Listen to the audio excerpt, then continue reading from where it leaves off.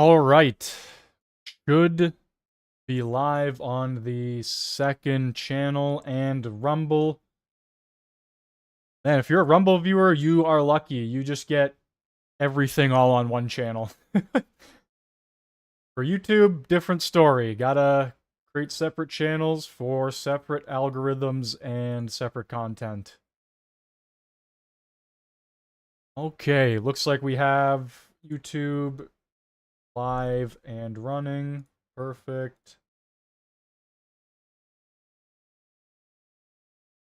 And it looks like Rumble saves. Save? What's going on here?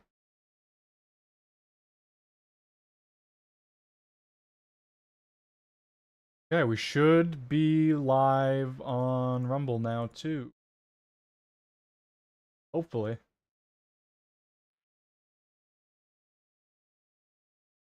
Currently looking over the skyline of Israel. I was about to say skyline of Jerusalem. That is true, but no, the country is not called Jerusalem. That is as I get updates, I will obviously let you know what is going on, but currently setting everything up.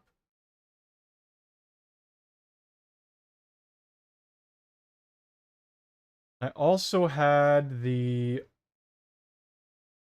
alert system up at one point as well.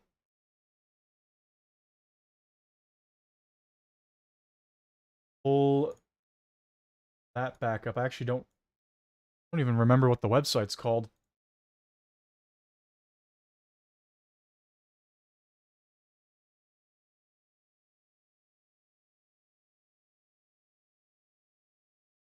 Oh, here it is. Here it is. That over there, and that just came back up on its own. Absolutely beautiful. All right. Take a look here. Looks like the last alert they got was 7 hours ago. Unidentified aircrafts over, holy crap, everywhere, I guess, apparently.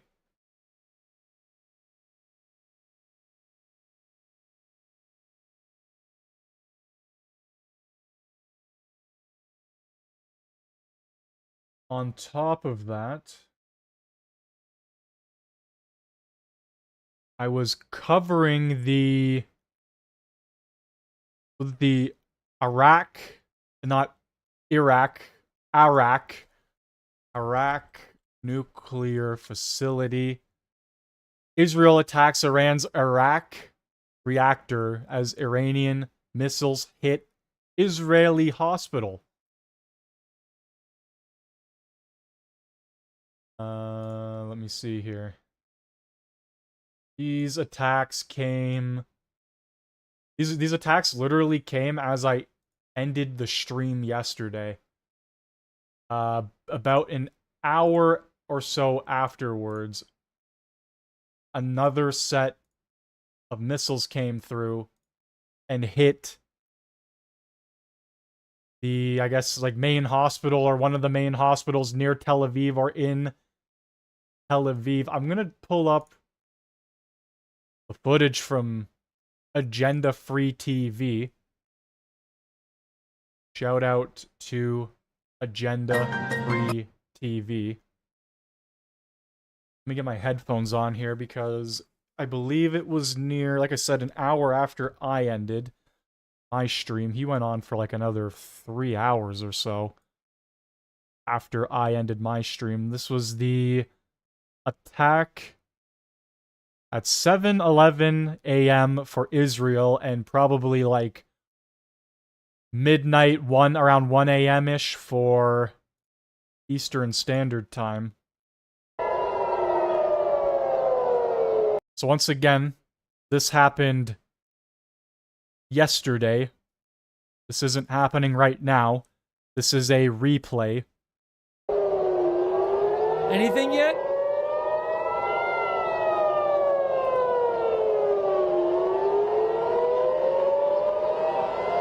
Oh, it was a glare. glare on the screen there. But this is the barrage that happened yesterday, the barrage that hit the Israeli hospital. It was a pretty good-sized one as well, 20, 30 missiles, I believe. There are warnings in the south, too, south of Israel. South of Israel.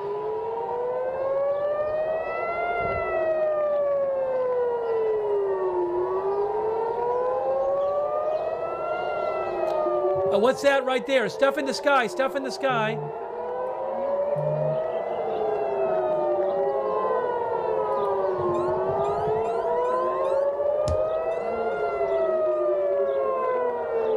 Stuff in the sky there, I see.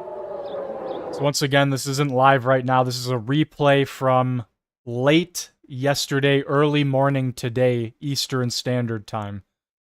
This happened 7:12, 7:13 a.m. in Israel. Hold on.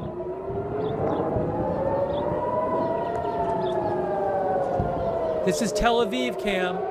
Tel Aviv camera. Hearing some booms. Hearing booms. Hearing booms.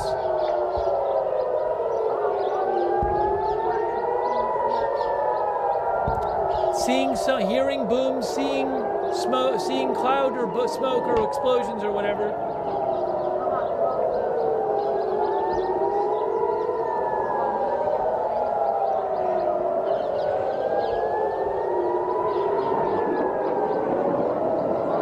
Look up there, hearing more interceptors.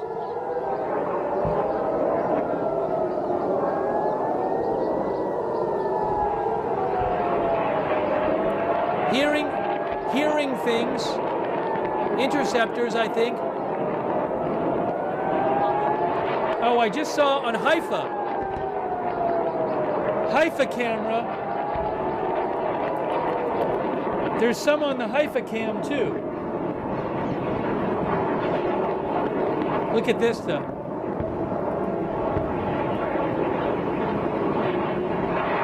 Haifa's in the corner. Haifa's in the corner.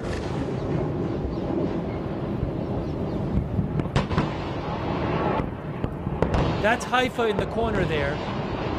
I don't know which booms I don't know which camera those booms are on. It could be Haifa or Tel Aviv. But we have a Haifa and a Tel Aviv is big. Haifa is in the corner. That's Haifa right there. I don't know if stuff struck. I mean, these cameras are clearly pointed at the sky.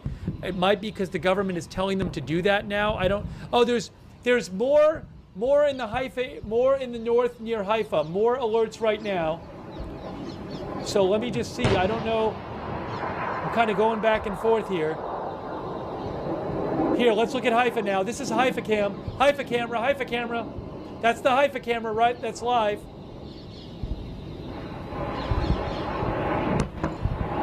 Is there anything else on Tel Aviv?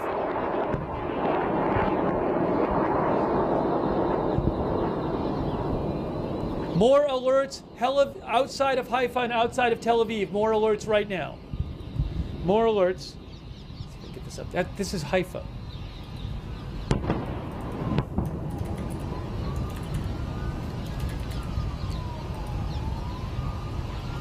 So once again, that is a replay from late last night, early this morning. A barrage, like I said, a pretty decent sized barrage came in on the Tel Aviv area, and we have an aftermath as well. That was the strike that hit the hospital and that area specifically. I have it right now. Live video, Tel Aviv. Tel Aviv. This is Tel Aviv. So once again, not live video despite what he is saying. This is a replay from early this morning, late last night. Tel Aviv right here. Look at this. This is that intersection I was talking about. This is Tel Aviv, Israel. And you'll see when it pans around, look at this damage in that building right there. Wow. Yeah, so pretty crazy scenes coming out of there right now. Very intense.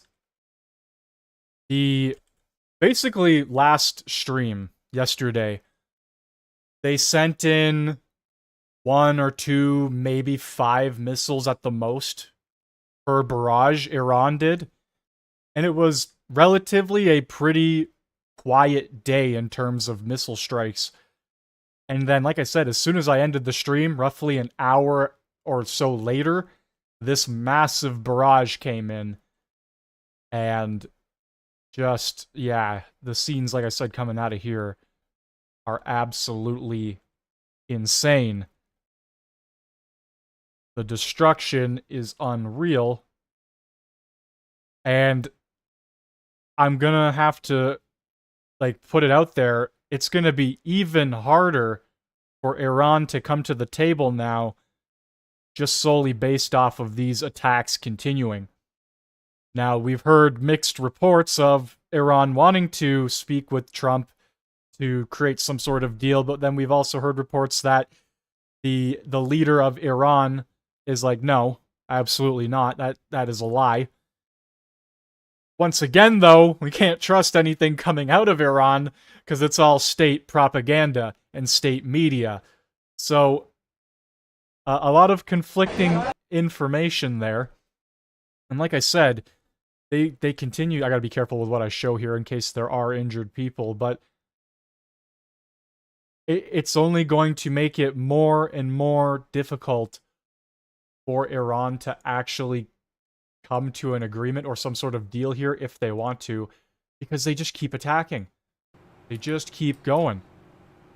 Hang on, I'll get the sound. Well, here's more footage.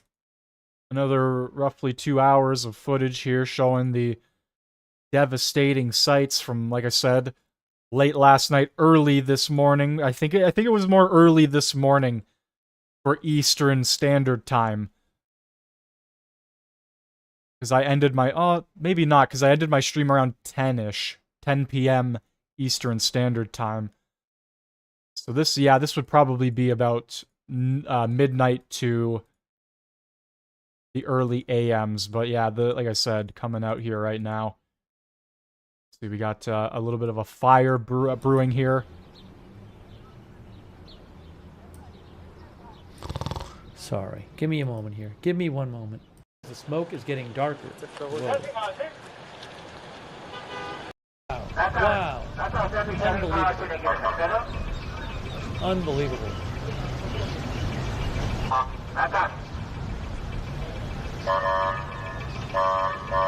So he made the comment there on the smoke. Typically, if the smoke is whitish, grayish, kind of, I don't want to say clear, but you get my point. It's a fire, but it's not that bad. As soon as the smoke starts turning black, you know something's gone completely wrong, and things are burning that shouldn't be based on that. I mean, obviously, they don't want this hospital to be burning in the first place. Don't get me wrong here. I'm not promoting this by any means, but typically when you see grayish white smoke, it's a controllable fire. You can do something about it. As soon as it goes black, it's game over, and things are burning that, like I said, shouldn't be. Harmful materials, etc. in the air, but regardless of that, let's take a live look at Agenda Free TV now. This is not a replay. This is live right now, current time in Israel, 11:45. More of a risk it might not work. I'm not sure.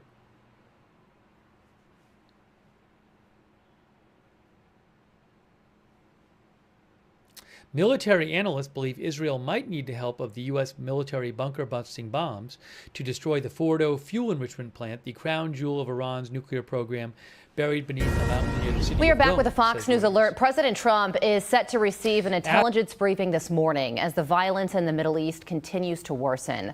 Lucas Tomlinson is live in Washington with the very latest. Hi, Lucas. Well, good early morning, Carly. The U.S. Embassy in Jerusalem remains closed through Friday as President Trump continues to weigh whether or not to launch airstrikes against Iran. Here's the president yesterday. They should have made the deal. I had a great deal for them. They should have made that deal. 60 days, we talked about it, and in the end, they decided not to do it, and now they wish they did it. And they want to meet, but it's it's a little late to meet, but they want to meet, and they want to come to the White House. They'll even come to the White House, so we'll see. He says it's a little late to meet, and they want to come to the White House. After this morning's attack, I can only assume, as I've said earlier, that it's going to probably push them further and further away from getting an actual deal or meeting. And if they continue these attacks, which it seems like they're going to, like I said, we can't trust Iran's state media because it's propaganda, but when they say they're going to attack Israel, you can probably believe that for the most part, because they've done it time and time again, and they said they're not going to stop. It honestly seems like this deal is kind of out the window at this point. Within 2 weeks, Trump said, well, I may or may not strike. We'll see. We'll see what happens. And as I said in yesterday's stream, if he does plan to strike, we won't know until it's long gone and already happened. I may do that.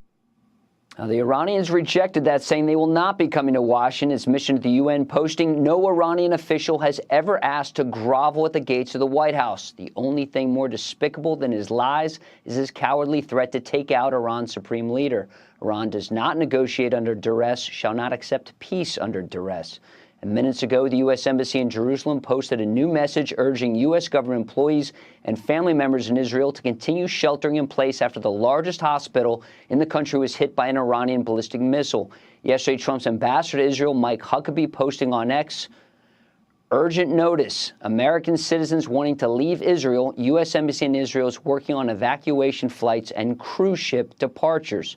And while President Trump mulls whether to strike Iran, U.S. military assets continue to pour into the Middle East. The Israelis also have a ground option for destroying Fordo, Iran's massive nuclear weapons complex, using elite commandos from Unit 5101 Shaldag. Carly? Important to point out there. Lucas Tomlinson live for us. Lucas, thank you. Israel's special envoy for combating anti-Semitism, Michal Kotler-Wunsch, joins me now, and thank you so much for doing just that. According to the Wall Street Journal, President Trump has approved an attack plan for Iran, but is holding off to see if Tehran will abandon their nuclear program. So what are the chances, in your estimation, of Iran voluntarily giving it up at this point? So thank you, Carly, for having me on.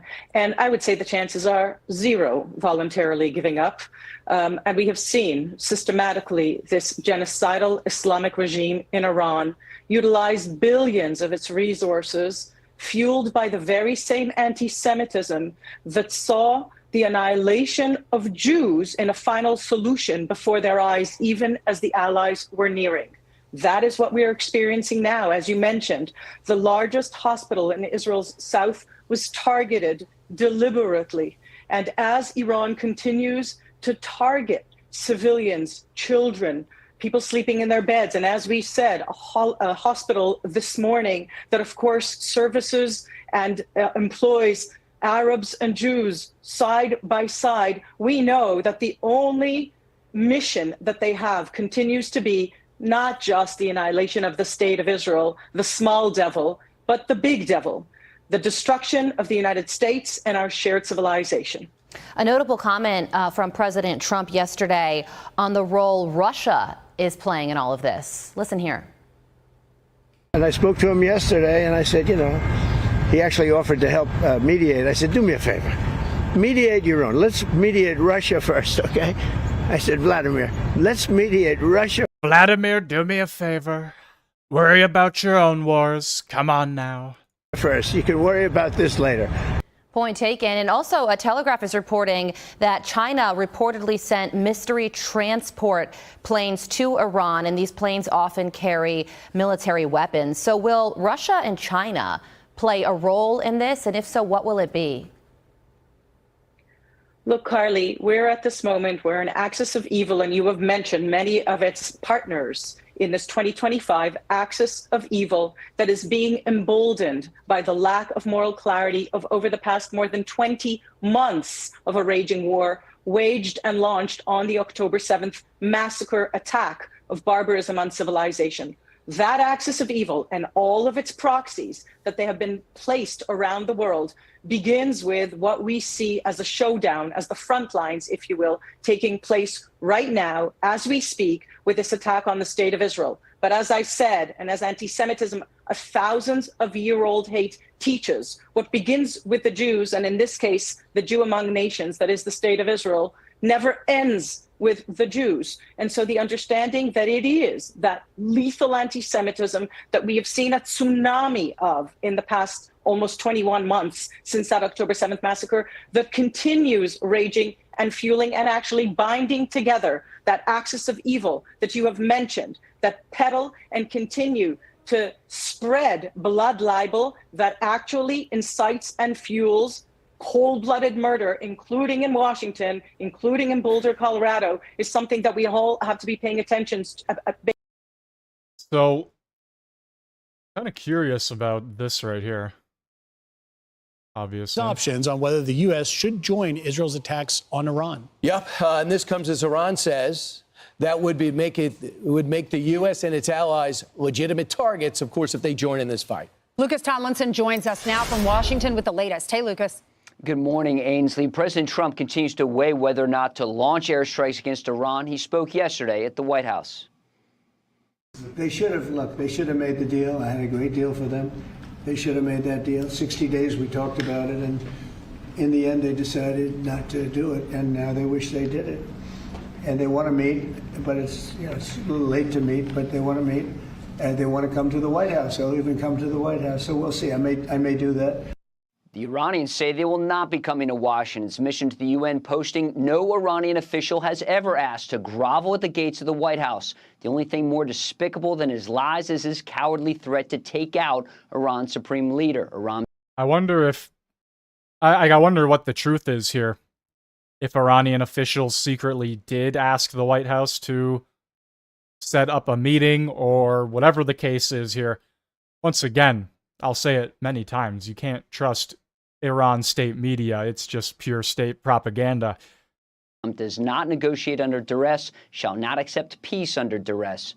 Now, the U.S. Embassy in Jerusalem remains closed through Friday. It posted a few minutes ago, urging U.S. government employees and their families to continue sheltering in place after the largest hospital in Israel was hit by that Iranian missile. The supreme leader of Iran spoke yesterday for the first time since Israel launched its strikes with a message to President Trump, saying the U.S. president threatens us with his absurd rhetoric. He demands that the Iranian people surrender to him. They should make threats against those who are afraid of being threatened. The Iranian nation isn't frightened by such threats. Of course, martyrdom goes back to the 7th century, guys. Iran's deputy foreign minister says if the Americans decide to get involved militarily, we have no choice but to retaliate wherever we find the targets necessary to be acted upon. President Trump also says he spoke to Russian leader Vladimir Putin earlier this week. And I spoke to him yesterday, and I said, he actually offered to help mediate. I said, do me a favor. Mediate your own. Let's mediate Russia first. Figure out your own shit, Putin. Come on. All right, guys. We have Netanyahu. Fox News alert, #1 story in the world. Giving an interview after the hospital was hit earlier this morning. I want to see. Okay, yeah, so he did actually go there and give a thing. Okay, let's take a listen. Right now, Israel releasing footage of an airstrike on an Iranian heavy water reactor in Arak, A-R-A-K. That is the Arak heavy water reactor I was talking about earlier. They actually have footage of it. Holy crap. Now, Israel releasing footage of an airstrike on an Iranian heavy water reactor in Arak, A-R-A-K. The latest attack on Iran's nuclear program, sending massive plumes of smoke into the air. And smoke seen over southern Israel after Iran carried out a direct strike on a hospital. A series of strikes by Tehran injuring at least 89 people in and around Tel Aviv. So let's go right to Mike Tobin. He is live in Israel at the scene of one of those Iranian strikes. Mike? Exactly, Ainsley. This is Ramat Gan, where the cleanup is underway right now. Ramat Gan is on the east side of Tel Aviv. And as I step out of the shot, I can give you an idea of just how powerful the warhead was on that missile as it came through. The damage here stretches over several blocks. You've got a lot of apartment buildings, businesses, retail that are in here. The balconies are destroyed. Windows are broken out for blocks around the impact zone. And one of the things you might see, a lot of the trash is being pushed out of the high rise right now, so you might see some debris coming down. Also, Holon on the south side of Tel Aviv. That's an older residential area. That took a direct hit. And a hospital called Soroka in the southern part of Israel was hit.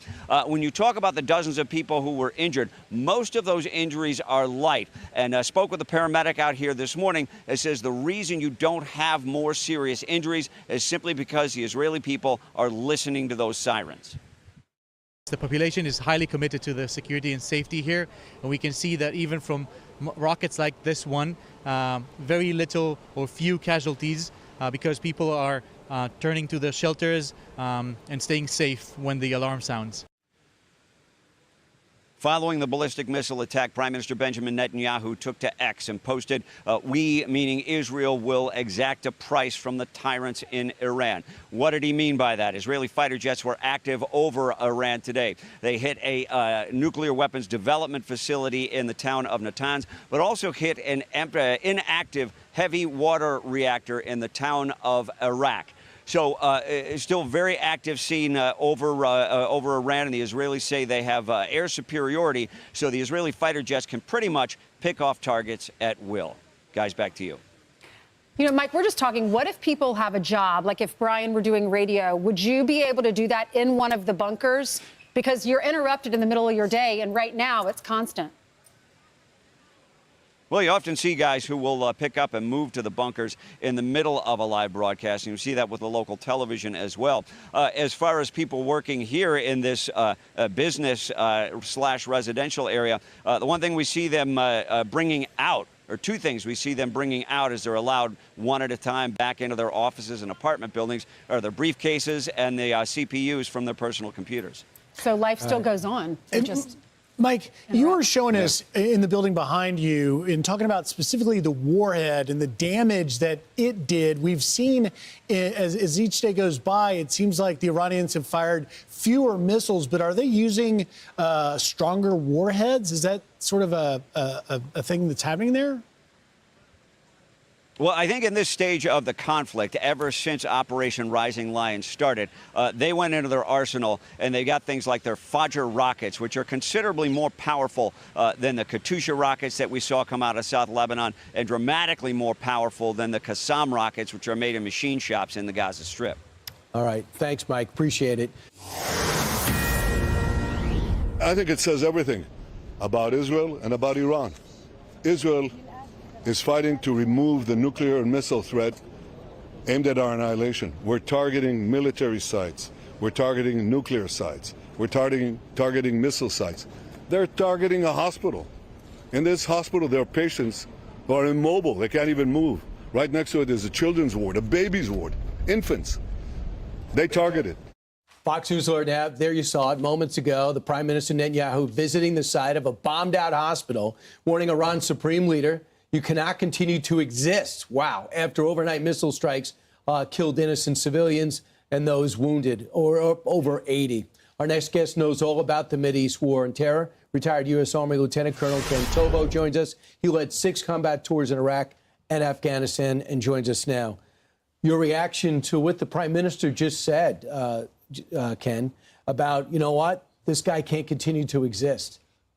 Yeah, I think this is a pretty good example of the fact that the Iranians use basically indiscriminate weapons, both missiles, terrorism, and other effects that are generally directed against civilian populations and frankly, targets that Western militaries would not target. And I think what you see with the Israeli approach is a very precise campaign and to try and limit collateral damage, but to have effect on the nuclear program.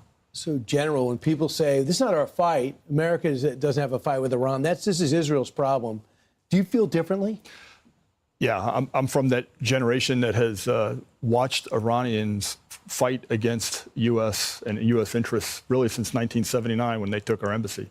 They've bombed our bombed embassies, Khobar Towers, through Lebanese Hezbollah, one of their terrorist groups that they sponsor and fund.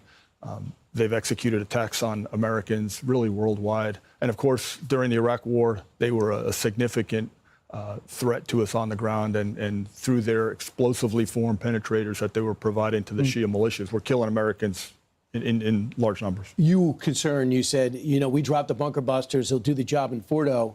The reaction. If you were on the ground in Iraq, in Syria, in Bahrain, our base in Bahrain, or Qatar, where do you think we'd be most vulnerable if they wanted to react?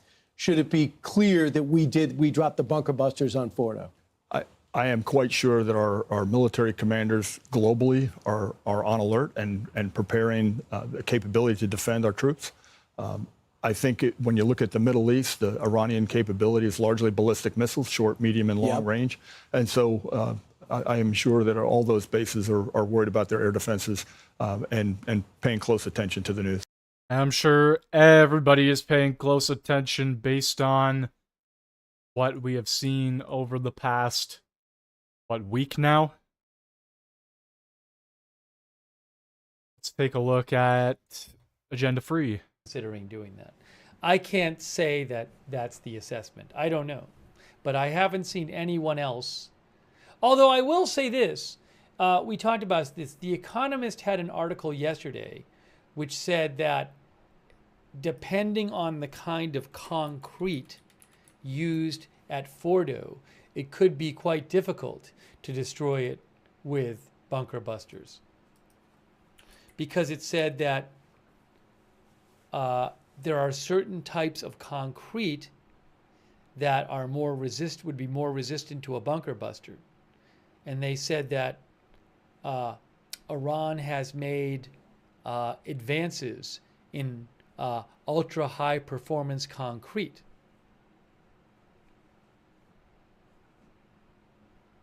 The Economist said the bunker buster bombs the U.S. has, the biggest, the big one, the MOP big one that they would consider using on this, that people have talked about, it can go through around 200 feet of standard concrete, but that drops to 8 meters for concrete of double the strength. And they say that Iran has advanced considerably in recent years in the field of ultra high performance concrete, which is about 6 times the strength of standard concrete.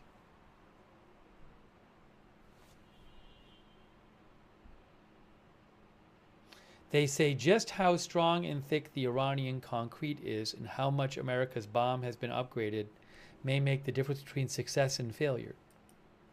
Maybe President Trump is unsure if it would work. I don't know.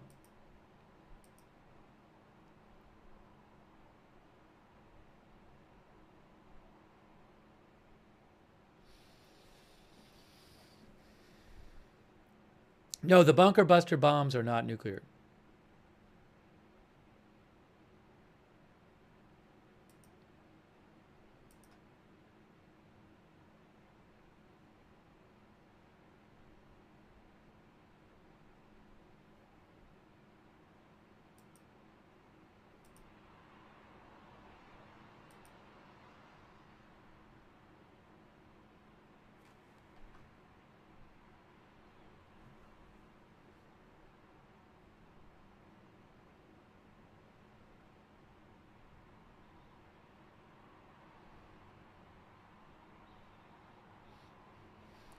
You know what now is going to happen? Now we're going to have 2 weeks more of all of these unconfirmed reports every day about how he's going to do it or not do it. It's just going to be constant.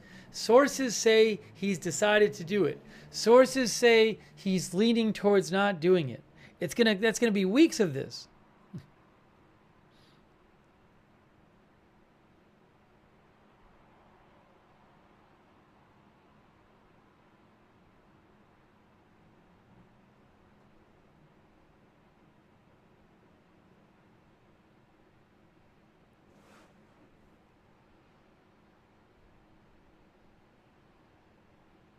But within 2 weeks doesn't mean he'll take 2 weeks.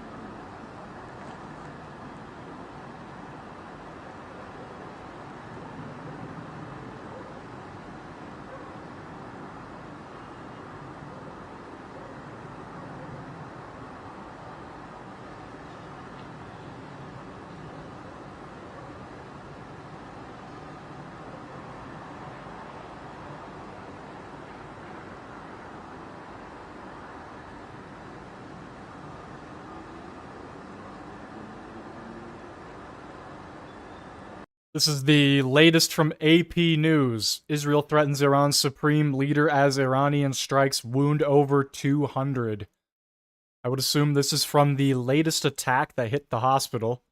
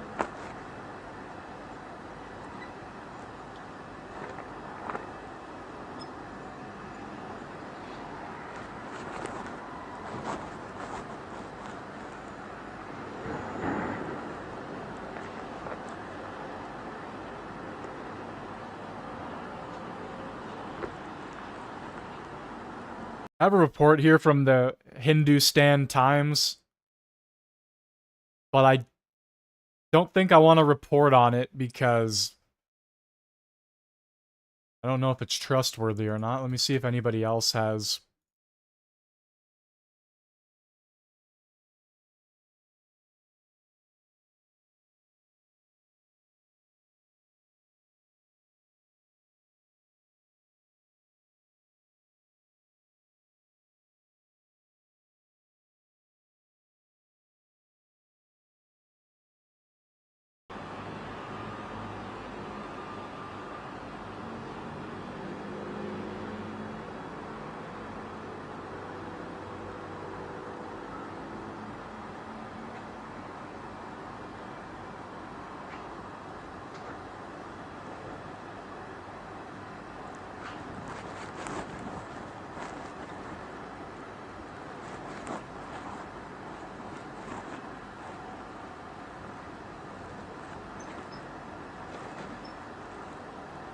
I do have this from Reuters from about 9 or so hours ago. Putin and Xi condemn Israel over its Iran strikes in phone call, the Kremlin says. So, I don't know, but I guess Russian President Vladimir Putin and Chinese President Xi Jinping both condemned Israel on Thursday over its strikes on Iran and agreed that de-escalation was needed. The Kremlin said after the two leaders spoke by telephone. Putin and Xi strongly condemn Israel's actions which violate the UN Charter and other norms of international law. I don't know how true that is, because I'm not the Kremlin. And I don't know if they're breaking international law because I don't know them, nor am I the UN. All I know is they've been striking each other back and forth for roughly a week now. So if we really want to get into specifics, you could probably say that both of them have probably broken international law at some point or another. I don't know, though.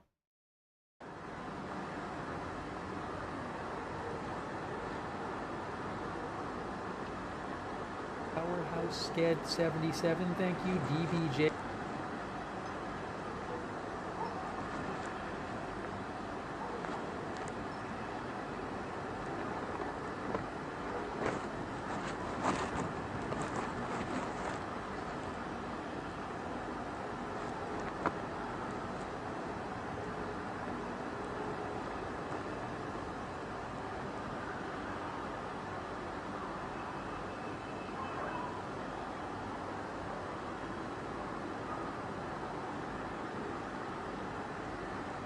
not going to have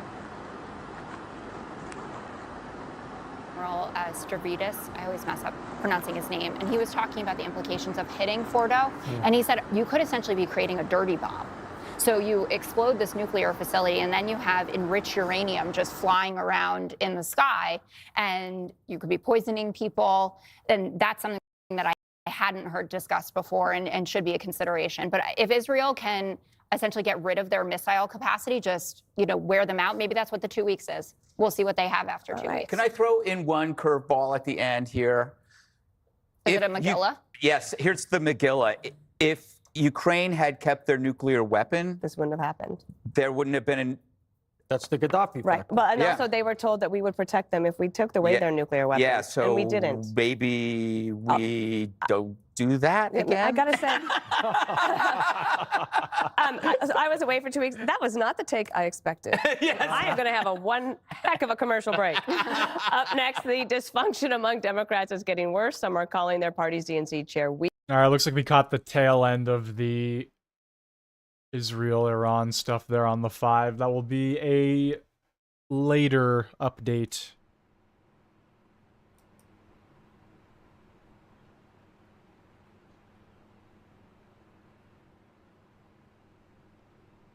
The Jerusalem Post mentioned the claims that others were making on social media. Well, no, they said Tehran's air defense is activated on Thursday night due to Israeli airstrike operations, Iranian state media reported. True. We heard, they definitely said there was air defense. The Jerusalem Post said footage shared on social media, particularly by anti-regime social media, such as the London-based dissident Iran International, appeared to show smoke rising in Tehran's Lavizan neighborhood. Lavizan is believed to be the area where Iranian Supreme Leader Khamenei is hiding. They mentioned it. Again, I've heard no reliable source claim that Israel targeted him tonight.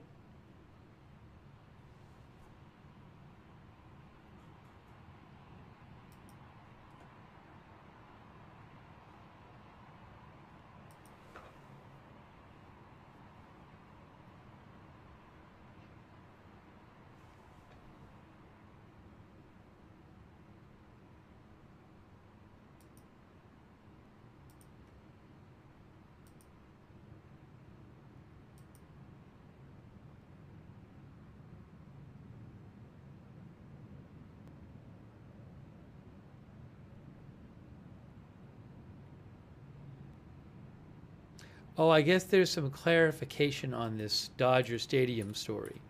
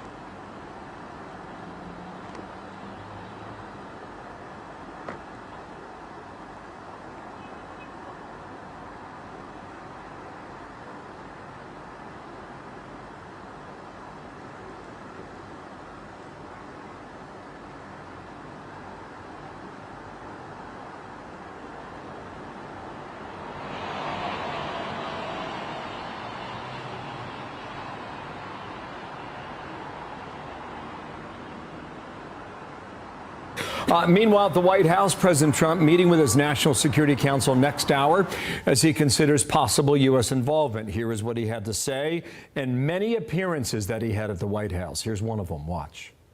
I have ideas as to what to do, but I haven't made a final. I like to make the final decision 1 second before it's due, because things change. I mean, especially with war. Things change with war. It can go from one extreme to the other. Peter Doocy, live from the White House. Dana? Thank you, Bill. Peter? Got it. Hey, Peter. Dana, Bill, we can report here from the White House that because all options remain on the table, something President Trump has been asking his military advisors about is whether or not bunker buster bombs could get the job done and penetrate deep enough to destroy certain hitting Iranian nuclear infrastructure if that is what President Trump decides to do. He is also out in the open hinting at other kinds of military assistance the U.S. could offer. We have planes that are undetectable, flying around like, nobody's able to see them stealth. Israel has incredible weaponry, so we'll see what happens. I've been asked about it by everybody, but I haven't made a decision. With each successful Israeli strike inside Iran, the Iranians have less leverage to negotiate. They've also shown no willingness yet to abandon their nuclear weapons program, and Iranian offers to send negotiators to the White House for talks next week are probably impossible because the negotiators are holed up and can't just go to the airport in Tehran to fly to D.C. Yeah, I mean, they asked if they could come. We'll see if that happens. It's not that easy for them to come. They can't get out. They're in Iran, and in one case, the guy wanted to come so badly, but he can't get out because there's bombs dropping all over the place. We are about 90 minutes away from President Trump's latest intelligence briefing. That's going to be in the Situation Room on the lower level of the West Wing, away from cameras. Dana? All right, Peter Doocy, thank you so much. For more on this is Barry Weiss. She's the editor of the Free Press, and it's an honor to have you today. I know you're at the Free Press doing a ton of work, and we're following it all. Here's a billboard that is up in Tel Aviv right now. It's asking Mr. President, please finish the job. That's in Tel Aviv. In America, this polling from Fox News out last night I thought was pretty stunning, and it's probably changed even in the last few days. This is from June 13th to 16th. We're right now on the 19th today. 78% of Americans saying that they are concerned about Iran getting a nuclear bomb. That's way up. It was 66% in April of 2025. So people have shifted their opinion. Well, I think that they're hearing very, very clearly a message from the American president saying Iran cannot get a nuclear bomb no matter what. And they're also hearing him and many people in his administration making the case that a nuclear Iran is not just an existential threat to Israel, it is an existential threat to America. This is a regime that has not just been declaring death to Israel since it came to power in 1979. It is a regime that has been declaring death to America. And I think, guys, one of the key lessons that Israel and perhaps the world has learned since the massacre of October 7th is to take these enemies not just figuratively, not just seriously, but literally. When they say they want a second genocide, they want a nuclear holocaust, they mean it. So it's not simply that Israel has to fear the existential threat of a nuclear Iran. Think about what the world would look like if this regime had nuclear weapons, not just its ability to target Israel, Europe, and ultimately America, but the nuclear arms race it would set off in the Middle East. Israel has opened up a profound opportunity for total realignment in the region. And I think what the president is seeing is that Israel has pulled off something that is astonishing and will be studied by historians who are only beginning to understand the extent of what their intelligence has been able to pull off. The idea that Mossad operatives set up a drone factory inside hostile Iranian terror. I mean, it's unbelievable. So now the question is, we know that Trump has sort of greenlit the possibility of a strike on Fordo, and now, and I think with every passing day, we're seeing that the leverage, what that clip just showed is that the president's leverage and Israel's leverage just gets stronger and stronger by the day with every Israeli strike. So Iran's on an island. Dan Hoffman the other day said the IDF has that country wired, and I think he's right about that. In the past, the Iranians would reach out to their proxies, but the proxies have been mute. Here we go, Wall Street Journal. For decades, Iran's leaders built up a network of allied militias in the Middle East that shared a hatred of Israel and America to gain regional influence and protect the regime. But as the theocracy is now fighting for its own survival, its allies are missing in action. That's true for Hezbollah in Lebanon. It's true for Hamas in either the Gaza Strip or the West Bank. It's true for Yemen and the Houthis. We just had an expert on who said the Iranians' best play should be to retreat to Oman and start talking to save their own lives and their regime. What is Iran's best play, do you think? Well, I mean, the best play is Trump has laid it out. I want total surrender. either surrender will come with the bombing or the destruction of Fordo, whether that's military commandos on the part of Israel or bombing from America, we don't yet know, or surrender. But he's saying ceasefire isn't enough, I want total surrender. The problem is one of the things that we have learned about the way this regime functions is that you can't trust anything they say. So they might very well go to Amman and say, total surrender, come, and under American supervision or IAEA supervision, we will destroy Fordo. But where are we going to be 10 years from now? Where are we going to be 15 years from now as they, raise up a new generation of nuclear scientists and create new, facilities that are capable of doing this? What does this regime have, guys, if not for this ability? Right. What is it? That's their leverage. That's their leverage. That's the whole game for them. Khamenei is 86 years old. He is, do we really think that he's going to give this up? I mean, I think that's the question hanging over everything right now. One thing I've been wanting. No, he probably won't give it up. And there's been some wacky reports coming out. I don't know if they're true or not.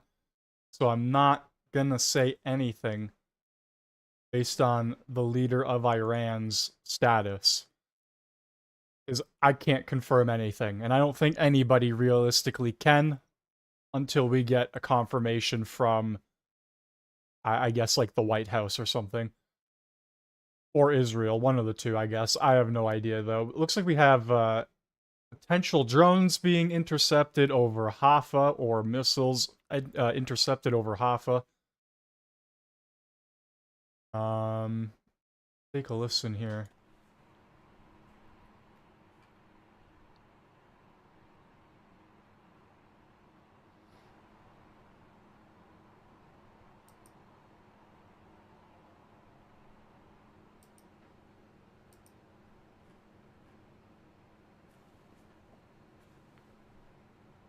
Now, I hope you're not using the same sources that told you that Israel was bombing Fordo 3 days ago, right?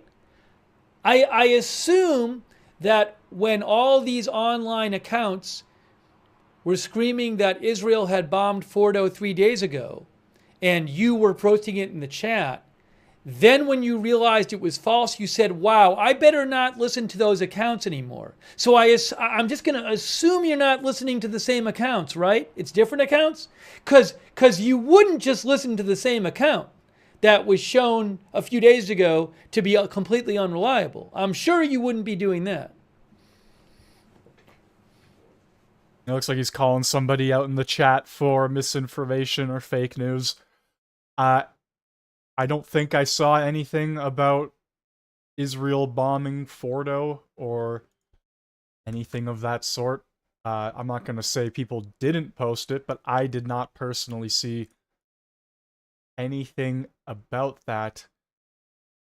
To be fair, though, there is a lot of fake news floating around, and you got to be very, very careful on what you point out and what you don't.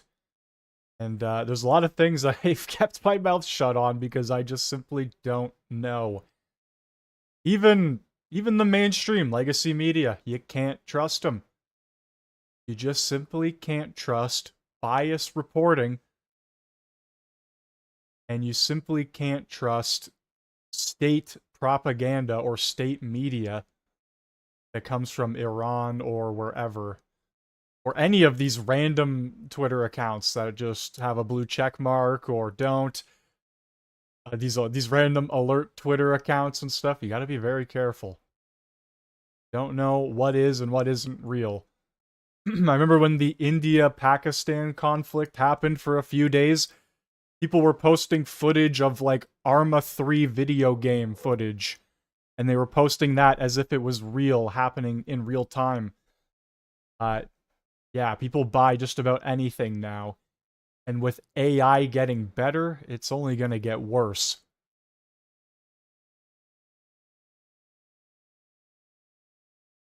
I'm going to show you where this is. Well, that didn't work too well. I looked up Sefidrud Industrial Park on Google Maps. I didn't get very far.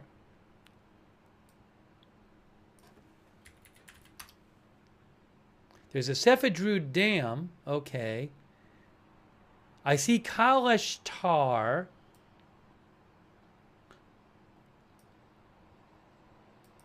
Hang on, everyone. Just hang on a moment. Thanks for your patience.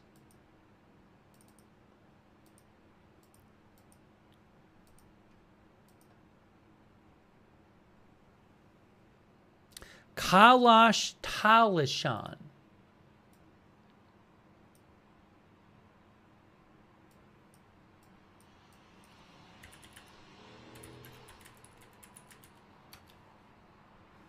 I found there's a Kolesh Talishan. Is that it? I found it. I found it. I found it. I found it. Okay, I found the location. I have found the location they're talking about. Hang on, I'm going to show you on the map. Why is this happening? What did I just do here? What happened here? Okay. Sorry, folks.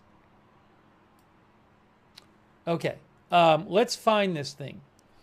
Let's find this thing here. All right, so we're talking about northwestern Iran. Here's Iran. We're talking about up there in the north. There's Tehran, northern Iran, Talishan. And then if you go zoom in here, it says Sefedrud Industrial Town. Sefedrud Industrial Town. And the evacuation notice says it's here. Okay, so I was just looking at this as well, trying to verify it. It looks like it is real. Iran issues an evacuation order at the Sefedrud Industrial Zone in Rast, Tehran region. Let me translate this entire image, and I'll give you the full generated breakdown, I guess. It is a industrial town near the village of Kalesh Telshan. Definitely butchering names today of cities and people and everything, and I just don't care. I try my best. Red marked area on the map, though. Let me pull up this tweet for you real quick. Like I said, I was trying to verify this because I didn't know if it was real or not, but here it is. So that is the industrial city that they just issued an evacuation for. We are currently an hour into the stream, and Israel, another evacuation, evac, because they most likely are going to hit that zone within the next, I don't know, today, easily. Last time we saw a report, it was for the heavy water facility. And they bombed that literally 5 hours later or so. And that's when Iran responded by hitting the hospital. You had that video of Netanyahu going, well, take a look. We bomb their nuclear sites. They bomb our hospitals, right? So, and not just that, they also issue warnings. You don't see Iran issuing warnings. Interesting. That was let me look on now. I just want to get a second opinion on this and see what he has here on the map. Where is it? Now, it's near the city of Rasht, it looks like. But I don't know what's there.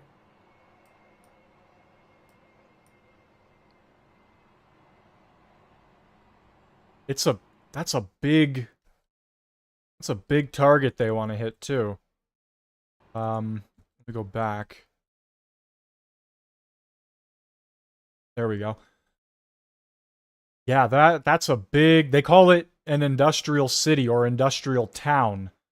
So they want to strike that.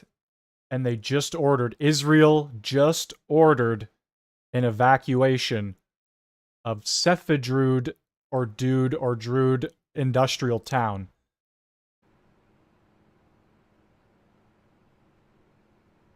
Which is located near Rast in Iran.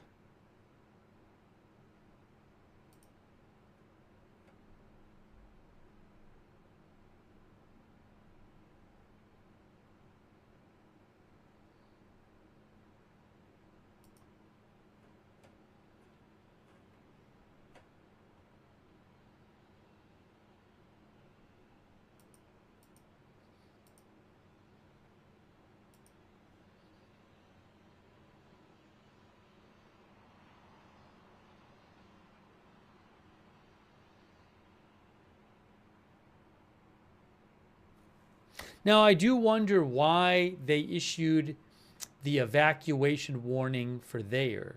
Well, I guess maybe they issued it for there because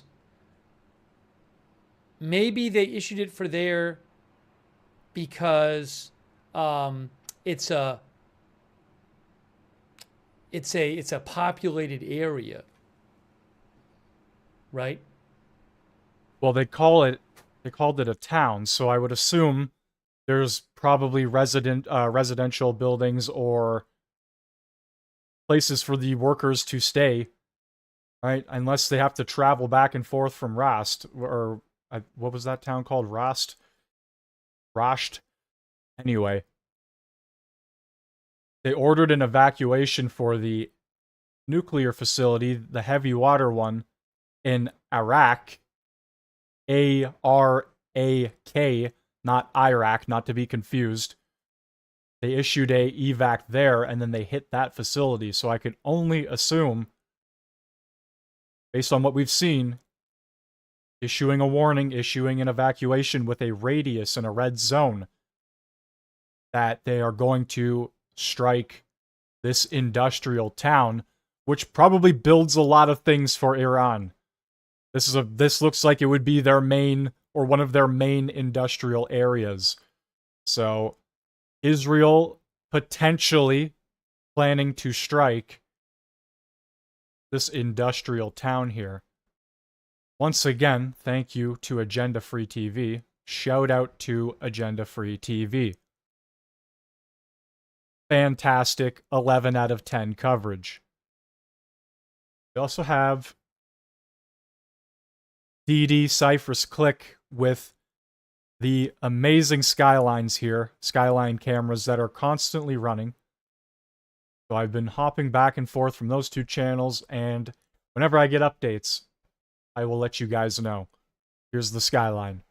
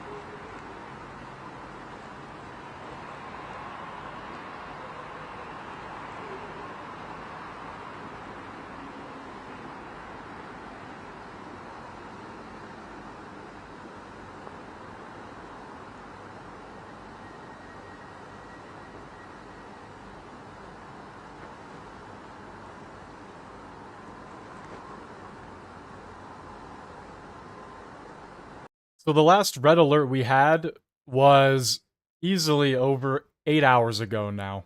It has been pretty quiet for the most part, or as quiet as things can be. Once again, if there is any news or any updates, I will let you guys know. Thank you for joining. We're currently looking over the skylines of Tel Aviv, Haifa, and Jerusalem.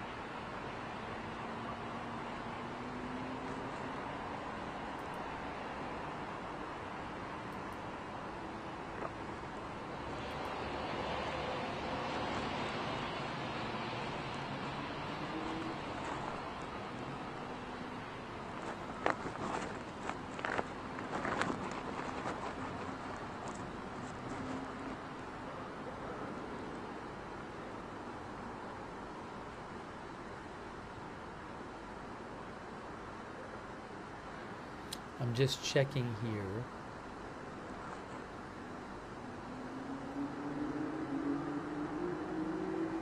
For updates.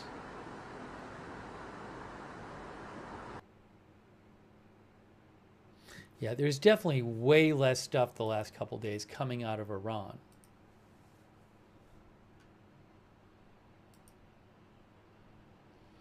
Quick thanks also so much to Kim and Dean from Sedona, Arizona. Thank you so much, Kim and Dean. That's very nice of you. They're good to be. Ariel Oserin, good for him. He's with I-24.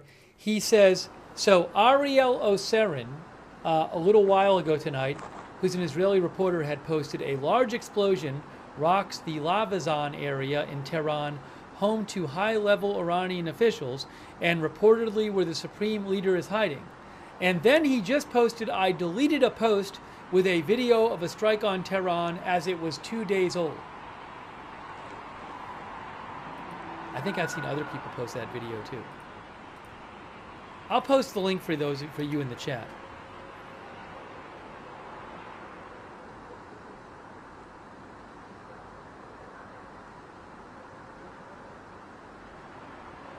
Dripped Out Outlaw says, yup, old video. No, I like when people do correct. Sometimes people never correct. Some people never correct things. So I like when people correct things.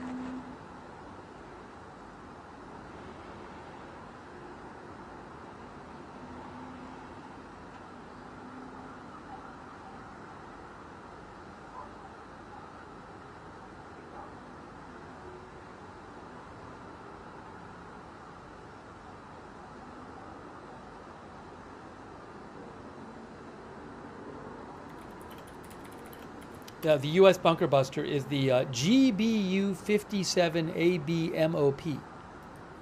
That's the one the various articles and experts I see say is the one that would be dropped on Fordo, which has never been used in combat. Thank you so much, Christopher Breland. Also, Joe K.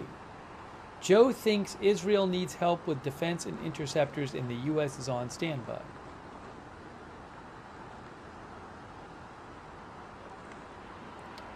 Thank you, Beefy McWhatNow, and thinks Beefy McWhatNow thinks Trump will actually not involve the U.S. in the war. He thinks he knows his base and what we want. Thank you, Beefy. Thank you, John Richardson, Aleph Tav, TK, Robin Sehi, I Love Reading, Dave Hoffner for the gift membership. Did I thank Florida Beach and Senior? I think so. Chase Nichter, thanks for being a member.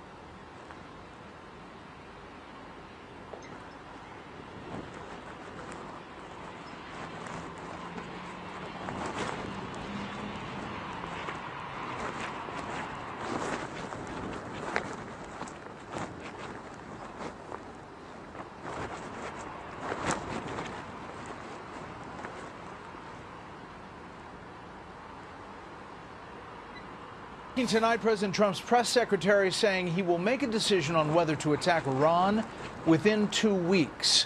He's said to be asking questions of his advisors about so-called bunker-busting bombs and their possible use against Iranian nuclear facilities. The conflict now entering a new phase earlier today when Iran's bombing of a hospital in Israel got a lot of reaction on the ground. Senior White House correspondent Jackie Heinrich starts us off tonight live from the North Lawn. Good evening, Jackie. Good evening, Brett. Today, the press secretary revealed that Iran already has all of the components it needs to build a nuclear weapon. All it would take is an order from the supreme leader, and then that process takes about 2 weeks to complete. The same amount of time that the president is allowing for a decision one way or the other on U.S. military intervention.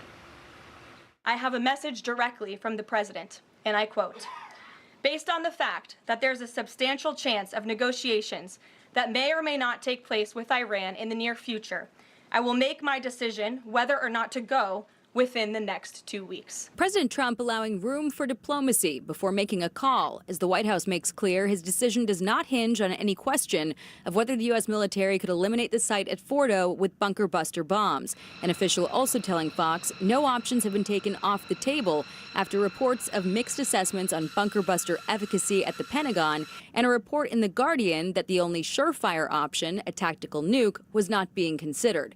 The Iranians now heading to Geneva to meet European negotiators Friday. No news on a White House visit yet. I am not going to get into hypotheticals, but as you heard from the president yesterday, they have expressed interest in doing so. Chinese President Xi Jinping offered to mediate, adding through its foreign ministry, quote, "The parties involved in the conflict, especially Israel, should halt military operations as soon as possible." The White House leaving questions on that for the president to answer. There's a lot of pressure on him to finish the job with force.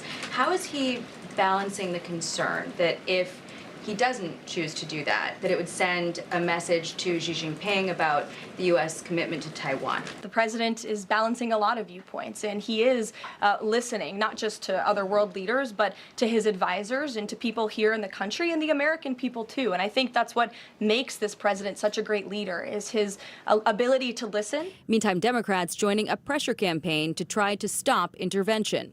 I do not believe Iran can have a bomb. The question here is, how do we deny them that bomb for the long term? I believe military strikes may get us a year, 3 years. It's not the solution. The White House confirmed that any deal with Iran would prohibit enrichment of uranium and preclude Iran from ever getting a nuclear weapon. The press secretary said today that Iran can and should make this deal, or they will face grave consequences. Brett. Jackie Heinrich live on the North Lawn. Jackie, thank you. Israel, meantime, is vowing retaliation after that Iranian strike on a major hospital. One Knesset member calls it an extreme war crime. The defense minister in Israel says the Ayatollah in Iran cannot continue to exist. Iran claims it was targeting an intelligence facility inside Israel. Chief Foreign Correspondent Trey Yingst live again tonight in Tel Aviv. Good evening, Trey. I do. Yeah, Brett, good evening. Tonight, Israel is prepared for more incoming missile fire from Iran. We do know reports indicate just 65% of the missiles overnight were intercepted, with multiple impacts recorded in civilian areas, including at a hospital. Here's what the scene was like when we arrived at that medical facility. Here at the Soroka Hospital in southern Israel, you can see the damage caused by these Iranian ballistic missiles. Doctors here say it's a miracle no one was killed in the blast. Do not have Brett.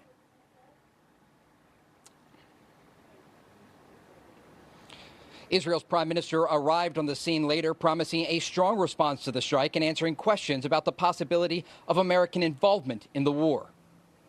President Trump will do what's best for America. I trust his judgment. He's a tremendous friend, a tremendous world leader, a tremendous friend of Israel and the Jewish people. And we will do what we have to do, and we are doing it. Netanyahu's remarks come as we're learning more about an Israeli maneuver on the first night of the war that took out Iran's top nuclear scientists. The spy craft combined with airstrikes dubbed Operation Narnia went after 30 Iranian commanders. This footage is so crazy, man. Holy crap. Gathered over a period of months. The head of Israel's intelligence directorate, Shlomi Binder, spoke about his team's ongoing efforts to win the war. We need to hunt them down wherever they flee, and you are succeeding in turning Iran, as I said earlier, from some distant place, 1,500 kilometers from here, into an army that we know how to deal with a sense of it being a first circle threat. Israeli strikes are expected to ramp up tonight as the Israelis go after Iran's top leadership, including the country's supreme leader. Israel's defense minister tonight says he will have a price to pay. Brett? Trey Yanks live in Tel Aviv. Trey, thanks. Let's get some information now tonight about... And there you have it. Speaking of this bunker bomb, take a look at this. Yingst, chief foreign correspondent, who's on the ground right now in Tel Aviv. Trey. Harris, good afternoon. Overnight, the Iranians launched more ballistic missiles into Israel around 7 a.m. local time. The air raid sirens started to sound across this city and others. We were in the shelter and could hear the explosions overhead as some of those missiles were intercepted. Others slammed into residential areas and a hospital. Here's what it looked like when we arrived at that medical center. Black smoke billows from the Soroka Hospital in southern Israel. An Iranian missile hit the campus this morning just after 7 a.m., sending shockwaves through the halls. Suddenly, we heard the explosion, Juma Abu Kush says. We knew it's very close to us. Debris fell from the ceiling. Throughout the day, patients were evacuated to nearby hospitals as others were discharged if their condition warranted. First responders surveyed the damage as political leaders came by to voice their opposition to the bombing. The Ayatollah regime targeted this morning is a hospital with helpless, sick people. This is an extreme war crime, and they will bear the consequences. What's also important to note is that this is a place that there are both Israelis and Palestinians coming for care. There are Bedouins. When you walk around the compound of this hospital, there are still people in other areas. There are men wearing kippahs and women wearing hijabs. And it's an example of how this part of Israel lives, how they live side by side, and how there is a future. Iran's foreign minister released a statement about the bombing, claiming that Iran was targeting an intelligence building near to the hospital. He released no additional evidence to support that claim. Guys? Trey, thank you very much. As always, great reporting. Right now, the president is getting an intel briefing inside the White House, and he and his team are weighing their options on whether the United States should join Israel's attacks on Iran.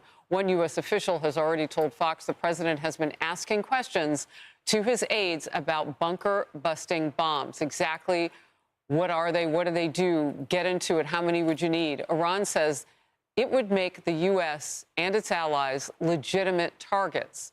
But the White House says all options are on the table, and you know Trump means it. And according to the president, a ceasefire is not an option. I don't want to get involved either, but I've been saying for 20 years, maybe longer, that Iran cannot have a nuclear weapon. I've been saying it for a long time.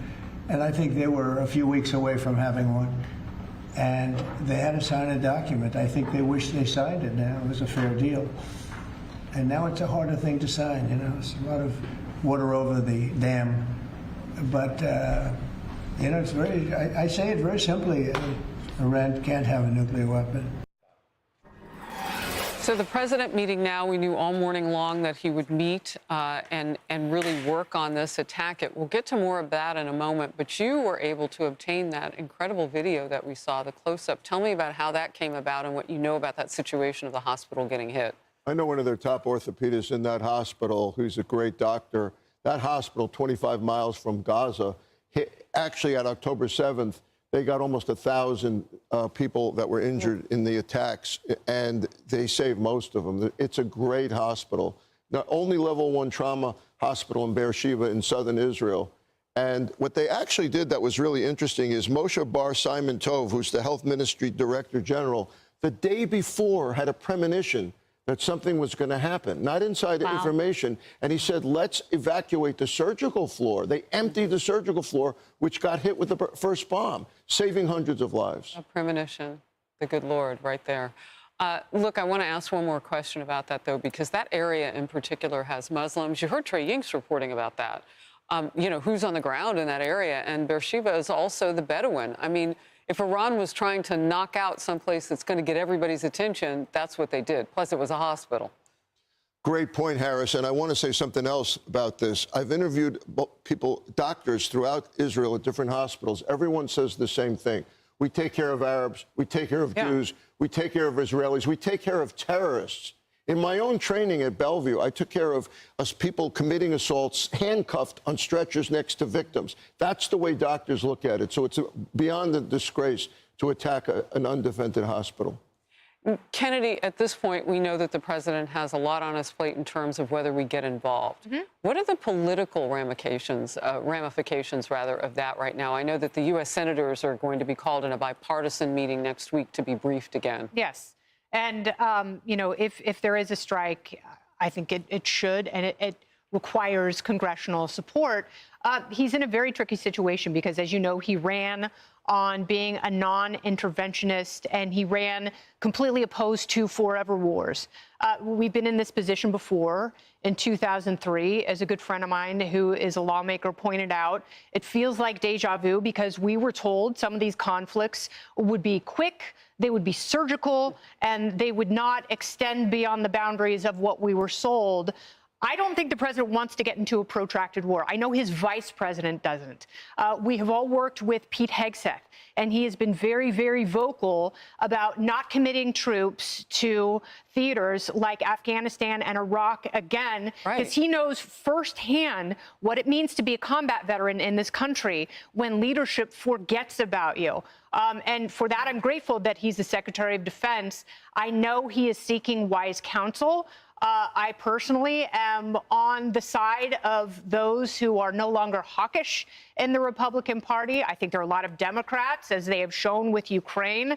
They are very eager for a fight. I think we have to take an incredibly measured approach considering that. But I also think about Israel. I think about their right to protect and defend themselves when essentially their next door neighbor, the reason for being is Israel's destruction. And I also have more faith in the Israeli special forces. Their capabilities, I think, go beyond what has been telegraphed in the media. I will leave it at that. All right, Emily, before I come to you, let's take a look, if we can, at the wall that we see right now. Does Iran pose a real national security threat to the United States? Look, the American people are paying attention to this. 73%. That is a very high number for anything, and it's certainly higher than we've seen in the past. What do you think is the shift that's happening right now with an American public watching? Well, interestingly, I think history sort of paints a different picture of the present view versus hindsight. So, for example, and we studied this in Poland just a couple weeks ago, but the polls prior to World War II were staunchly over 80% of Americans were against intervening in World War II. And you contrast that at the beginning of the endless Iran or Iraq, Afghanistan theater, where the majority of public support was with intervening. And then in hindsight, both of those have inversely flipped. And I think the conversation, you know, on the spectrum, it sort of bears discussion of what does intervention mean? And does one bomb mean intervention? Or does that mean strength without spread? Is that the answer to or the antidote to those that don't want mission creep? And for those that believe so strongly that our just atrocious, botched Afghanistan exit absolutely betrayed our allies, then is this sort of a twofold: we stand up for our allies while also protecting American interests in the knowledge that this emboldened enemy via the prior administration through inaction has now threatened death to America with action. You know, I see it in criminal law, right? You get prosecuted if it's a threat coupled with an overt action. What are those 603 American lives lost at the hands of Iran already? What they have demonstrated time and time again, it's not just words, it's actual meaningful actions with the ultimate goal of eradication of the great Satan and also Israel. So all of those combined to, I think, requires at least some measure of showing up today for Israel, but also for those Americans that President Trump swore he would indeed protect with American interests primarily without an endless war. Well, this president definitely knows he puts America first. So he's got a doctrine to carry him through all of that. The last 4 years, well, it gave us what we got, a mess, because there wasn't clarity there.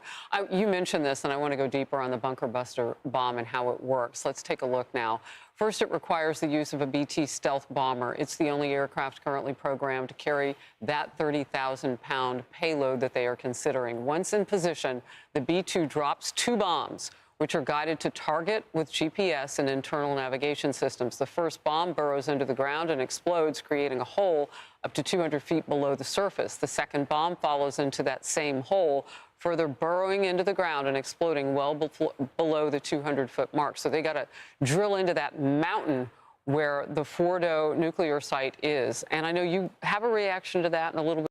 Okay, so while they have that up on the screen, I want to bring everybody's attention to this. there have been reports of cargo planes flying in and out of Iran that are from China. China sends mystery transport planes to Iran. Why are Chinese cargo planes flying into Iran? What are they carrying? Cargo flight from China diverted toward Iran. China sends mystery transport plane into Iran. Mystery flights from China to Iran raise questions amid Israel conflict. That is weird, and something that should be kept a major eye on.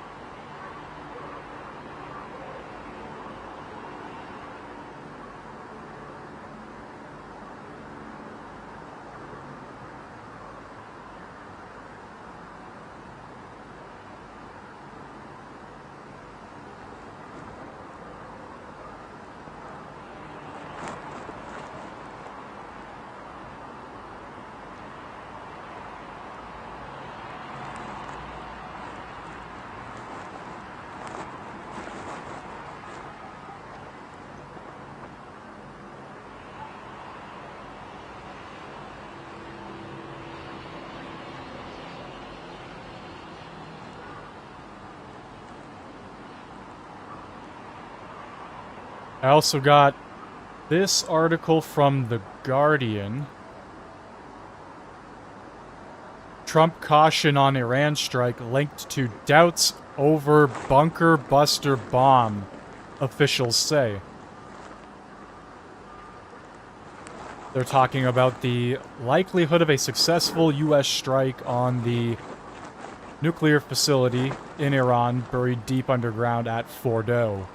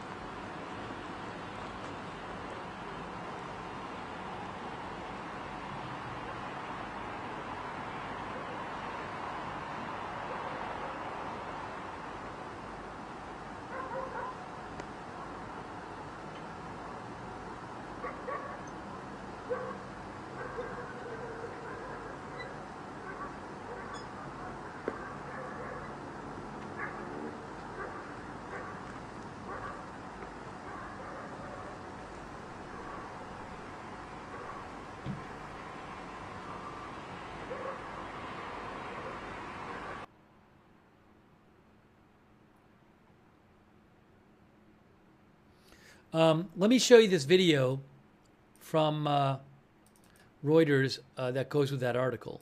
I think it's a summary of kind of what's going on. Yeah, let's check out this video from Reuters. The audio might only play in your left ear. So be aware of that. All right, here's this. We're going to check this out right now.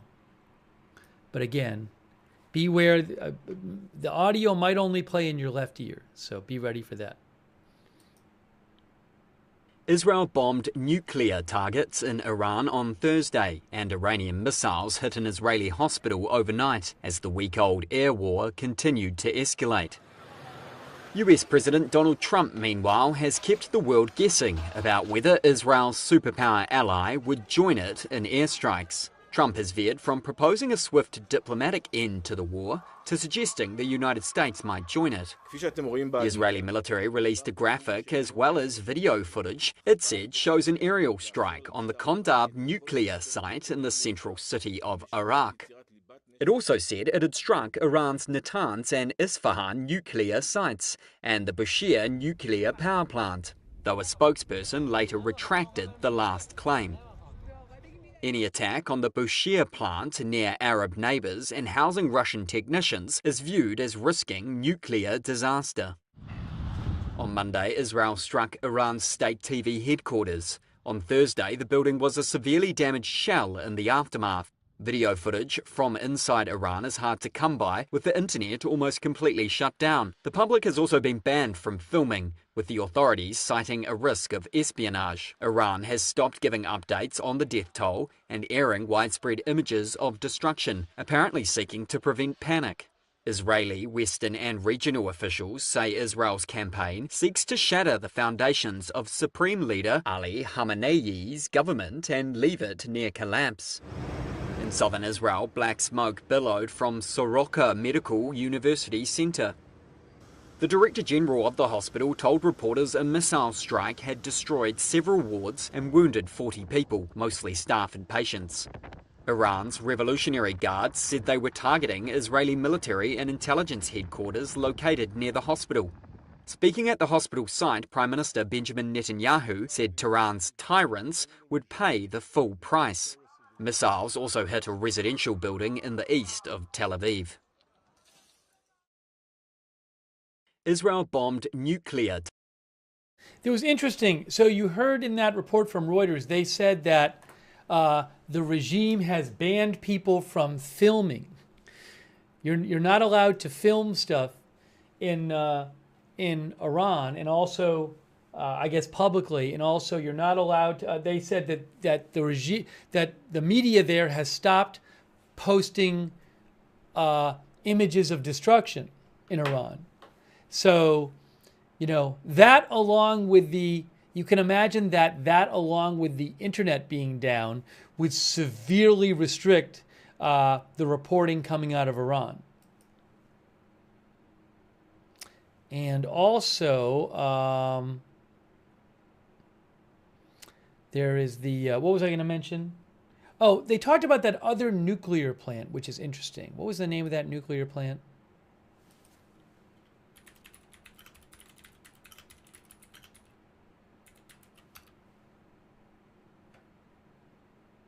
The Bushehr nuclear plant.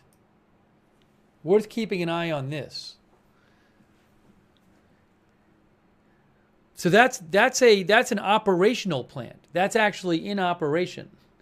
It would be a big deal to target that.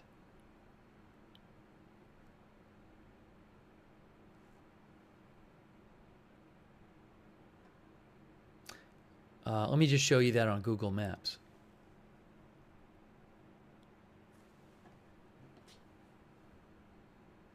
The nuclear plant that they targeted this morning, Arak plant, was not operational yet.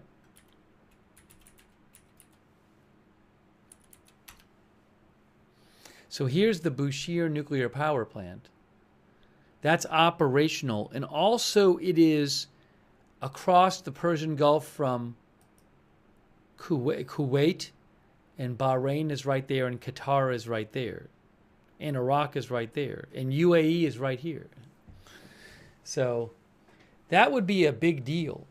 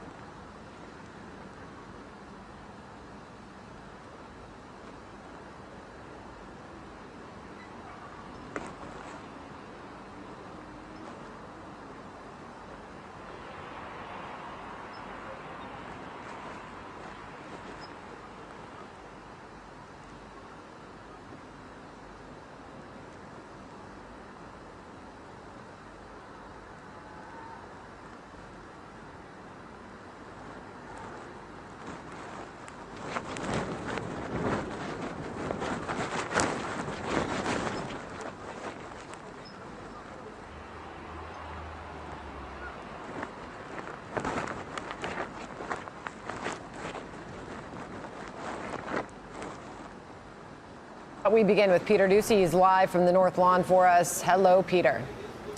Sandra, Iranian leaders' public comments have been so brash since this Israeli assault began. They have given no public indication that they are ready to wind down the nuclear weapons program. So somebody in one of these back channels from Iran has said something to the folks that work here that makes them think that diplomacy is still possible. And now we know exactly what President Trump is hoping for with a potential deal. No enrichment of a uranium, and it would absolutely not. Iran is not absolutely not able to achieve a nuclear weapon. The president has been very clear about that. And by the way, the deal that Special Envoy Witkoff proposed to the Iranians was both realistic and acceptable within its terms. And just in case there's any ambiguity, Caroline Leavitt further clarified her statement about the president's thought process that she delivered after President Trump got out of a classified intelligence briefing. The president is saying that he will make a decision whether or not to go within the next 2 weeks. So that's been the big update for today so far. We also have this. In Iran, that this was issued about an hour and a half ago by Israel. So they're going to blow something up there. Cheyenne Sardizadeh of BBC says that he believes it is for a carbon fiber production facility. That's also what Intel Doge says.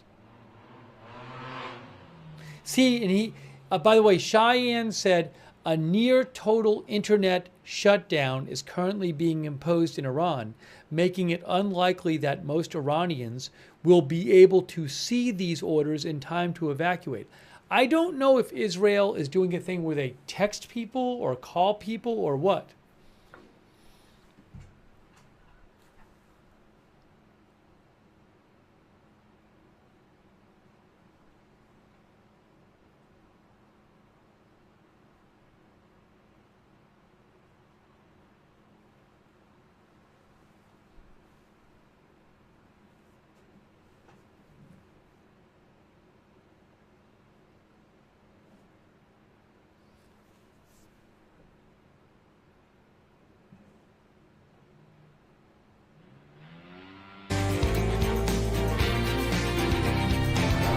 Hello, everyone. I'm Dana Perino, along with Paul Morrow, Jessica Tarlov, Jesse Waters, and Greg Gutfeld. It's 5 o'clock in New York City, and this is The Five.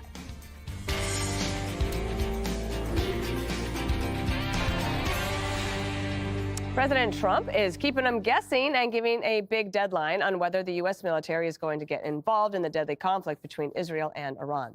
Now, this comes amid a massive escalation. Officials say more than 70 people were injured after an Iranian missile barrage slammed into a hospital in Israel. The IDF striking back by targeting more Iran nuclear sites, including a reactor. President Trump meeting all day with his top intelligence officials, and Caroline Leavitt is sharing the president's latest thinking. I have a message directly from the president, and I quote, "Based on the fact that there's a substantial chance of negotiations that may or may not take place with Iran in the near future, I will make my decision whether or not to go within the next 2 weeks." Iran has all that it needs to achieve a nuclear weapon. All they need is a decision from the supreme leader to do that. And it would take a couple of weeks to complete the production of that weapon, which would, of course, pose an existential threat, not just to Israel, but to the United States and to the entire world.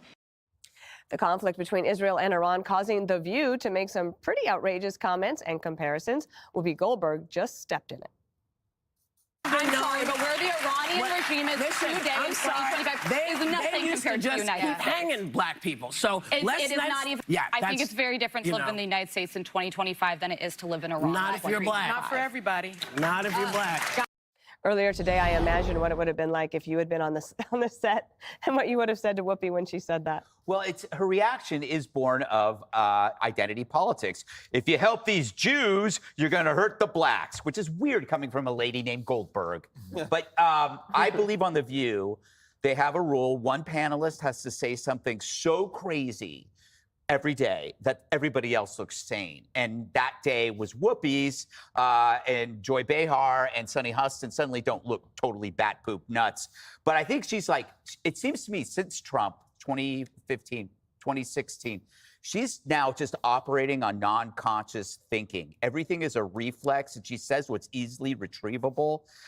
It's Whoopi AI. It's not even a real Whoopi anymore. She just has race, and she just pulls out of it. You know, one of the many benefits of Trump is his refusal to land in the world of the half opinion. You know, he thinks it through. You know, they're both sides traffic in half opinions. We don't want war, half opinion. We don't want Iran to get the nuclear bomb, a half opinion. And those are the easiest opinions to have because no one's going to disagree with you on either one because you're not discussing the risk of both decisions. Both decisions have risks. So in a weird way, half opinions are propaganda. Telling the story without a risk is a lie, and it helps you advance your cause. That's propaganda. So then you look at Trump. This is a good example. You know, people could say Americans could drop bunker busters to destroy Iran's facilities.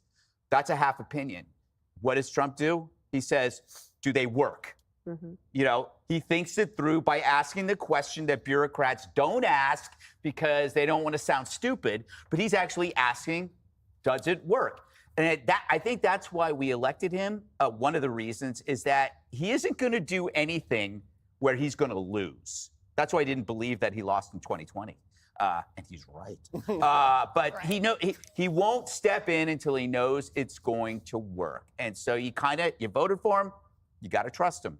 The other thing I was thinking about, Paul, is he's got a remarkable skill of keeping people guessing, but being very transparent.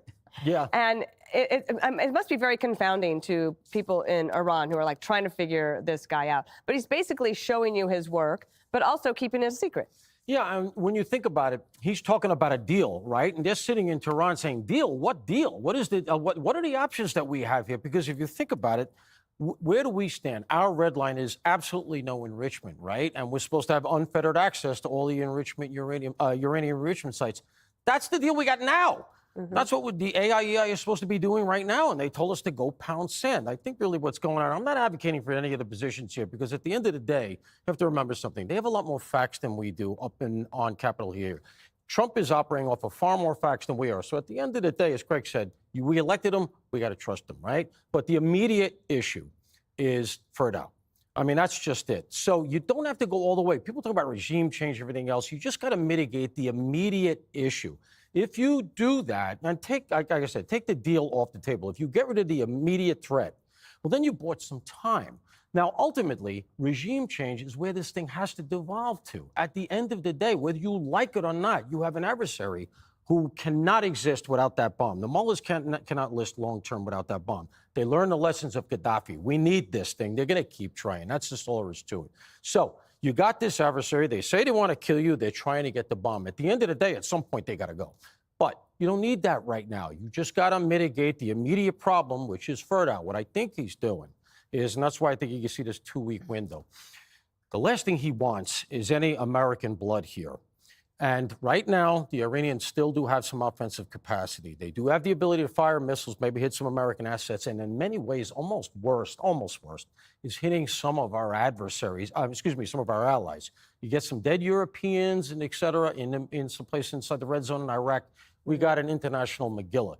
That's the last thing he wants. I think he's buying time, waiting till they are out of that capacity. And then, my own opinion, I think that's when he moves. And then ultimately, long-term, if you notice, we hit their internal security. That's the Besiege. That's the one who keep their people down. The Israelis took that out yesterday. They're also now hacking the media and saying, rise up, unlike what we saw during the Green Revolution. I think long-term, that's the second stage. But the first stage is Ferdow, and from where I sit, you got to mitigate that. Dana, can I ask Paul a question? It's important. Yes, sure. What's a Megillah? Do I have to explain all the NYPD isms to you? I don't know what it is either. I thought I would look it up. You never heard later. the term Megillah? No, what is it? It's like related to Fugazi. Paul used the phrase pound sand. I have a feeling that if they do go through with this, that's exactly what this would be, to be pounding some sand. Yeah, when he says it could last 2 weeks, I'm looking at what 2 weeks is away from, and that would be July 4th. So I could see Trump lighting up the skies over Iran on the 4th of July, or I could see him doing it this weekend. Maybe he's bluffing. I have no idea, but it looks like it's moving pretty quickly, because if you take out the underground nuclear site, you can't just then just sit back and watch and let the Iranians retaliate and hit your bases and hit your ships. You have to have a pretty significant bombing campaign to neutralize any sort of Iranian offensive capacity. That's missiles, command and control. You got to hit everything. So you're just not a sitting duck. When we think about negotiations, Trump's made it pretty clear. This thing's either going peacefully or violently. And the decision's the Ayatollah. Ayatollah's 86 years old. He's been in power for 3 decades. He's a religious revolutionary. Is this the kind of guy that's going to negotiate? He's a proud old man that's probably going to go down fighting. Now, the question is, if you hit these underground facilities, does he stay in power? Can he stay in power? Can he wield power in a country where you've lost your ballistic missiles and you've lost your only leverage, which is your nuke? I don't know. So do you leave him in power and wait for a coup, or do the Israelis get so pissed after hospital strikes that they're going to just go in and launch a decapitation strike? I don't know. The thing about Iraq and Iran and makes it a lot different is the geography. If you look at Iran, it's surrounded by mountain ranges. All right, so it's very hard for foreign fighters to pour in from all over the region. And not only do they have the borders that are surrounded by mountains, I mean, look at that. You have 2 major deserts in there. So once you get over the mountains and through, you have deserts you have to go through. So this is not Iraq. And also, if you do, God help us, if you do go in and there is some sort of coup and you have to maintain some sort of government there, remember what happened in Iraq, the de-Baathification. That backfired. We fired everyone in the military, every cop, every civil administrator, every bureaucrat, and then all those guys got pissed off and then left with a gun to form a militia, and there's no one to run the country. So things have been learned. Or, since all options are on the table, Dana, I could see Trump just letting the Israelis get their hands even dirtier and launch commando raids into this site. So when he says all options on the table, they are, and I agree. I trust Donald Trump to make the right decision here. Whatever he does, I think it'll be the right call. What's also interesting, Jessica, is the polling that came out last night that shows a great majority of the American people are concerned that Iran could have a nuclear weapon and that they support action. And I think what's interesting, you could get online and you can go way down deep and you could be online for 2 days straight while you're sitting at home waiting to come back to work until the medicine kicks in. And then you get a poll like that and you're like, oh, okay, actually people are pretty sane. Yeah, I think another question that the Fox poll asked was about does the Israeli strikes make the world more dangerous? And 59% said yes to that. So you can, as usual with polling, you can find the answer that you want in there. And I would say it's a uniform feeling that people know that Iran is an adversary, that they don't want them to have a nuclear weapon. But once you start having a conversation about regime change, Americans get very skittish about this. And it was the first time, at least, that I had heard a senator mention it this morning. Tom Tillis was being interviewed, and he said it's time for regime change. And that is something that really flies in the face of Donald Trump, the peacetime president, or Donald Trump as the campaigner.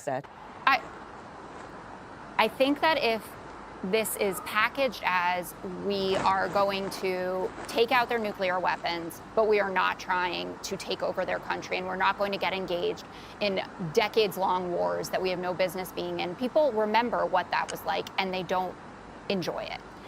It's also interesting to me, Senator Mark Warner, who's the ranking Democrat on the Intel Committee, was echoing what Tulsi Gabbard had testified to back in March, where she essentially said, Iran is not on the precipice of having this weapon. Do you believe that?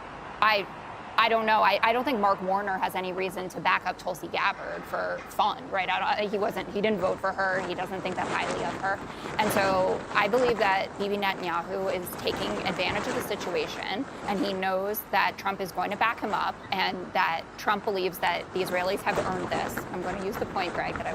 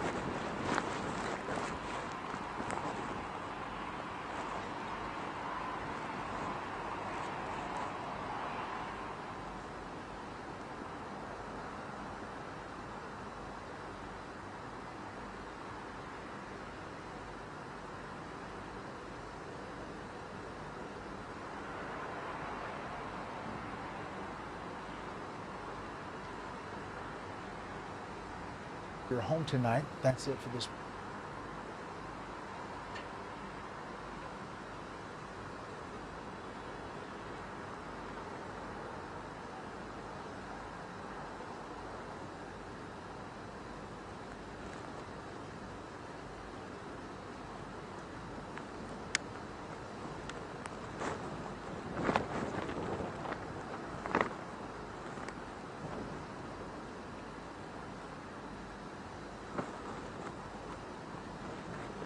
The White House saying President Trump will make a decision within the next 2 weeks on whether the United States will take military action against Iran. But before we get to that, let's go to the breaking news. Live on the ground in Israel, where the two countries are fighting as we speak, senior affairs correspondent Greg Palkot in Tel Aviv with the latest. Greg. Hi, Kaylee. Yes, it was a day of fire and fury here in Israel as Iran, after taking a lot of beating in the past 7 days, at least got a little bit of that back today.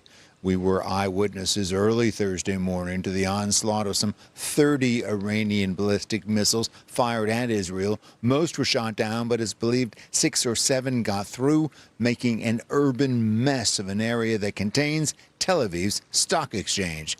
Further down the Israeli coast in Holon, high-rise residential towers were turned into a shooting gallery for the projectiles. It was feared some residents had been caught in the rubble. And hardest hit, the Soroka Medical Center. It's the biggest hospital in southern Israel.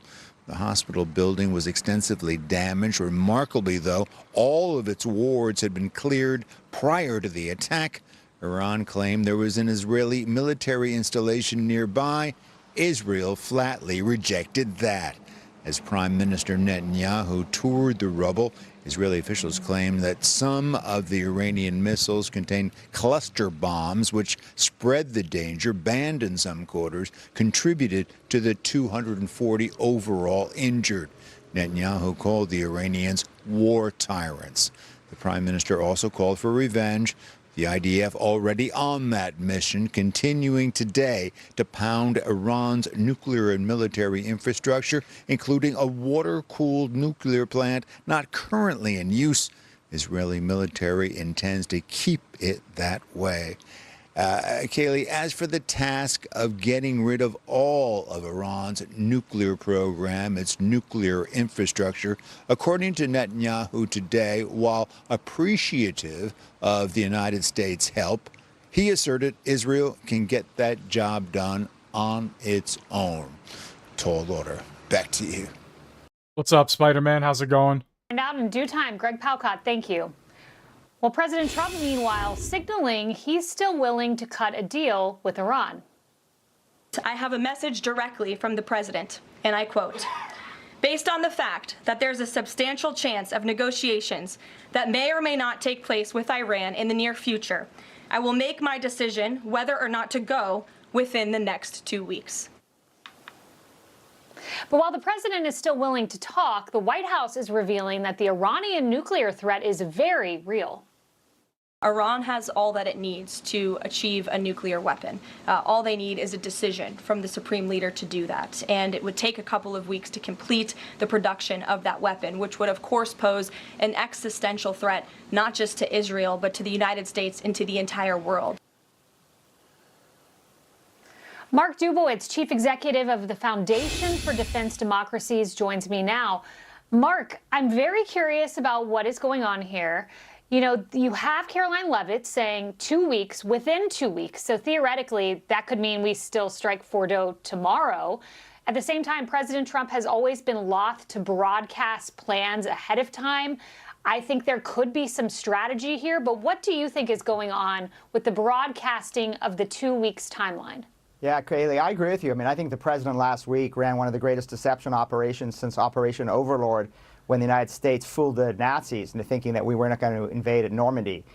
He was involved in that, and as a result of that, the Israelis found the IRGC commanders and top personnel literally and figuratively in their beds last Thursday night. So the president could be, again, involved in deception. He likes to keep their enemy off balance. He's offering negotiations. He's been offering that for weeks, and the Iranians have been rejecting that and rejecting multiple U.S. offers. So he could be opening the path for Oman, where the negotiations are set to take place, or opening the path for Fordo, where B-2 bombers could drop massive ordnance penetrators. Yeah, so there's two options there. Let's go to the second one you said about the negotiations. You know, I'm reading Politico this morning, and I read something that made me very uncomfortable, and it was this. There was a headline, "Meanwhile in Europe." And then they talk about Germany, France, and Britain leading these negotiations with Iran. Very uncomfortable with the idea of Europe negotiating the way forward. Very much comfortable with the idea of President Trump doing so.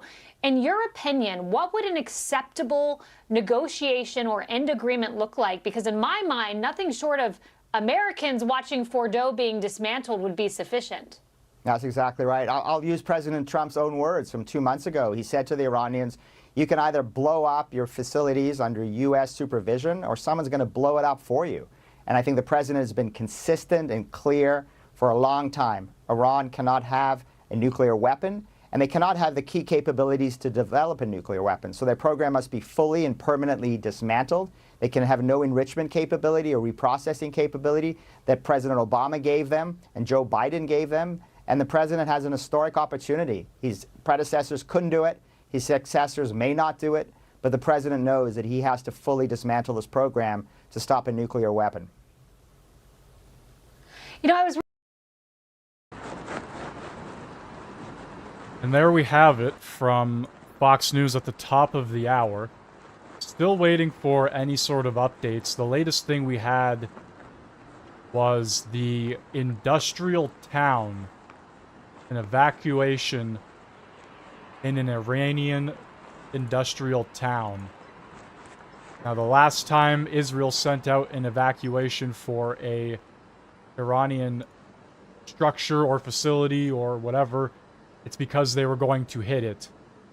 So we shall see what happens to this industrial town. There have been reports that they want to destroy a carbon fiber factory potentially within that town. I'm sure there's a lot of things within that said town that they could destroy. It's called an industrial town for a reason. It takes up a massive amount of space. I can try and get an image here in a second.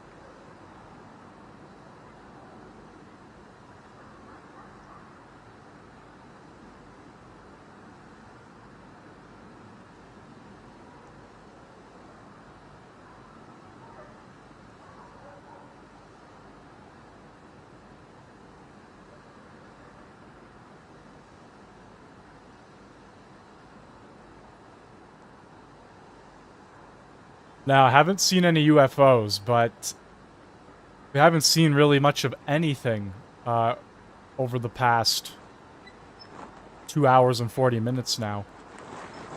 To be completely fair here, the strikes aren't really planned, so they kind of just come as they please, right?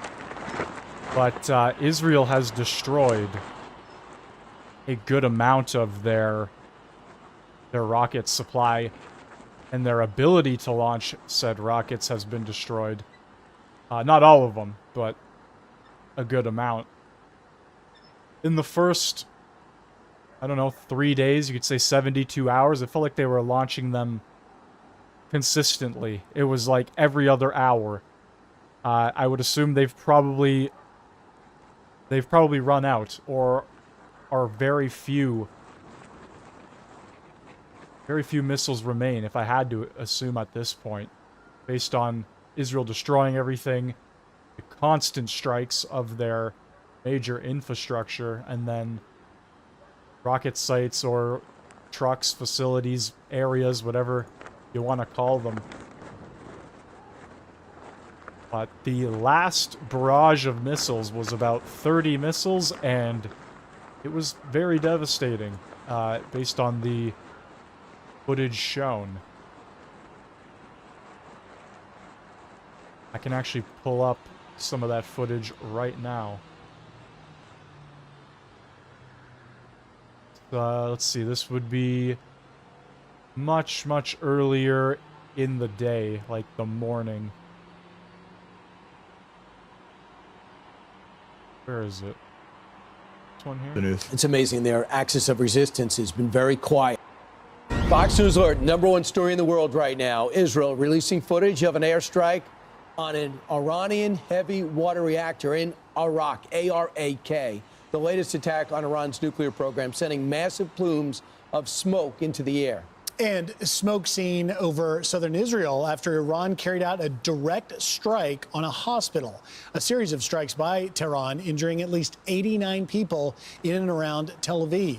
So let's go right to Mike Tobin. He is live in Israel at the scene of one of those Iranian strikes. Mike? Exactly, Ainsley. This is Ramat Gan, where the cleanup is underway right now. Ramat Gan is on the east side of Tel Aviv. And as I step out of the shot, I can give you an idea of just how powerful the warhead was on that missile as it came through. The damage here stretches over several blocks. You've got a lot of apartment buildings, businesses, retail that are in here. The balconies are destroyed. Windows are broken out for blocks around the impact zone. And one of the things you might see, a lot of the trash is being pushed out of the high rise right now, so you might see some debris coming down. Also, Holon on the south side of Tel Aviv. That's an older residential area. That took a direct hit. And a hospital called Soroka in the southern part of Israel was hit. When you talk about the dozens of people who were injured, most of those injuries are light. And I spoke with a paramedic out here this morning that says the reason you don't have more serious injuries is simply because the Israeli people are listening to those sirens. The population is highly committed to the security and safety here, and we can see that even from rockets like this one, very little or few casualties because people are turning to the shelters and staying safe when the alarm sounds. Following the ballistic missile attack, Prime Minister Benjamin Netanyahu took to X and posted, "We, meaning Israel, will exact a price from the tyrants in Iran." What did he mean by that? Israeli fighter jets were active over Iran today. They hit a nuclear weapons development facility in the town of Natanz, but also hit an inactive heavy water reactor in the town of Arak. So it's still very active scene over Iran, and the Israelis say they have air superiority, so the Israeli fighter jets can pretty much pick off targets at will. And that was, like I said, early this morning. I think they have that as 8:03 Eastern Standard Time in the morning, so AM. But I think those strikes happened, I don't know, probably around midnight, 1 a.m. here. Depending on that, but this is a report from 8 a.m. Have the skylines here while I look for more news.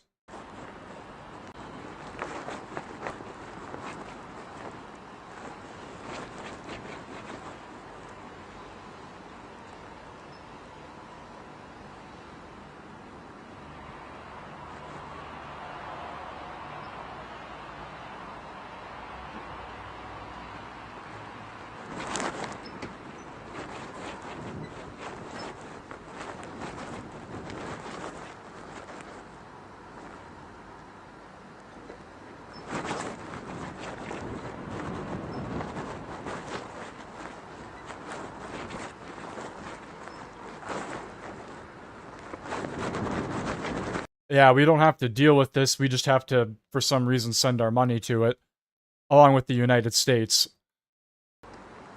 Which, I mean, honestly, at this point, it might be for the best to just deal with Iran and then kind of just hope for the best. But I don't know. There's been a lot going on, so who's to say if Trump is even going to do this, right? He keeps saying, I don't know. Who says I'm going to, who knows if I'm going to do it? Who knows if I'm not? And then they give a 2-week time frame. So I don't know. And even if it does happen, like I've said many times, I don't think we're going to know about it until it's already happened and we see some sort of outrage from whoever. So we're kind of just waiting at this point, right? Like, this literally is the biggest story in the entire world right now, because one step in either direction could really dramatically escalate things to a severe level. And we're kind of waiting for Iran or Israel or the United States to do literally anything other than what we've seen over the past week. It's slowly been escalating, right? We've seen the rocket strikes and the rhetoric online and this, that, and the fourth, but like I said, one step in either direction, it could really escalate very quickly. And right now, they are planning to strike that industrial town, which would be a pretty devastating blow for Iran. I would assume a lot of these missile strikes are pretty devastating blows, don't get me wrong, but the town specifically, if it's the one I had pulled up earlier, is one of the older industrial districts or areas within Iran, and it's massive. It is huge. So if they hit that area, it's going to weaken them even further. And I don't know. We've seen them use a lot of their missiles already, and apparently a lot of them have been destroyed. Air superiority. Israel pretty much owns the skies over Iran. Who knows what's even going to happen at this point? All I know is be careful with what you see online, because there's a lot of fake news circulating. A ton. People are posting stuff left, right, and center. And a bunch of it isn't real. A ton of it isn't real, or it happened days ago, and they're saying it happened right now, sort of thing.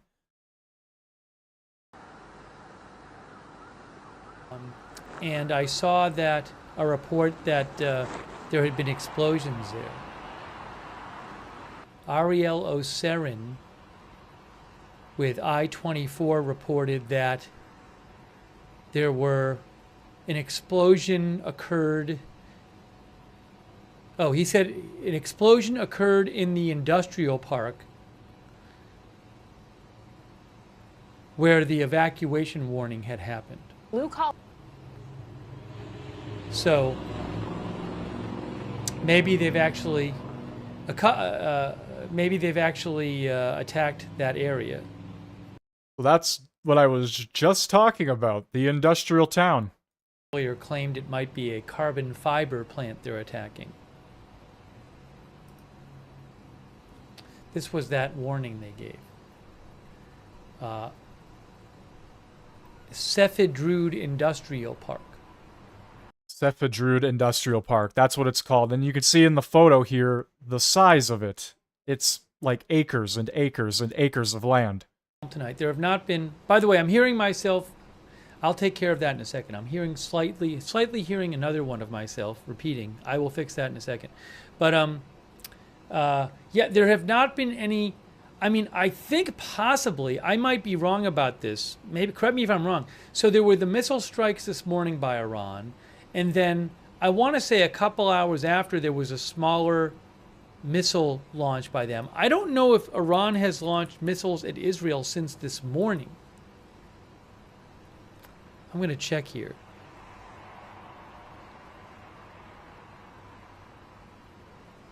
The last one I see was from about 9 hours ago, 9:50 a.m. Eastern time, Well, that would have been the afternoon. So Okay, so anyway, this is the industrial town that they want to hit. So as you can see, it's a large, very large town. I don't know exactly where they're going to hit, but the evacuation was covering the center area for the most part. So it's huge. Yeah, it is very, very, I would assume very important to Iran, but this is one of the many. I don't want to say many, but they have another one.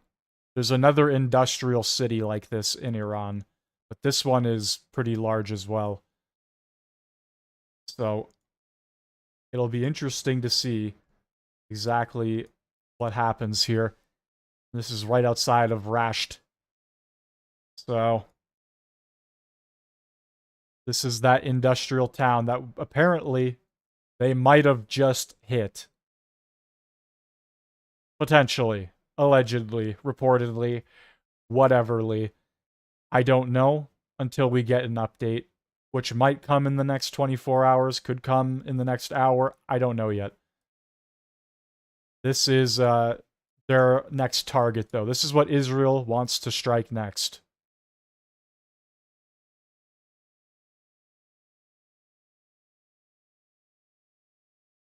Mehdi, who says, Mehdi TT says Iran versus world. Thank you, Joshua Bruder. R. Lee. Hey, Irish Sweetness gave 20 people memberships. That's very nice of you. Make sure you thank somebody like Irish Sweetness if they gave you a membership or a gift subscription. Also, thank you to Robert.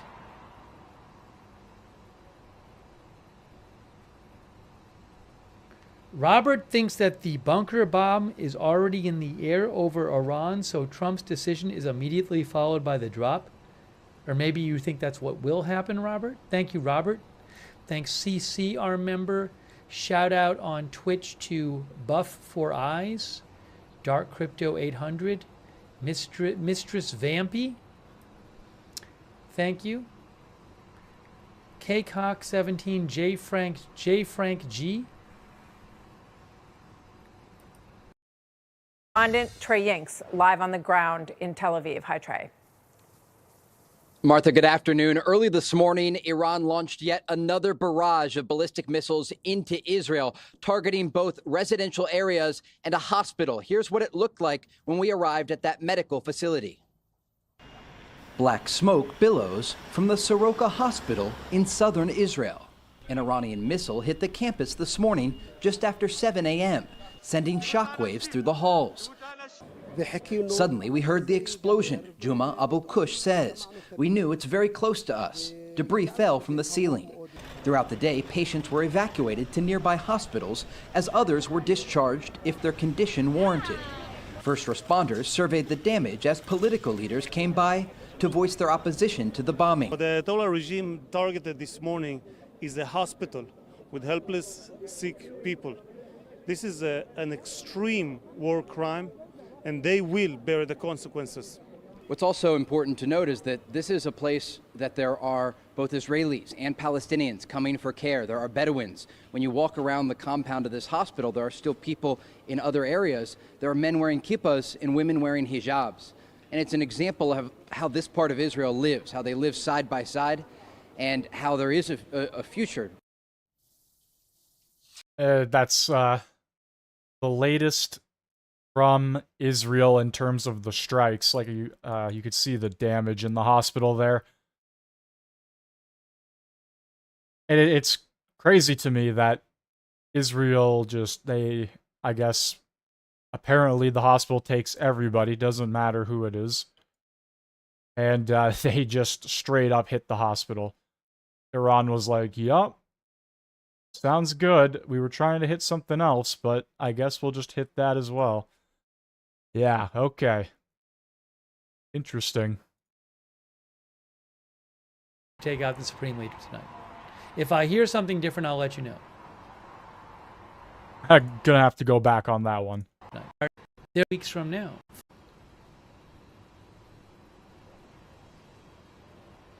Florida Catholic guy says he said within 2 weeks, which means it could be tonight or 2 weeks from now. There are no reliable reports at all that Israel has tried to take out the Supreme Leader tonight. There are internet rumors not backed by good sourcing.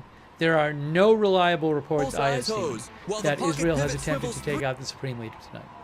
If I hear something different, I'll let you know. Like I was saying earlier, a lot of fake news, a lot of rumors, a lot of hearsay, a lot of trying to get attention and clicks and all of that. A lot of the news and info has pretty much slowed down completely.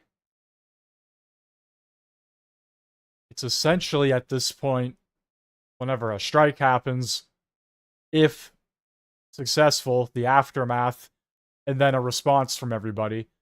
The first 72 hours was literally just like I said, almost every other hour, strike after strike after strike, it felt like. It was pretty damn crazy.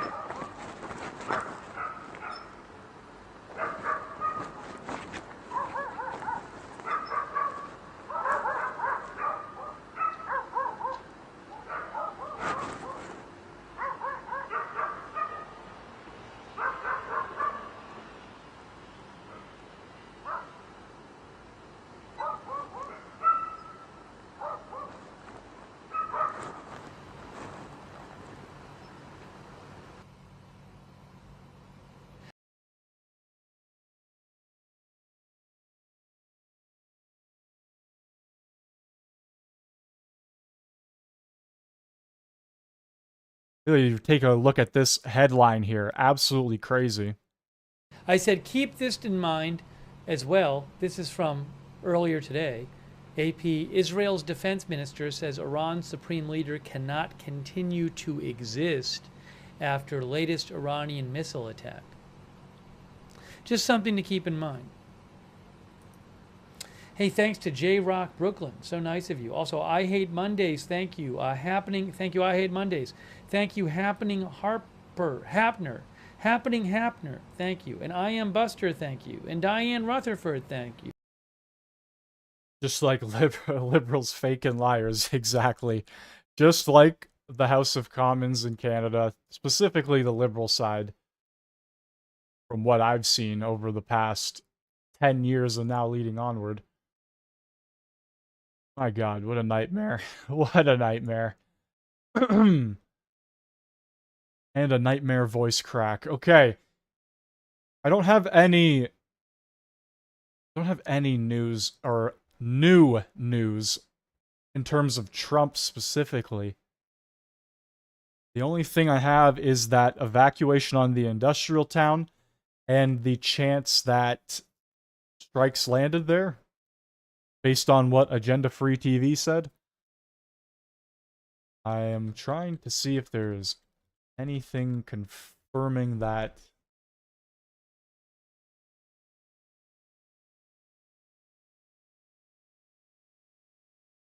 Okay, well, I've got this from the BBC.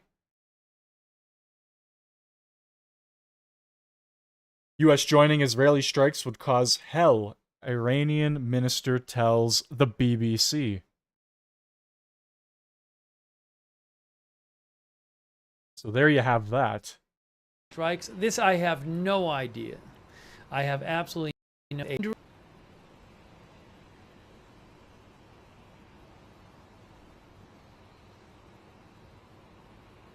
Truth Seeker is wondering if Israel is using Azerbaijan as a launch pad for strikes. This I have no idea. I have absolutely no idea. Thank you for messaging in, Truth Seeker.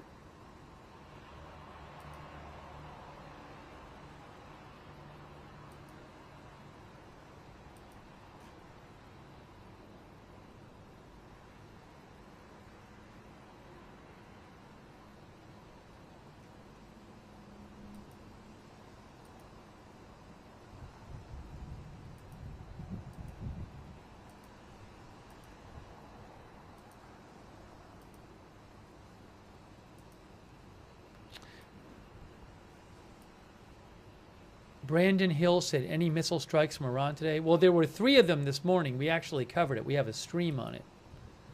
One of them hit a hospital. It's a big deal.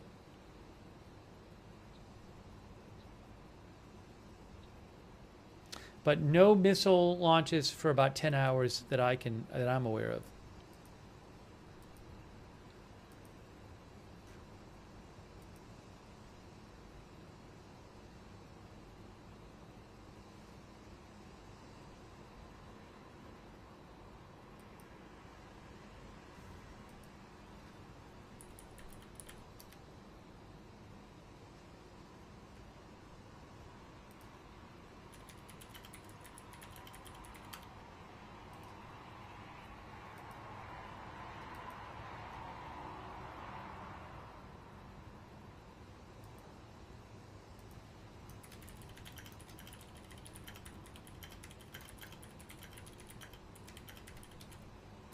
Hang on.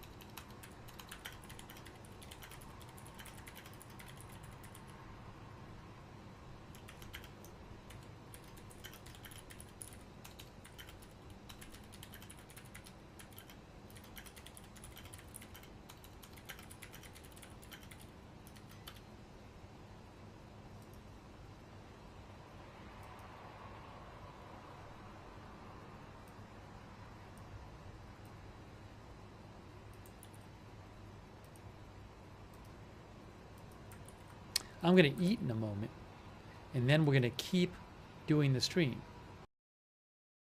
All right, fantastic update from Agenda Media there. Agenda Free. Anyway, like I said earlier, when we get anything, I will let you know.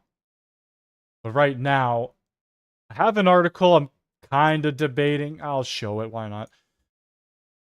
Coming from Euronews, I guess you could take this with a grain of salt. They say it's a mostly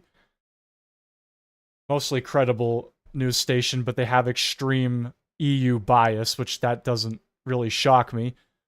But the fact that if they did have extreme EU bias, that they would post this, maybe it is legit. I don't know. There's a photo of it right here. Europe partly to blame for Iran-Israel conflict, Iran's UN ambassador tells Euronews. So you could take that with a grain of salt, or you could take it to heart. But Euronews is reporting that. That is a report from them.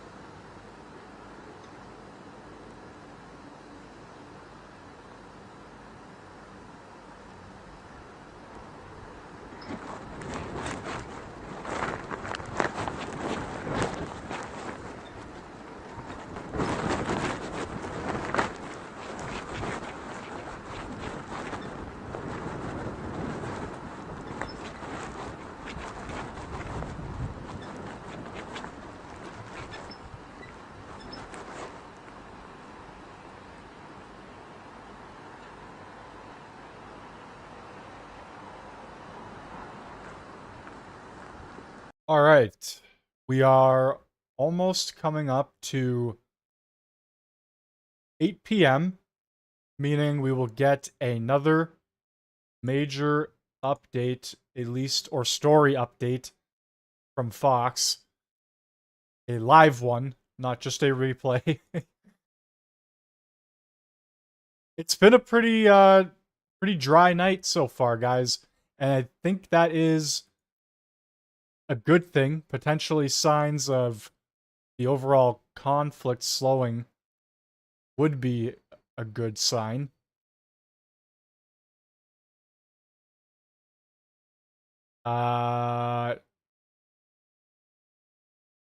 Is that... No, that can't be new. That's gotta be old footage.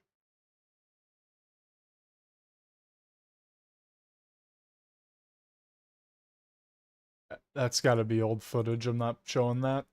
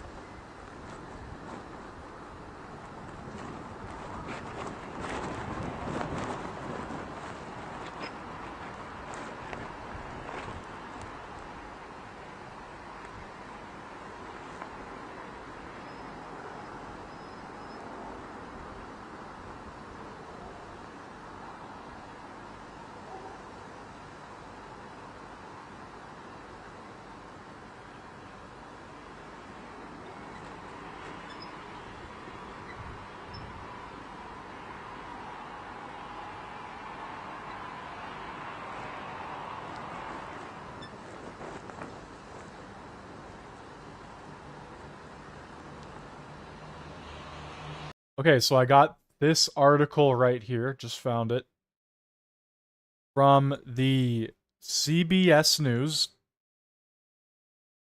Trump administration boosts monitoring of possible Iran-backed cells in U.S. as Trump weighs strikes. So, as we are waiting, we were in this 2-week period now, seeing if Trump is going to strike Iran or not. The administration has heightened monitoring on potential Iran-backed cells within the U.S. Now, I don't know how many millions of people came through the border illegally in the U.S., the southern border, but they would have a lot of work to do, especially if there's a quote-unquote cell like they are saying there. I don't know. But that is definitely another interesting thing to keep an eye on.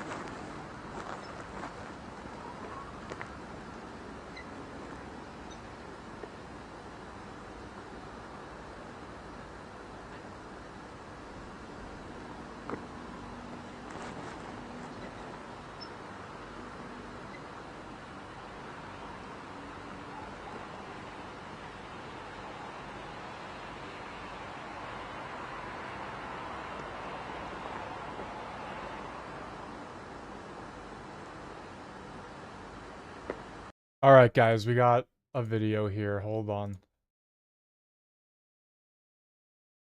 Israeli Prime Minister Naftali Bennett. Former Prime Minister, thank you very much for joining us. You know, just off the top here, your thoughts as this town in New Jersey waits to welcome home Idan Alexander. Idan is the son of every one of us, and we all felt terrible that he was in captivity, a hostage. But we also have to remember there are still dozens of hostages in those dark tunnels of Hamas, and we have to bring them home. Absolutely. And there are also families who did not have the experience, sadly, of having their loved one come home. I want to ask you, President Trump today saying that he will make a decision in the next 2 weeks about whether or not to use potentially American weapons to strike Fordo and other potential installations in Iran. Your thoughts on that, your reaction to that, sir? Well, look, Israel is carrying on. We started this attack in order to once and for all dismantle Iran's nuclear program, dismantle its ballistic missile program, and stop them from the whole terror apparatus they have. So we're fighting the fight. We're taking it on our shoulders, and we're taking the full brunt for it. We have about 30 Israelis that were killed. We're getting rockets and missiles every day, but I will tell you that we're resolute. I think America will gain a lot from what we're doing, because Iran throughout the years was a big enemy to America. It kidnapped the people at the embassy. It killed the Marines in the barracks in the 80s. Iran killed hundreds of American soldiers in Iraq using the side bombs, and it tried to kill President Trump. But we're fighting right now for ourselves and for the world, and we're proud to do it. Do you think that Israel could dismantle Fordo with its own strategies, with its own abilities, if need be? Look, it's tough. It is underground, but as the war progresses, new opportunities develop, and I believe that we will have to complete the war only after dismantling the entire nuclear program. Because just imagine if Iran had now the 10 nuclear warheads it already almost achieved. And instead of shooting these ballistic missiles with regular warheads, there were 10 nuclear warheads hitting Israel, hitting Europe, and potentially in the future hitting America. This is a huge threat to the world, and Israel is taking the responsibility to remove this threat from the world. It's been pretty cloudy all day. Like, it rained for, I don't know, maybe like 10 minutes at the most. But it's been pretty cloudy all day. I think this footage here, the footage they've been showing here, this looks like I don't want to say a protest, but I don't know, Israel support or whatever. It looked like it was in, is that New Jersey? Is that what that is? I don't know what that NJ is. Yeah, New Jersey. So that's where that footage is. I don't know exactly what's going on there. I have nothing to provide in terms of that, but we just got word from the, what was this, former Israeli PM? So yeah, that was quite the spiel he went on there.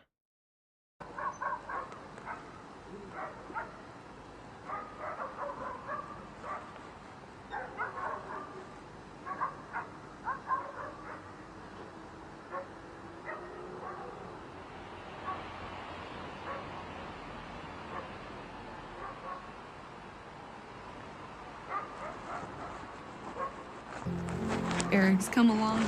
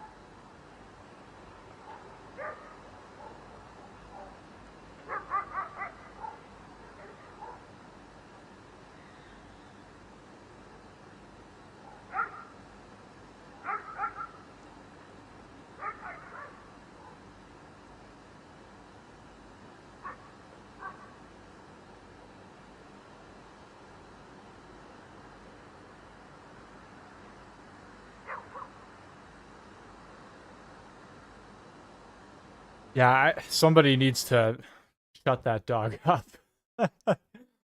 Don't worry though. In 4 minutes, we're gonna have another update here from Fox. I am currently looking at a not a channel, but a Twitter profile that has a lot of very, very crazy footage. Don't know. Holy shit! How the okay? Oh. Hostile aircraft intrusion. Neve Zohar. Hey, over the Dead Sea. Dead Sea Hotels.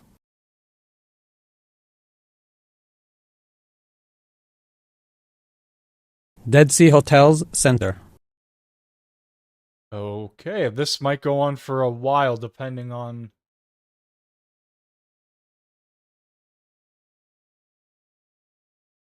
Or maybe not, I don't know. This Twitter page, though, I mean, I don't understand...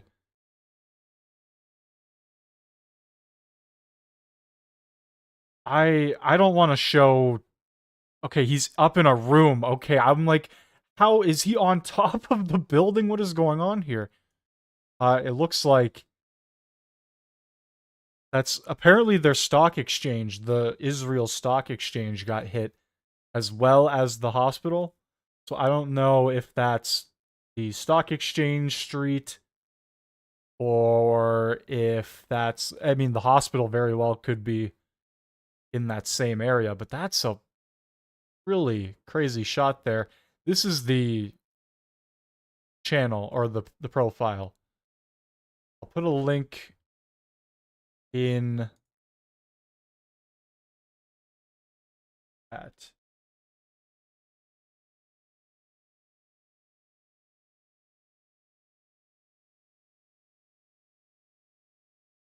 All right, that was the first alert we have gotten in like 10 hours.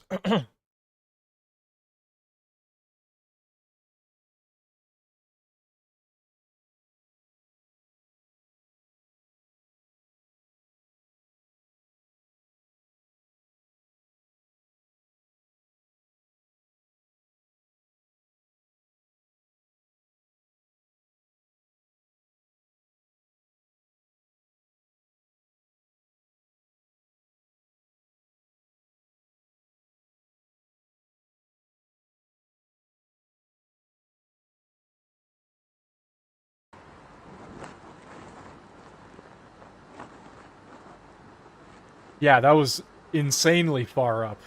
Like, very, very far up. And that entire Twitter profile is just loaded with exclusive footage, which I would love to show, but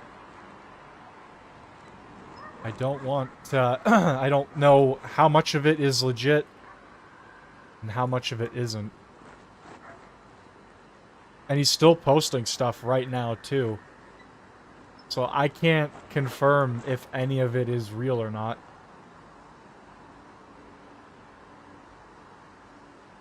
There's footage of inside the hospital, which looks real. That looks legit.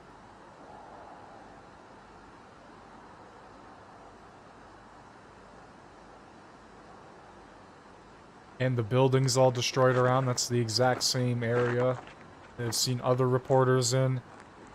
Inside of the hospital, too. Yeah.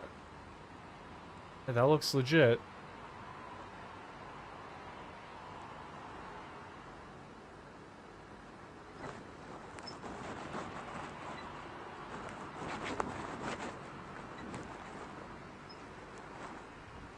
It's crazy. That is crazy.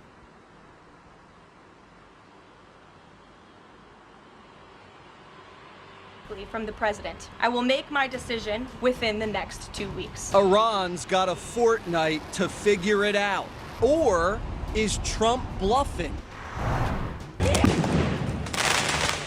Democrats think you're crazy. We've got a mental health crisis in this country because everyone should be against Trump, period. Why people get the day off too? Hey! Go back to work. Clock in. Go back to the fields. This day is not for you. Happy DEI Thursday. Plus, Just fine. Good Lord. Kiss your ass? Pretty much. And I'll bend over for that one.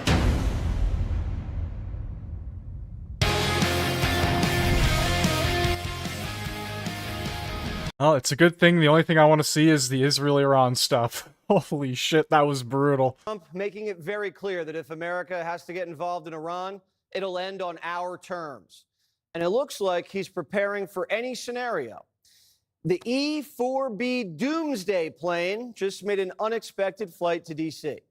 The $500 million aircraft was designed to withstand nuclear blasts and keep top government officials safe when threats are off the charts.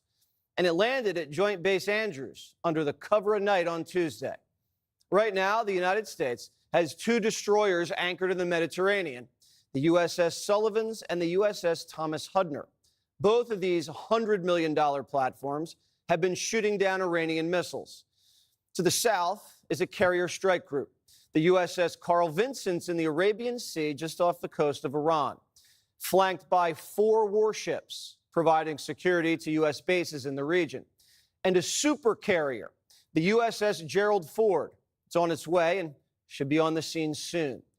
Dozens of F-16s have been repositioned from Italy to the Saudi Arabia base, and F-22s and F-35s are on their way.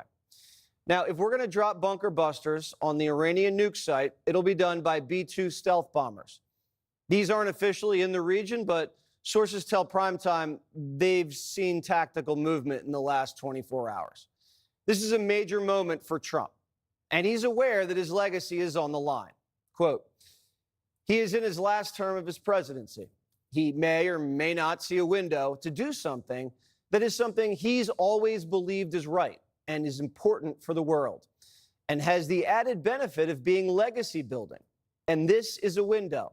It's never existed before. It will likely never exist again insofar as he can do anything about it. So while he has that window, he's going to take a shot, even if it is not something that everybody agrees with. Now, the president says he hasn't made up his mind, and he's keeping his options open, and we believe that. Iran's foreign minister is flying to Switzerland for talks with the Europeans tomorrow. 47's offering them one last chance. Regarding the ongoing situation in Iran, I know there has been a lot of speculation amongst all of you in the media regarding the president's decision-making and whether or not the United States will be directly involved. In light of that news, I have a message directly from the president, and I quote, based on the fact that there's a substantial chance of negotiations that may or may not take place with Iran in the near future, I will make my decision whether or not to go within the next 2 weeks. This could be Trump giving the Ayatollah a final olive branch, or it could be a pump fake, and we could go in tomorrow. And 2 weeks from today is July 4th. Maybe Trump's planning for fireworks halfway around the world. We don't know. The CIA director told lawmakers Iran's locked and loaded, and their nuke program's at the goal line. Quote, it's like saying a football team marched 99 yards down the field, got to the 1 yard line, and oh, they don't have the intention to score. Now, the CIA told us things before the Iraq War that turned out not to be true. The difference is this time, the inspectors have seen the program. We've all seen the program, and the Israelis see everything. There's no question the Iran nuclear program is alive and active. The only question is how long it'll take them to nuke up when they get the go-ahead. Now, Iran is the world's lead sponsor of terror, and with a nuclear weapon, it could hold the world hostage. Not to mention, they control the shipping lanes where a third of the world's oil goes through. If President Trump does decide to drop bunker busters on their nuke site, we're not going to sit back and let the Iranians retaliate. So there has to be a massive air campaign that goes along with this. we'd have to knock out Iran's ballistic missile stockpiles and any offensive capability. So we're not sitting ducks. There's probably a rich target list that Trump would have to approve. The Guardian reported Trump was getting cold feet, worried about the effectiveness of bunker busters and not willing to use tactical nukes. But the White House tells Fox that's not true. Everything's on the table, even tactical nukes. The big question is, if the United States does target Iran, what happens next? The White House isn't considering boots on the ground. Iran's 3 times the size of Texas and surrounded by mountains. Invading Iran by land? Almost impossible. And here's why. To the west, the Zagros Mountains, a rocky wall with narrow passes, easy to defend, hard to attack. To the north, the Elburz Mountains, rising like a shield beside the Caspian Sea. To the east, more rugged mountains near Afghanistan and Pakistan. Still no easy entry. And in the middle, 2 deadly deserts, Dashti Kavir and Dashti Lut. Scorching heat, salt flats, sand that swallows tanks, mountains, deserts, bottlenecks. Iran is a natural fortress, and that's why invading Iran by land is a military nightmare. Iran's different than Iraq because you wouldn't have legions of foreign fighters pouring into the country to target Americans. Well, because there won't be any Americans there, and 2, good luck getting in. The war is escalating quickly. Last night, an Iranian missile struck an Israeli hospital. Israel's calling it a war crime, and its defense minister says the Ayatollah can no longer continue to exist. Israel just destroyed a nuclear reactor, which was producing plutonium. And no one's coming to the Ayatollah's side. Hezbollah hasn't fired a single missile since the start of the campaign. The Shiites haven't targeted American military bases in Iraq. And the Houthis in Yemen have been quiet. The Ayatollah is all alone, hiding in a bunker. His nuclear scientists and generals all assassinated. He's 80. He is so screwed, man. Like, all of his top generals gone, top scientists gone, a lot of their industry gone. And from reports, yeah, apparently he's just in a bunker somewhere hiding. So if that's true, this is game over. He's 6 years old. He's ruled Iran with an iron fist for over 3 decades. The man's a proud, stubborn, religious revolutionary. Something tells me he's going to go down fighting. Now, if the United States neutralizes his nukes and his missiles, is he still able to wield power? The Iranian economy is a disaster. He can't protect his people. He's mistreated them for years. So the streets will start to teeter. It's possible he hangs on, but a coup is likely. Or does Trump greenlight Israel to take him out? If the Ayatollah stays in command, he will retaliate, and Israel will kill him. Activate sleeper cells. Israel's going to kill him. Now, we don't know that, but we have to use a light touch. This is delicate. We don't have a problem with the Iranian people. We have a problem with the regime. An unarmed Iran that's not an arch enemy of the United States could lead to the region uniting under American sponsorship and give us major leverage over the Chinese, who import almost all of their oil. The risk is being too ambitious and not grounded in reality. There's also a risk of doing nothing. There's downside to everything. Sleeper cells could activate, cyber attacks, terror attacks. Hostile aircraft intrusion. Neot Hakikar.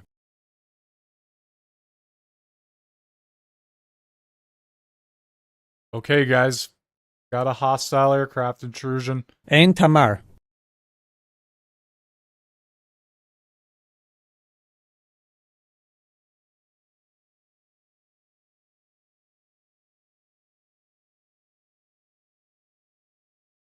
Looks like it's still happening over the Dead Sea. That's where the last one was. Slippery slopes. Donald Trump's deliberately and carefully calibrating each of these scenarios. And we elected him for moments like this. It all comes down to one thing. Trust in President Trump. President Trump has incredible instincts, and President Trump kept America and the world safe in his first term as president in implementing a peace through strength foreign policy agenda. And with respect to Iran, nobody should be surprised by the president's position that Iran absolutely cannot obtain a nuclear weapon. He's been unequivocally clear about this for decades, not just as president, not just as a presidential candidate, but also as a private citizen. Joining me now, former Deputy Undersecretary of Foreign Affairs, General John Tykert, and Foundation for Defense of Democracy's President Clifford May. All right, General, if the United States does strike this underground nuclear facility, wouldn't you imagine there's also a pretty significant bombing campaign to eliminate the rest of the offensive capabilities that the Iranian military possesses? Jesse, you're right. There's two major target areas right now for the United States and Israel to consider. And that is Iran's nuclear program, and that is that still fairly large but dwindling ballistic missile fleet that Iran still contains that could be targeted anywhere in the Middle East and beyond. And anything that the president decides to do needs to weigh the factors about the timeliness of activity, the necessity of activity, will it work, and what are the downsides? But we are well postured to be able to execute whatever the president decides, especially against those two target areas. All right, and then Cliff, if those are struck, the ballistic missiles and the underground nuclear bunker, what does the Ayatollah do? Does he stay in power at that point? He may for a while at that point, yes, but he'll be defanged, he'll be declawed. It doesn't really matter. Could there be a revolution against him? Could it be a coup? Absolutely. Could it come from the IRGC? Yes, but those are not Jeffersonian Democrats. That's the Islamic Revolutionary Guard Corps. We don't know exactly what would happen from an America First point of view or an Israel First point of view. If this guy doesn't have nuclear weapons, he's not a threat to Israel, to America, to the Saudis, to the Emiratis, or anybody else. There's concern about what happens next. We will watch. We can help the good guys. I suggest we should. But it's really, at that point, it's not a big problem. Okay. So, General, let's say these strikes are effective and this Ayatollah is defanged and the Iranian army moves on him and takes him out. So now we have an Iran that's led by the Iranian military. What does that look like then? Jesse, any sort of regime change is fraught with uncertainty, but it is important to realize that with Israeli air superiority, which means they can strike targets at will, and once those ballistic missiles are depleted and the Iranian nuclear program is eliminated, then whatever happens internally in Iran, while important significantly in the long term, isn't a threat to the region or isn't a threat to the rest of humanity. Got it. So I'm looking at some reports right now and people confirming these last few alerts over the Dead Sea here over the past 16 minutes could be potential drone attacks. They are called like one-way drone attacks where they attach a payload to it, they send the thing off, and if it hits the target and does what it's supposed to do, then success. If it blows up in the air and they don't, and it gets intercepted, then well, obviously not a success. So apparently that is what we are potentially getting updates for right now. One-way drone attacks. Got it. And Cliff, if these negotiations are fruitful, I mean, I don't have high expectations, but if they are, I mean, do you see a scenario where the Iranians say, all right, let the inspectors in, we'll just detonate everything we have, and we're done? It's unlikely, but it's not impossible. Ayatollah Ali Khamenei, he's been in power since 1989. He's 86 years old. I think he's a true believer. I think he'd rather die as a martyr. But you can look at what happened at the end of the Iraq-Iran war when the first supreme leader drank from the poisoned chalice. What did that mean? It would mean that, look, he would think to himself and rationalize to keep in power, to keep the revolutionary theocratic regime in power, I will agree to give up all my weapons of mass destruction, all my nuclear facilities. I'll dismantle them. No, everything will be done the way the president asks. And then this revolutionary regime at some point will, you excuse the expression, Jesse, build back better. Or he could just get Gaddafi'd. And what they did to that guy in the streets of Libya was just horrific. What kind of message, General, does it send to the world if Donald Trump sets a deadline, delivers on that deadline and these nuclear sites are terminated? Jesse, the world is watching right now what is going on in Iran, both because of Israeli activities and the support from the United States. And whether it's Putin or Xi or Kim Jong-un, they're trying to determine whether the United States has both strength of capability and will. And if we do, then that provides a huge deterrent factor. And if we do not, then it causes them or entices them to consider malign activities around the world. And Cliff, in terms of the trade negotiations that are going on with pretty much every single country except Great Britain, are they looking at this too the same way? Look, I think everybody is looking, and if what they see is that we have a president who doesn't bluff, we have a president who is as good as his word. This president has been saying since his last administration, I'm not going to let this regime, which has been chanting death to America and death to Israel since 1979, I'm not going to let them have the means to achieve that goal. I'm going to get rid of it. When people know that the president means what he says and says what he means, that is very important. Just to add to what the general said, because it's a very important point, there is an axis among Tehran, Moscow, Beijing, and Pyongyang, North Korea. This weakens it. You don't want all four of those nations, all of them which are anti-American, all of which are working together, all of them to be nuclear powered and be able to, in concert, threaten America. That would be a very bad thing. So this is a very important moment, as you very well articulated. All right. 2 weeks, history's going to be made. Gentlemen, thank you so much. Great analysis. Crazy, crazy stuff. 2 weeks is the big date that has been given. Industrial complex. The Sebedrout industrial complex is the area that Israel issued an evacuation warning for earlier and reportedly carried out one or more strikes there. Now, I saw some unconfirmed reports online saying that there was a carbon fiber manufacturer there who may be targeted. But maybe we'll hear from Israel soon, David. They will announce what exactly they targeted there. I'm thinking they might, since they made a big deal out of the, since they announced that evacuation order publicly. They might even show a video of what they did. Thanks so much to David Martin. Also, Cherizad and Sean Edwards, thank you.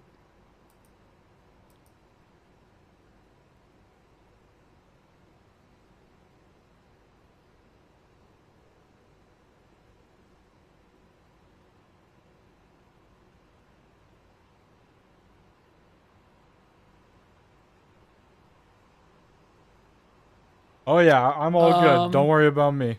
Did he just post this? Typically, if I throw up the skyline cams, I'm not here, or I'm looking for news, and I've got nothing to say. And I don't want to just steal off of Agenda Free the entire time. Excuse me.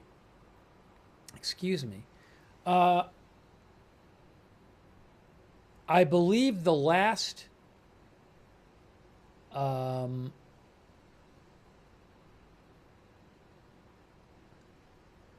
yes, the last missile launch from Iran, I believe, was about 11 hours ago.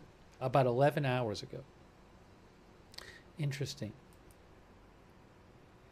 We've been hearing periodic reports of possible Israeli strikes in Iran tonight, but not a lot of information coming out of there because the internet reportedly is still down.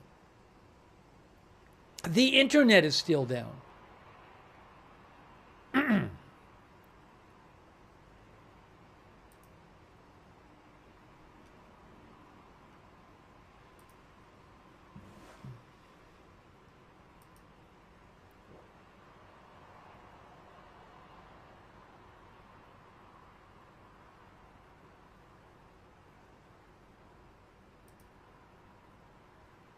Oh, by the way, the New York Times said tonight that senior U.S. intelligence officials said that Iranian leaders were likely to shift toward producing a bomb if the American military attacked the uranium enrichment site at Fordo, or if Israel killed Iran's supreme leader. Let me read that again.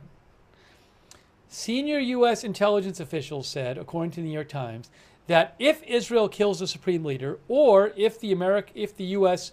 attacks the Fordo uranium enrichment site, in either of those cases, senior U.S. intelligence officials believe Iranian leaders will likely shift toward producing a bomb. Now, some people might think, well, weren't they producing one already? So there's this debate as to whether they were actually producing one or not.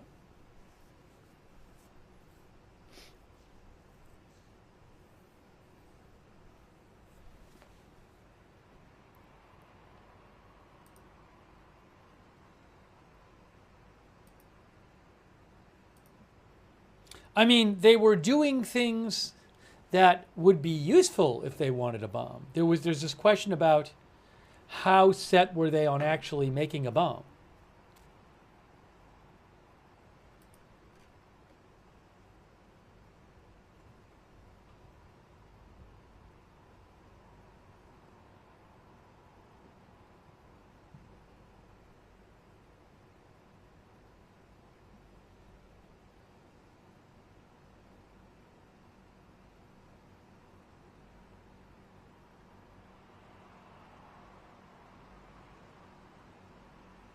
You know, a couple interesting things. I was looking at this article from The Economist today, talking about how this might all play out, called "Where Will the Iran-Israel War End?" It said some interesting things.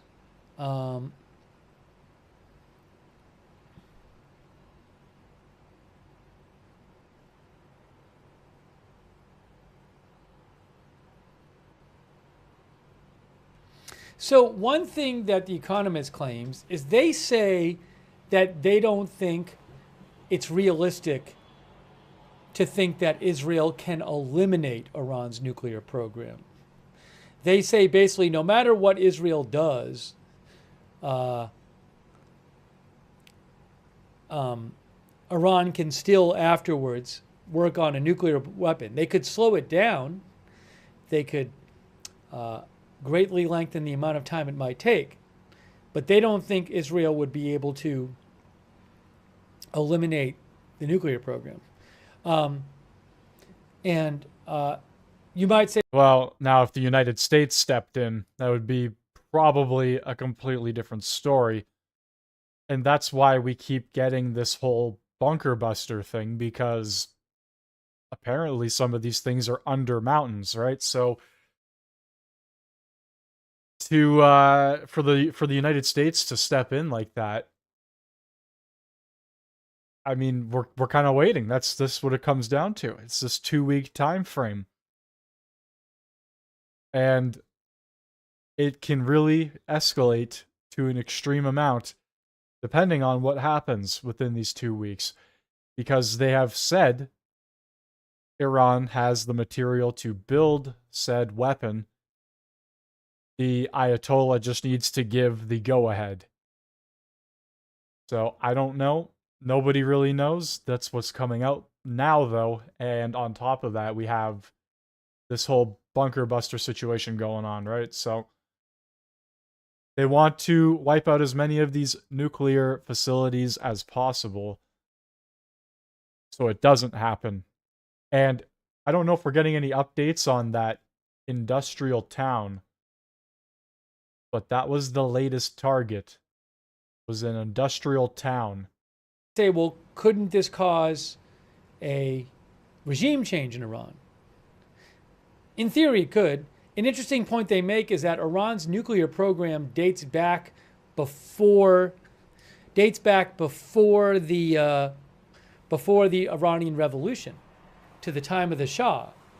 Anyways, though, but certainly with this, they just talk about how, certainly with this, if the regime stays in place, you can, kill a lot of people and take out a lot of facilities, but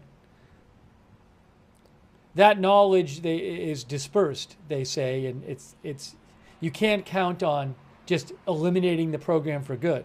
So that's an interesting claim they make, and they also talk about whether Trump would enter the conflict. And they talk about some of the things that could, they say that, the benefit for, a benefit of the U.S. going in is it could destroy Fordo, and it could increase the amount that Iran is set back on their nuclear course. But they talked about some of the downsides of the U.S. Going in, and they said they talked about how Iran might react to the U.S. attacking Fordo, and they talked about Iran could target. Okay, so those Dead Sea updates we got earlier are now 100% confirmed.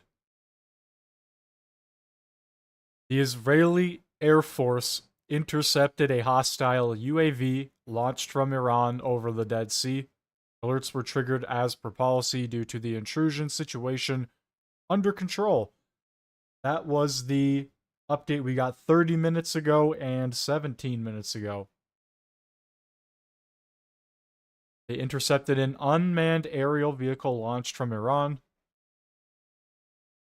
And yeah, that was like I said, over the Dead Sea area. It was unconfirmed if they were drones, but now we 100% know. Interesting point. They also say, the economists, like, secret facilities and stocks of uranium might survive. Iran could have secret nuclear facilities. Maybe some of their uranium they've hidden and nobody finds.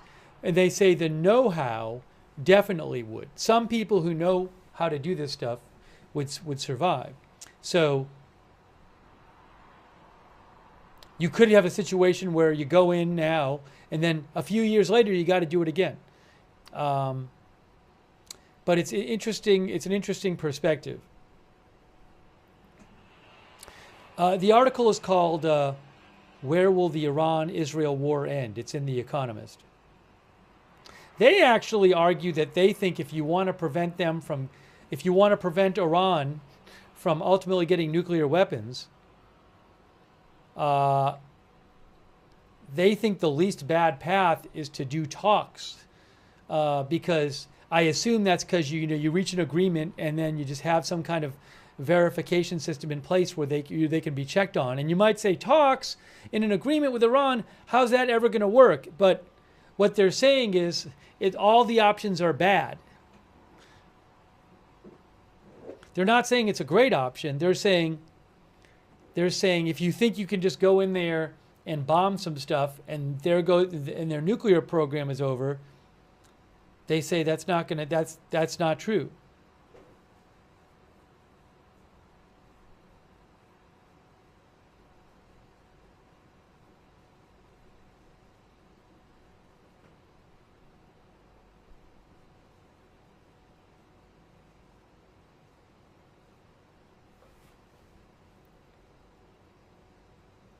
But I feel like it's a very realistic look at the different options, which I think is quite interesting, even if you don't agree with the conclusion.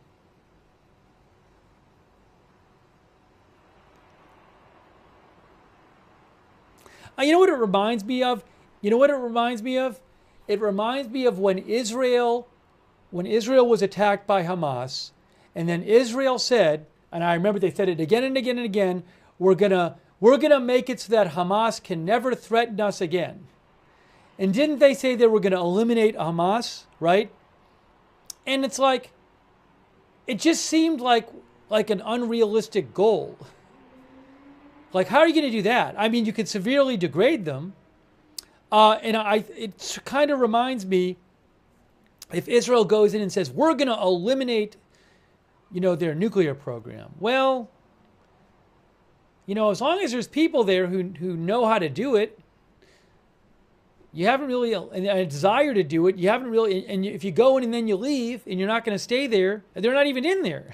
There's not even a force in there. It's all air power pretty much. How can you eliminate it? He has a point to some degree.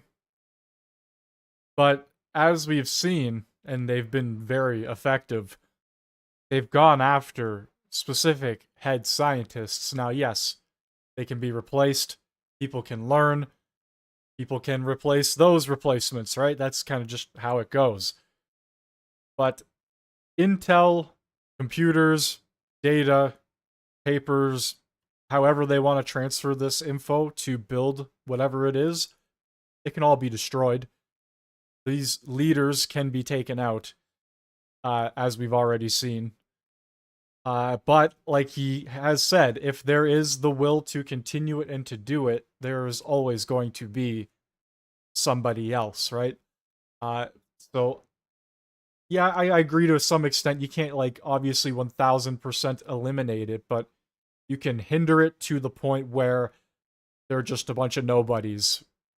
And that's essentially what it sounds like they want to do.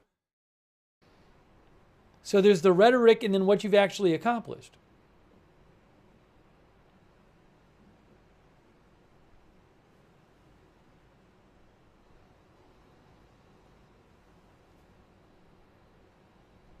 We actually talked about this a couple days ago. I was saying, well,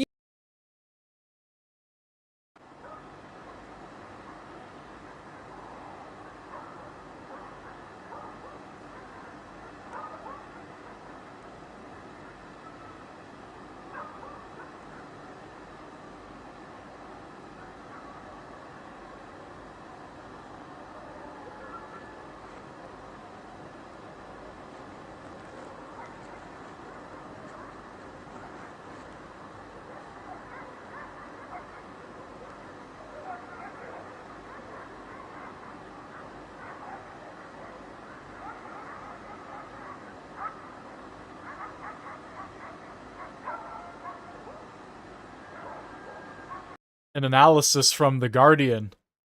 Israel's attack has exposed Iran's lack of firepower. Iran has struggled to respond effectively after Israel took out many of its top military commanders. I would say Iran's latest strike was probably their most effective. Not a good thing, obviously. On either side, people dying on either side. I mean, Iran can't have a nuclear weapon, though. That's been made 100% clear.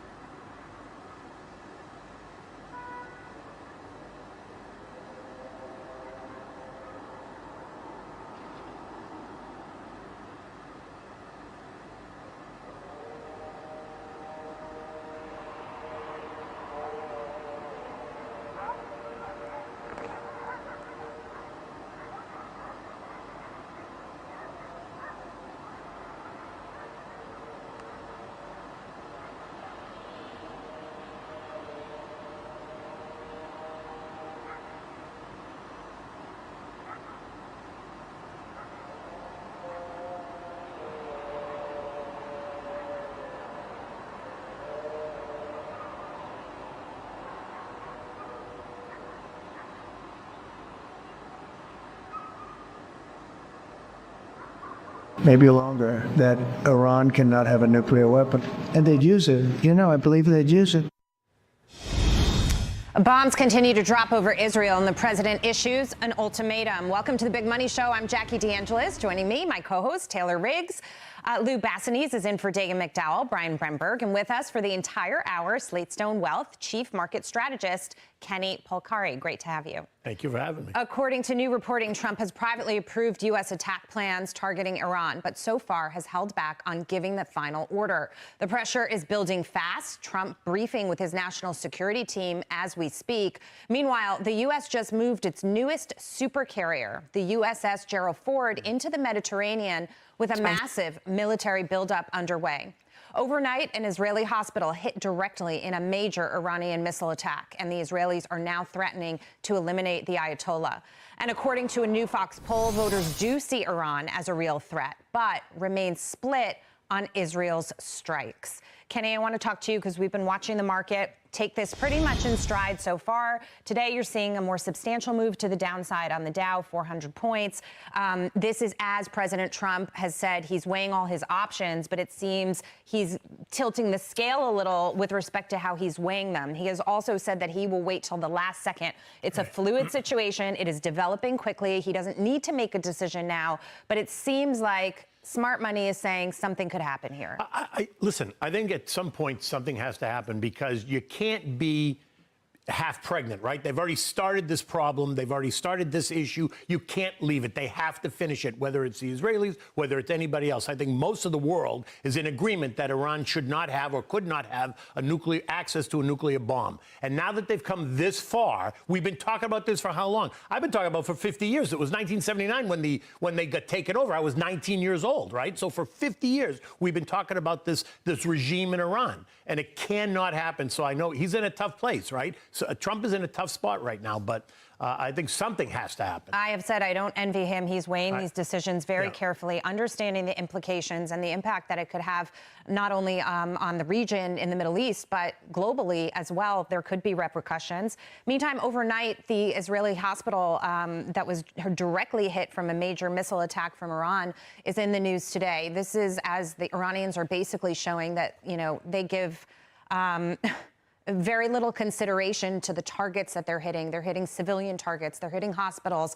This is below the belt, even in the means of war, Brian. And so, to me, it's an escalation. Iran, obviously, being very defiant here. Yeah, they are. This happens a lot, I think, when people get backed into a corner, or a nation gets backed into a corner, or a maniacal dictator gets backed into a corner and knows that he has a losing hand. I hate to see this. These images are terrible. It doesn't surprise me with the Iranian regime. When have they ever shown an interest in human rights with their own people or anyone else's? Never. So this is what they do.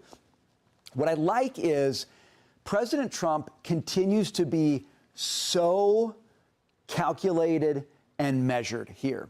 He is not being moved by anyone. Right. He's not. I don't think he's being moved by Netanyahu. He's not being moved by the Ayatollah. He's not being moved by his advisors. He's listening to them. He's putting option after option on the table and letting Iran see very clearly, we've got these assets.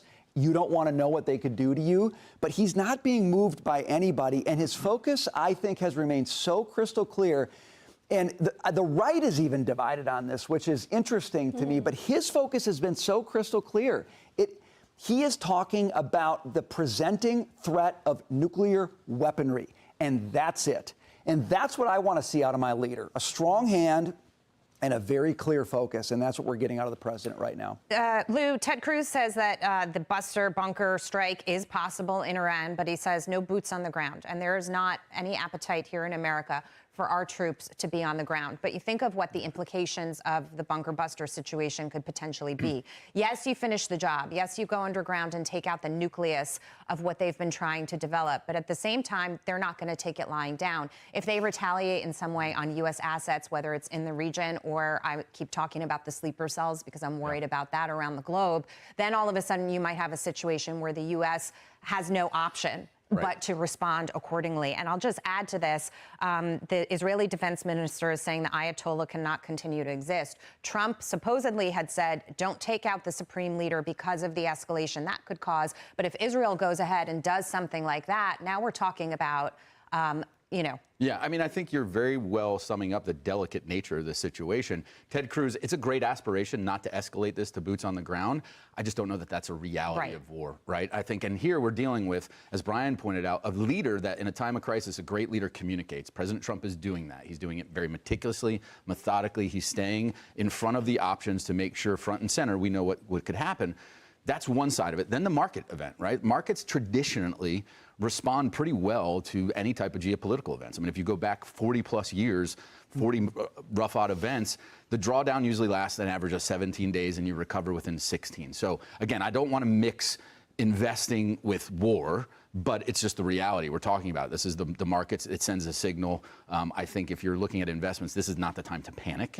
It's more of a time to mind the course, stay invested. But then this is a delicate situation. I think the biggest variable is oil right now. How this escalates impacts oil more than anything, and that will become what the Fed focuses on overall. Which is why President Trump wanted his drill baby drill policy instituted. Joe Biden and his cronies walked that back over the course of the last 4 years. So we find ourselves, Taylor, in a different situation. You're still looking at a market, despite the conflict that we're watching, that isn't, completely falling out of bed the way Lou points out. And so a question for investors is, how do I position myself from here forward? Yeah, I think we've talked a lot in the last few days about how the markets felt relatively resilient. We're back below, of course, markets are closed today, but yesterday the S&P 500 closed below. That looks like a pretty significant jump. I could be wrong here, but whatever. I mean, they can say what they're gonna say. That's fine. Chinese food, hell yeah. That's what's up. All right. Modine feed. I don't even know if the other two have any updates as of right now. Oh, a little bit. There was an update that I gave earlier, but I'll bring it up again just because why not?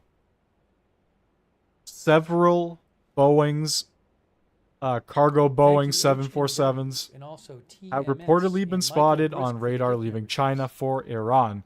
Thank you, TMS. So, says North Korea giving Iran this was reported on by nukes is only a crazy idea. quite a few places. I saw.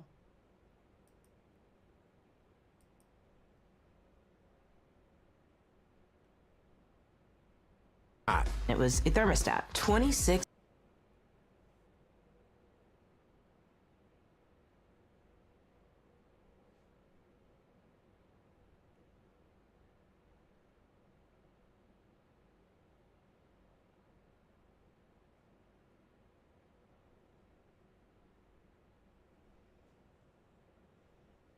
So we got a few different places here that have reported this.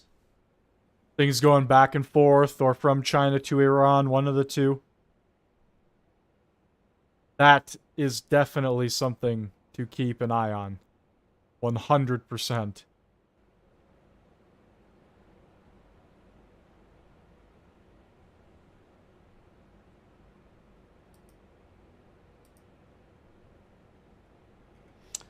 The Washington Post says, Trump dials back war talk, sees more time for diplomacy. They say White House officials are watching European talks with Iran scheduled for Friday, as Trump said suggested he would wait to let discussions unfold. They say in recent days, Trump's comments on Iran have been less warlike.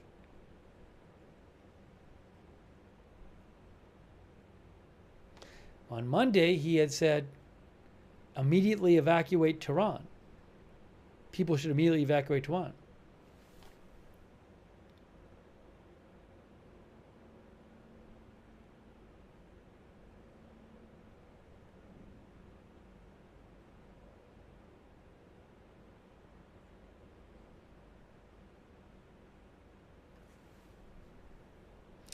The Washington Post says Trump's assertion of a 2-week deadline follows a long-standing pattern. On multiple topics over the years, he has said he would make a decision in 2 weeks. Often that period comes and goes without any final action. Trump most recently sent a public 2-week deadline in late May in response to reporters asking when he would be able to determine how serious Russian President Putin was about ending the war with Ukraine. There's no guarantee it will be within 2 weeks. Could be.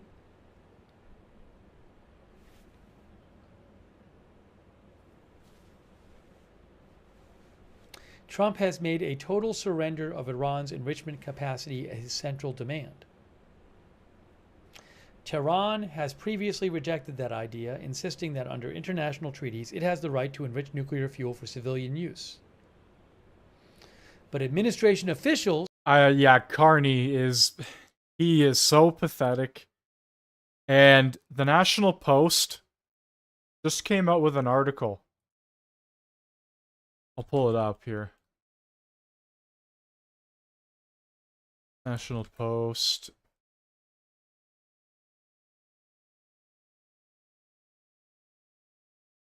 It's right here.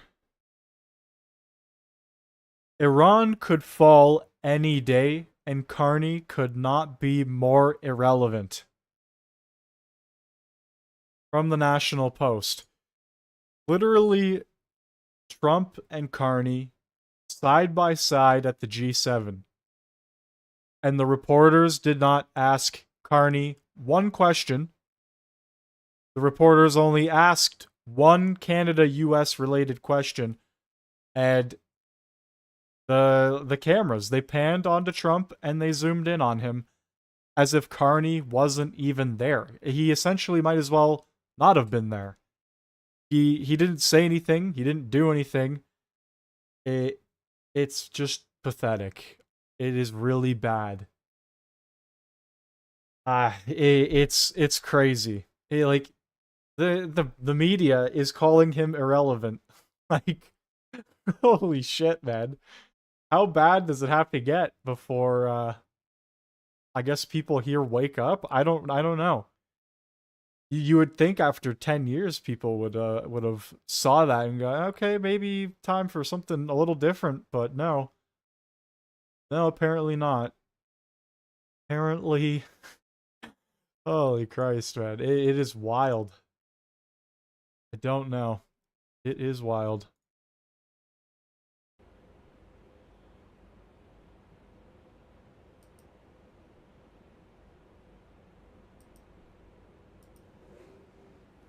Hey, Stephen Inocencio. That's so nice of you, Stephen. Thank you for all your support. Stephen Inocencio, thank you. Also, And it just, like, you have Doug Ford coming out, too, and he was, like, complaining because he almost got robbed, and it's like, yeah, now you realize how bad things are. Like, come on, man. You had to almost lose your car to a bunch of thieves before you spoke out. And he just backed Carney, essentially, the whole election. And it's like, there you go. There you go, Doug. I don't know what else to tell you, man. and there is someone who sent a behind the scenes sticker. Thank you. I can't read the name, but thank you. Oh, did I say Israel? You know, once in a while, I just make a mistake and I don't realize. Once in a while, I say the wrong word and I don't realize it. So I guess I said, I clearly did not mean this. I guess I misspoke and said Israel sent drones to bomb Saudi Arabia a few years ago, oil facility. It was clearly Iran and not Israel. Sorry about that. Thanks, Gordon, for letting me know. Yeah, once in a while, just and I don't even catch it. And then somebody says 10 minutes later, you said, and I was like, I don't at all remember not saying the wrong thing.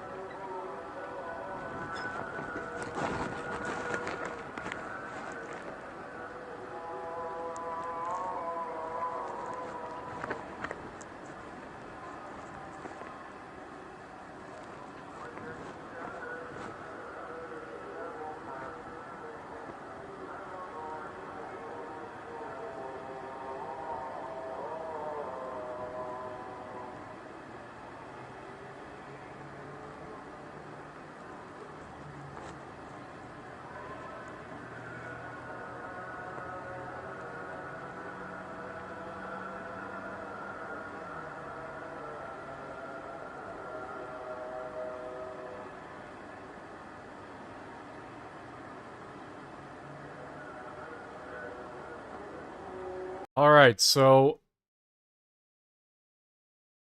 we had those Dead Sea alerts about, I don't know, 42 minutes ago, 55 minutes ago there, those two. We got the confirmation from the Israeli Air Force, confirming both of them, I'm pretty sure.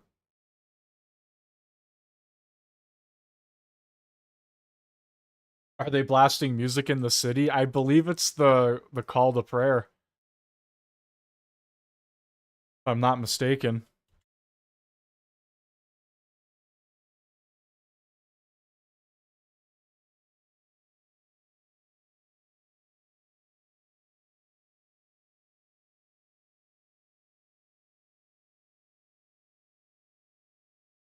I could be wrong, but I think that's what that is. It plays like every single day at the exact same time, so I'm pretty sure that's what it is. And I think it I think it plays multiple times a day as well.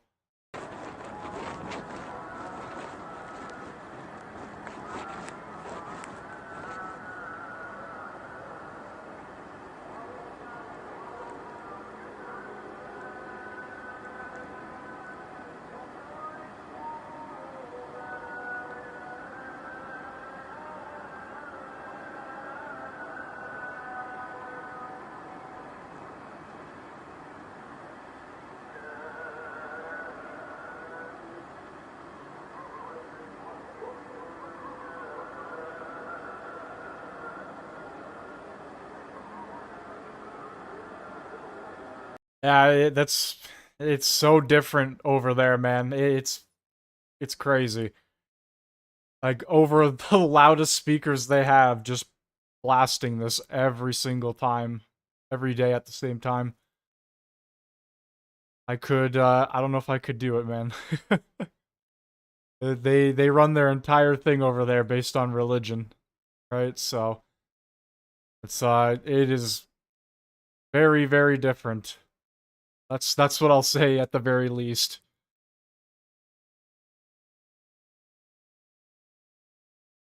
F-35 jet fighters,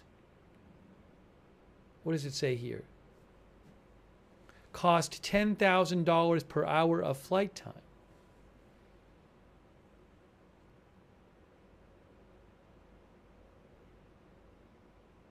This is in Israel. And this is for Israel.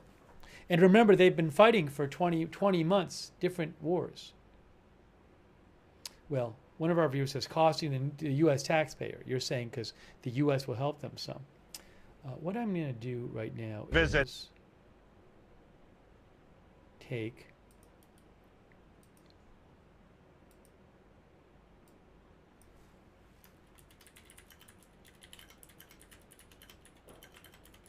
Barry mentions maintenance. Hey, give me just 1 minute here. I'm just going to take 1 minute. I'm coming right back in 1 minute. We'll continue.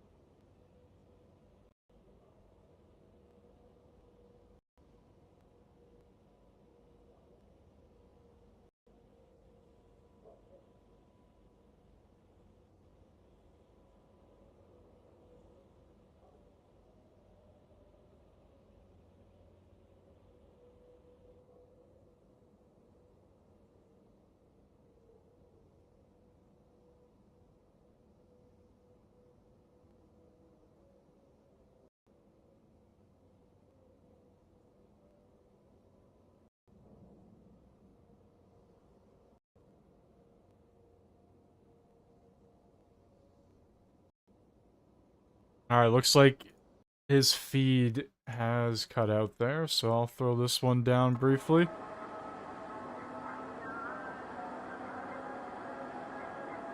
Oh, looks like this one's down too. Oh, there might be something going on in Tel Aviv. Might be something going on in Tel Aviv if all the feeds are down like that. Let's see here. That's Jerusalem, Tel Aviv. Yeah, there we go. That one's working.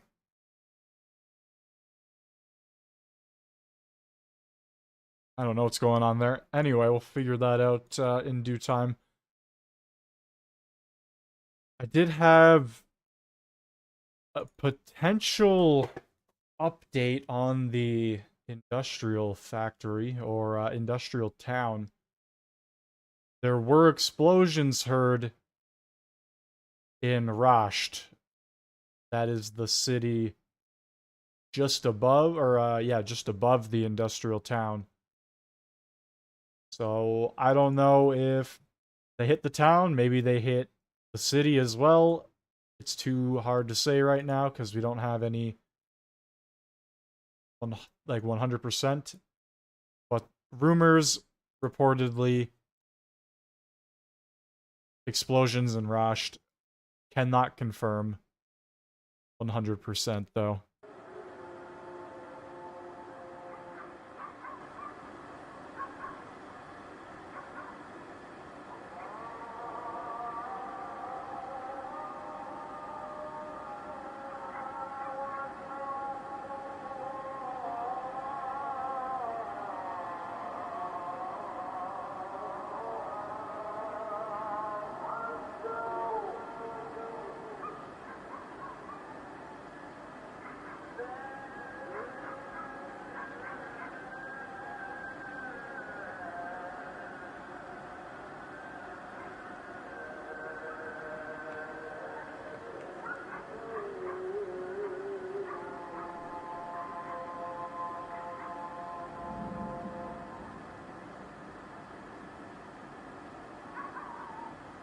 All right, it is the top of the hour. 9 p.m. Should have another Fox News update here.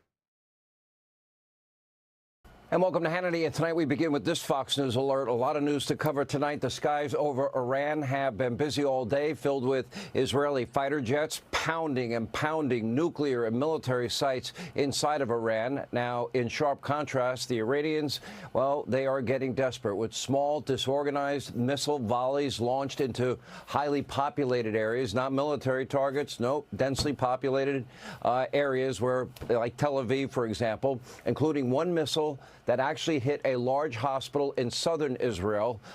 That's what a soulless, sick, and evil regime this really is. And at the same time, a lot of questions tonight. China is, quote, raising eyebrows with mysterious flights to Iran, and President Trump might be giving the mullahs one last opportunity for peace, as if they deserve it. As the White House says, there is now, quote, a substantial chance of a diplomatic solution. We'll tell you what that must look like if in fact that's true. More on that in a moment. But first, we begin with the very latest on the ground tonight in Israel. Our very own Greg Palcott. Greg, what's going on tonight? Sean, a quiet night in Israel so far. That is after a day of fire and fury. We witnessed early on Thursday morning an onslaught of 30 Iranian ballistic missiles fired at Israel. Most were knocked down, but 6 or 7 got through. Tel Aviv's stock exchange turned into rubble. Down the Israeli coast in Holon, residential blocks became a shooting gallery. Hardest hit, the Soroka Medical Center in the south. All of its wards had remarkably been cleared. Iran claimed it was aiming at an Israeli military installation. As Prime Minister Netanyahu toured the scene, officials blamed Iranian cluster bombs for contributing to the 240 injured overall. Netanyahu claimed the Iranians are tyrants as, yes, the IDF continues to pound Iran's nuclear and military infrastructure, including today a water-cooled nuclear plant not currently in use. As for getting rid of all of Iran's nuclear program, Netanyahu says he's appreciative of help from the United States, but could do the job on his own. Sean, that is a tall order. That's a tall order, but it's also, I guess, a loud, clear message. Unfortunately, their options are way more lethal if it's what I think it is. Greg Palkot, stay safe in Israel tonight. Thank you. And also, more and more military assets are now amassing in the region. Here with more from the Pentagon tonight, our own Jennifer Griffin with the latest there. Jennifer. Good evening, Sean. Tonight, as Greg mentioned, Israeli warplanes continue bombing Iran's nuclear sites, like this heavy water reactor at Arak destroyed earlier today. Meanwhile, U.S. Central Command continues to reposition military assets in case the president orders a strike on Iran's main underground nuclear facility.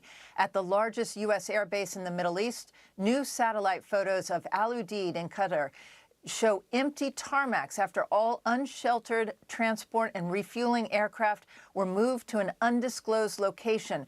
Preparation should Iran try to target the U.S. base. At the Pentagon, there's little doubt the GBU-57 Massive Ordnance Penetrator, or MOP, could destroy Iran's Fordow nuclear facility buried inside a mountain 300 feet underground. The MOP can penetrate 200 feet underground. Further, if two missiles are dropped via GPS positioning into the same hole. Retired Navy Captain Todd Sawhill oversaw the Defense Department's targeting operations, advising 5 CENTCOM commanders on weapons like the MOP. You can use a multiple hit scenario so that you have multiple impacts in the same point. You'll create a large crater, spoil will be thrown out, and it allows a pathway for the next munition to go in even deeper and farther, so that successive hits on the same point will allow increased penetration and increased lethality. The former deputy commander of the U.S. Global Strike Command, himself a B-2 pilot, described the challenge. Will the environment, the weather, all the other factors that go into that, the dozens of tankers and air refuelings, all the things that are necessary to carry off this kind of complex strike, does all that fall into place? And will we achieve those desired effects? It all comes down to the accuracy of the intelligence, Sean. The decision now rests with the president. Sean. It does indeed. Jennifer Griffin at the Pentagon tonight. Thank you. Let's take a moment to look at the facts as they stand right now. There's a lot going on. Israel, they control the skies over Iran and are hitting one military target after another. They are hitting their nuclear facilities. They've taken out their nuclear scientists. They've taken out their top military personnel. They are pounding them around the clock every day, every night. Meanwhile, Iran is getting desperate. They're launching missiles now at civilian areas in Israel. Worse than ever, as today they struck a hospital. Doesn't get any lower than that. But these attacks are weakening. They're getting more disorganized as Israel now is hunting down, eliminating Iran's missile launchers, and they're doing so successfully. Also, indications tonight that Iranians may be running out of missiles and the batteries to launch them. And as Jennifer Griffin just reported, there is a massive U.S. military buildup in the region. American bombers now lining up at Diego Garcia in the Indian Ocean, F-22 stealth fighter jets en route to the Middle East, and numerous other military and naval assets have been in the area for weeks. One thing seems pretty certain tonight, and that is that the Iranian, quote, republic will not have a nuclear program at the end of this conflict, and Israel may or may not need our help taking out Iran's top secret, Fordow nuclear facility deep inside under that mountain. We have the bunker buster bombs that can do it, as we reported, and the Stealth 2 bombers that can drop the massive payload without being detected over the skies in Iran. Every military operation, we always pause. It does have danger. There's always danger when there's any military conflict. Not the first choice, but they are the #1 state sponsor of terror. They have killed Americans. We'll get into more details in a minute. Now, it would be by far the best, most efficient way, meaning the bunker busters, to take out this site, this remaining site at Fordow. But in the end, I suspect it will be gone one way or the other. And tonight, somewhat surprisingly, President Trump is still working on a more peaceful solution. According to reports tonight from the White House, there is a, quote, substantial chance for a diplomatic solution. Now, keep in mind, Iran has zero leverage at this moment. They have, in many ways, already lost the conflict. They have no control of the skies of their own country. And as the president said, unconditional surrender and no weapons moving forward, that's got to be part of any deal, and that deal has to be made expeditiously. While this would be the ideal solution, I'm not exactly sure they even know what the word peace means, and the world knows that the Iranians cannot be trusted. Any signed agreement would need to include the immediate access and dismantlement of their entire nuclear program. Understand, they have no leverage at this moment, and that would include, by the way, the Fordow site, and that has to be led by an American team of scientists, also including anywhere, anyplace, anytime inspections. Anything less than that would frankly be meaningless, and we'd be back to square one. Now, if they agree to the most aggressive conditions, and I would add to that, they got to give up their long-range missiles and any missile that would be in range of any installation that America has in the entire region. I guess if they could do that, their back is against the wall, but I would never trust these radical terrorists and extremists. They are now desperate. They are running out of time. Take a look. Now, regarding the ongoing situation in Iran, I know there has been a lot of speculation amongst all of you in the media regarding the president's decision-making and whether or not the United States will be directly involved. In light of that news, I have a message directly from the president, and I quote, "Based on the fact that there's a substantial chance of negotiations that may or may not take place with Iran in the near future, I will make my decision whether or not to go within the next 2 weeks." That's a quote directly from the president for all of you today. All right, we can interpret within 2 weeks. That could be hours from now. Could be 2 weeks from now. As always, President Trump is not going to forecast the plan to the enemy. So if I were the mullahs of Iran tonight, I would act fast, because here's another simple fact that they need to comprehend and understand very deeply. You can call it the Trump doctrine. You can call it whatever the hell you want. Well, the president rightfully hates war. He does. He prefers peace. He gave them 60 days, and he has done everything he can do to avoid war. He also has a backbone, and he's no isolationist, and he's proven that in the past. A president who took down ISIS, al-Baghdadi and his associates in his very first year without getting the United States into one of those long, protracted wars that everybody keeps talking about. It's a president that took out the #1 terrorist of Iran, and that would be General Soleimani, sending a very clear message, again, without any protracted conflict. It's also a president that used the mother of all bombs to take out the entire terrorist encampment in Afghanistan. Do we forget that part? The president has stated many times, over and over again, Iran, he's been clear. There's no ambiguity here. Iran cannot have nuclear weapons. And that is the correct policy, or the world would risk a potential modern-day Holocaust, and that is not hyperbole. Look at the hundreds of thousands of rockets over the decades that Iran or their proxies have fired into Israel. And how many Americans have they also killed over the years? It simply cannot happen. Now, they have been at war with us since 1979, 444 days, Americans held hostage. They threatened to nuke the United States almost every year. Now, when someone tells you who they are and what they plan to do, I would believe them, especially with their history of fomenting terrorism worldwide. This is something America learned the hard way. After 9/11, remember the 9/11 Commission report, they were at war with us. We were not at war with them. Put simply, we cannot sleepwalk into a nuclear-armed Iran. The world, America, Israel, the entire region will be held hostage. Now, if there is a solution tonight that is emerging that can keep us out of this conflict with all of the things that I mentioned in terms of any place, anywhere, anytime inspections, if they will give up their long and short range missiles, if they will give up their missile batteries. They would have to give up literally their entire arsenal and then promise to never make anything ever again. That would essentially have to be the deal, and I don't think Iran is just going to sit there and go, yeah, I agree with that one. So I don't think that's going to happen. And for the people that are like, oh, Trump claimed to be a peacemaker, but is ready to go to, he tried. He really tried for 2 months straight. And he's still trying. He gave them another 2 weeks. He essentially gave them another 2 weeks to stop. So I don't know what else he could really do at this point, especially with everything they have threatened and the capabilities they have promoted so far. I don't know. It's only a matter of time. Based on everything we have seen this week, we've seen a lot. There's been a lot going on. Let's see what Agenda Free is doing. An absolute radiological catastrophe. But he said attacks on radio of chemicals. It would come from a chemical that's produced when uranium hexafluoride interacts with water vapor and produces harmful chemicals.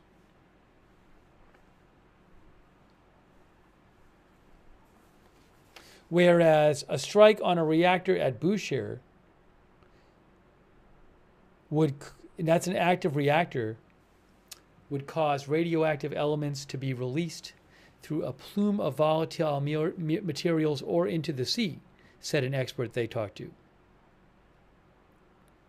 Another expert that Reuters talked to said an attack on the one working Iranian nuclear plant, Bushehr, could cause an absolute radiological catastrophe.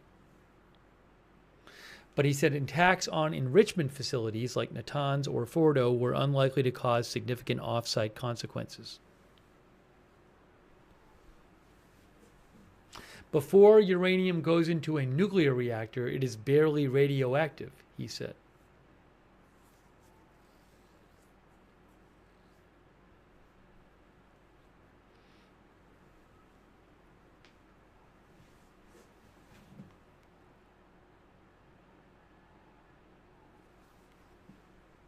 We mentioned also that, hold on a second here. Countries like Qatar, Bahrain, and Kuwait get all of their water, drinking water, from the Persian Gulf. They desalinate it.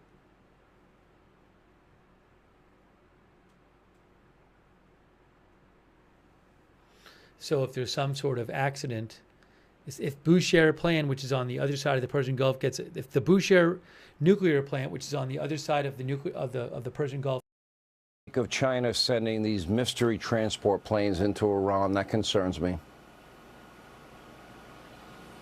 Well, China has been buying Iran's oil on the black market for years, propping up their economy. We shouldn't be surprised that China is going to continue to provide some kinds of support to Iran. But what you really see is Iran being isolated. China has not leapt to Iran's defense. Russia has basically said Iran is on its own. None of their so-called proxies, their ring of fire around Israel, has any desire left to fight Israel. In some places, where they once had footholds, like in Syria, Israel now has complete freedom of action against Iran. So I think the real story here is that Iran is totally isolated. President Trump, Prime Minister Netanyahu has put the Ayatollahs on the back foot, and we're about to finally bring this threat to the United States to an end. Let's bring a little politics into this. I mean, the left has been tolerant in the halls of Congress, on college campuses, of virulent anti-Semitism. And in many ways, they have been somewhat complicit. Their silence has been deafening. I find in this conflict as well, their silence has been somewhat deafening. Why are there not more outspoken voices against the #1 state sponsor of terror? To me, this is an issue of simple moral clarity, especially based on their history of following through and firing weapons, either directly or through their proxies, and also targeting Americans over the years going back to 1979. There's your forever war. They started it. Well, yeah, Sean, if you look at, for instance, some of these protests that have broken out on campus over the last 2 years, they don't just wave the Palestinian flag and burn the Israeli flag. They burn the American flag. They don't just chant against Israel. They condemn the United States itself, which has provided them so many blessings of liberty. And the same thing is true in Iran. They call Israel the little Satan. They call the United States the great Satan. they chant death to Israel, they also chant death to America, because they realize that we're part of the same heritage of Western civilization that they want to overthrow. That's what the radical left in America wants to as well. It's really two sides of the same coin. Are there any things that you might be aware of, because this kind of caught a lot of people by surprise, that the president was opening the door a little bit to maybe giving them a little bit more time after the 60 days and Israel very quickly bringing them to their knees? Is there any insight, is there any other information that maybe the public's not thinking about that the president would know of that would cause him to buy a little more time? Because I suspect that's a possibility. Yeah, Sean, I don't want to speculate about what the president is thinking or about any information that we may have that's not in the public domain. But I think it is clear after a week of Israel pummeling Iran's defenses that we do have the benefit of time here. Not months, not years, but hours, days, a couple of weeks, as the president decided today. He may give the Ayatollahs one last chance to try to turn over all of their nuclear weapons program and uranium enrichment. Also to make sure that we're prepared in the region and around the world. As you rightly said, Sean, this is not without risk. Our troops in the region are at risk. We have embassies around the world. For all we know, sleeper cells could be in America because of Joe Biden's wide open border. The president is aware of all of those threats. I think we already know they he are. wants to be prepared for them. That's not an issue in dispute, is it? He's let in known terrorists. We know they're here. Yeah, and I think, and Sean, I think the president recognizes all of those risks and those dangers, but he understands, as he's understood for 10 years, that the danger of a nuclear Iran with ballistic missiles within a few years that could hit the United States makes all those things worth bearing for the sake of the safety of the American people. It's a crazy time, that's for sure. These next 2 weeks are going to be wild. That's all I know. Gets attacked coming up in Iran.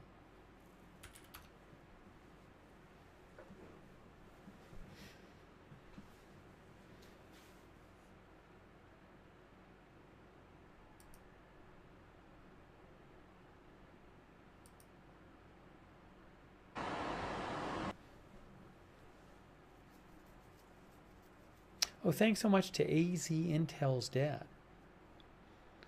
Is it really AZ Intel's dad? Thank you so much. Also, Chris Kubako.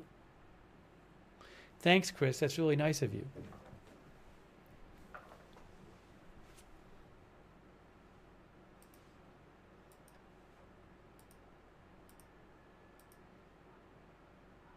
And I don't know what's going to happen day to day with this, you know. There could be all kinds of things.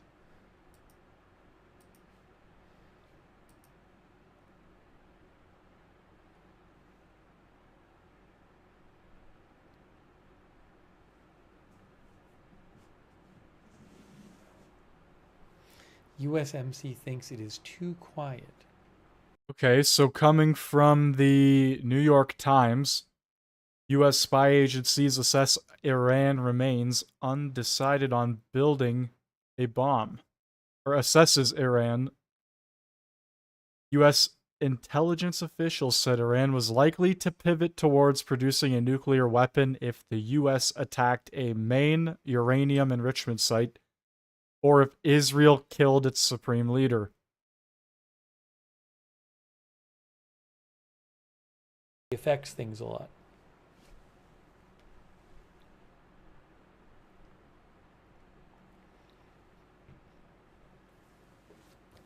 Superhero says possible, or he just wants to keep everyone in suspense and get the attention.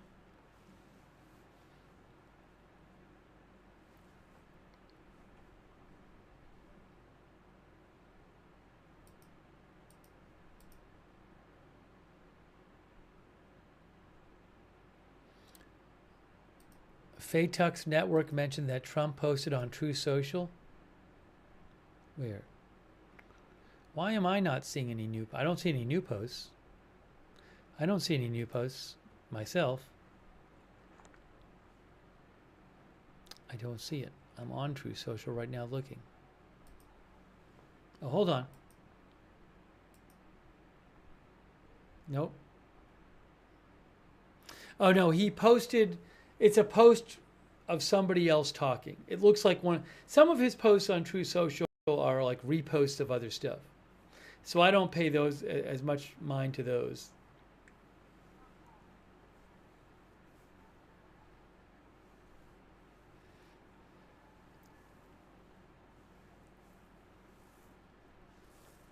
There's a repost on his account of a Fox News broadcast where somebody is saying that Trump is not afraid to take out Forgo. Forgo, it should be Fordo.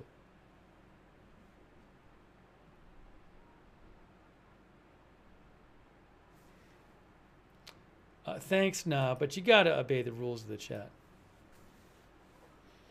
What'll happen is maybe right when I go off the air, there'll be some kind of big news. But it's fine because I can always jump back on the air and cover big news if it happens. We'll give it a little while longer and see if anything pops up.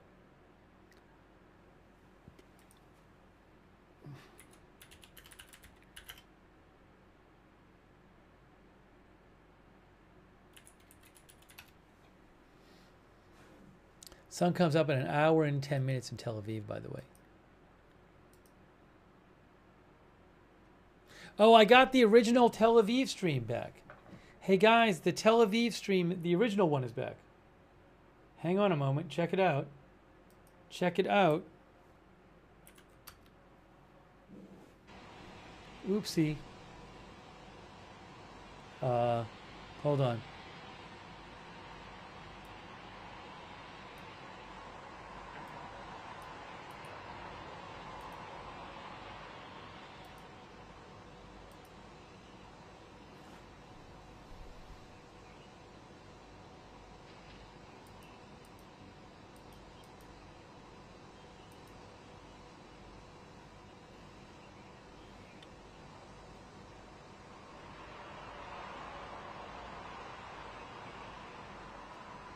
Is it the same one?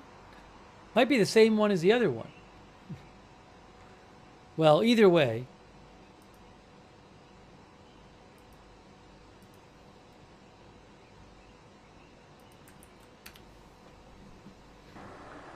Now what's happening? Hold on a second. Oh, I see.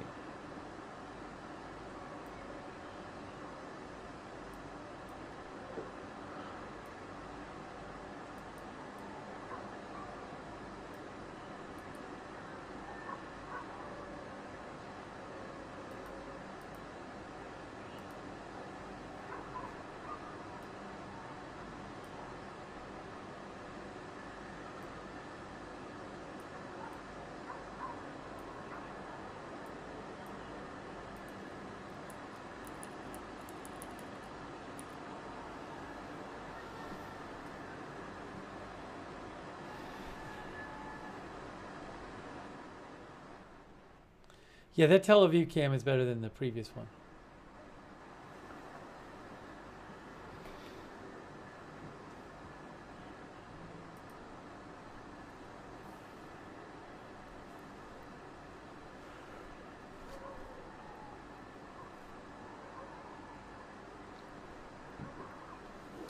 No, there has not been any missile attacks during the stream.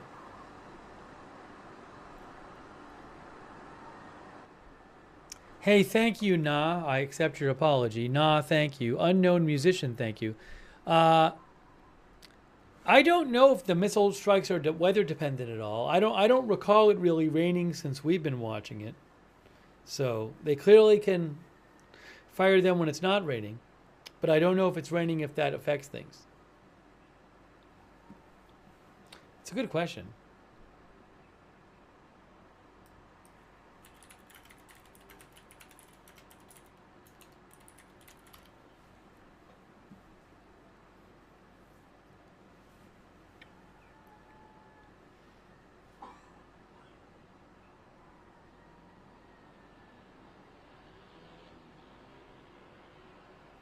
That's a whole interesting question about missiles colliding with rain. There's some different articles about it.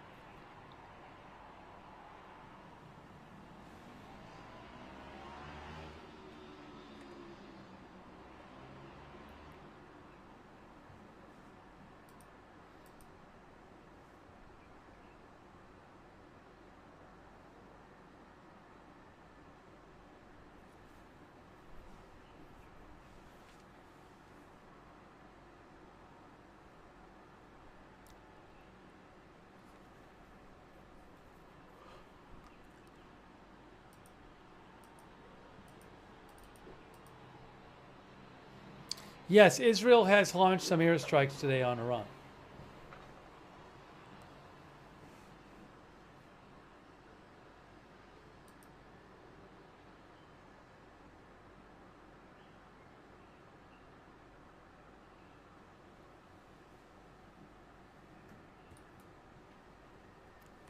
Kojak, I believe the ballistic missiles take like 10 to 12 minutes to get to Israel from Iran. The ballistic missiles, which is what they've been firing. Thank you, Kojak.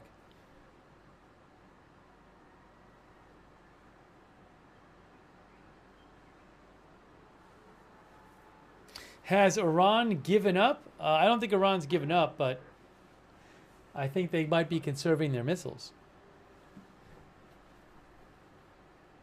Maybe also Iran is concerned that if they bring out their launchers, they'll get shot by Israel. So they want to do it fewer times. Yeah, I don't know if it's going to rain where I am, but like I said, it was cloudy all day. It rained very briefly earlier.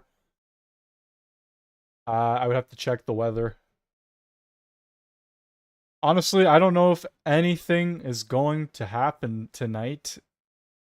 As Agenda Free said here, they could be conserving them. I don't know. Maybe they'll do another early morning strike again. Maybe they'll stop altogether. But at this point, everything has been essentially radio silent. They shot down a few drones over the Dead Sea about 2 hours ago.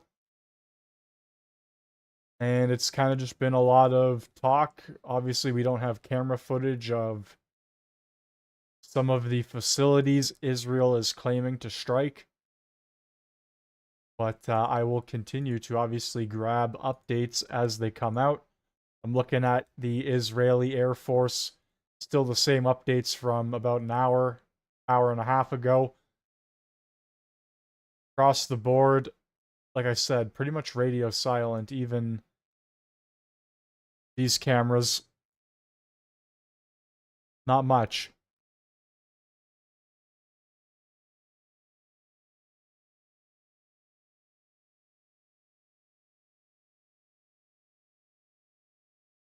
They're just going to keep it down for the duration. It's up to the government there, but I don't know.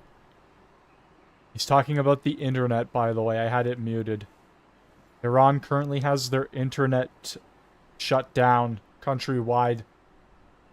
So that's pretty bad, to be honest with you.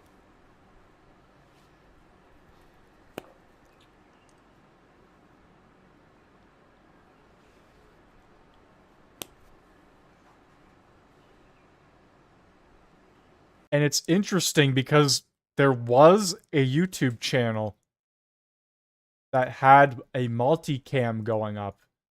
And this YouTube channel had a multicam of Israel, and they had a multicam of Tehran, Iran's capital. And that stream has not been active for... Yeah, like, they haven't been active for a while now in terms of this conflict. It's still going on, and they stopped streaming it. And they also unlisted all of their streams. So I'm wondering if this channel was from Iran, or it says they're from New Zealand. Maybe they were only there briefly and then they left. I don't know. But regardless, Iran's internet is fully shut down, which is pretty messed up.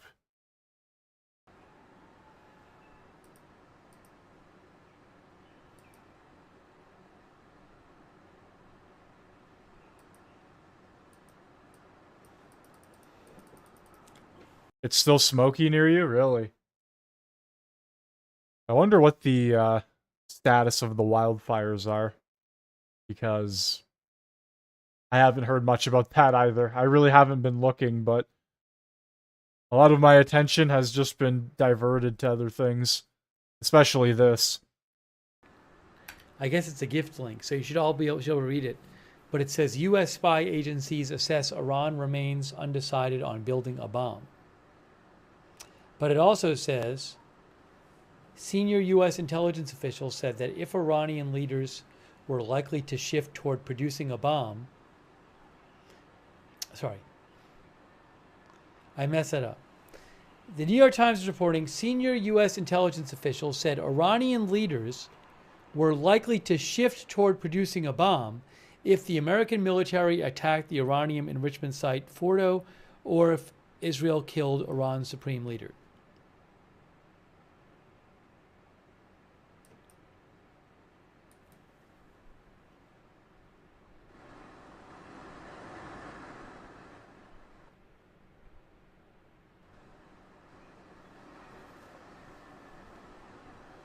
Thanks to John Jacques.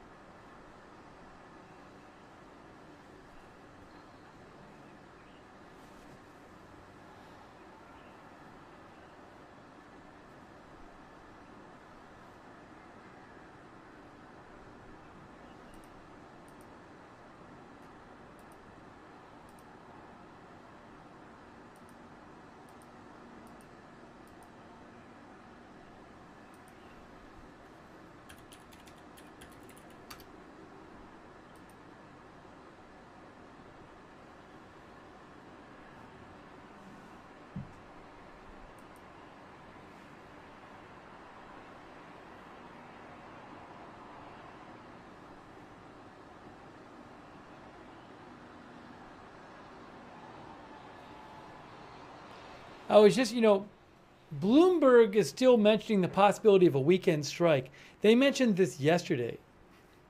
Bloomberg says senior U.S. officials have been preparing for the possibility of a strike on Iran. People familiar with the matter said, with some pointing to potential plans for a weekend strike.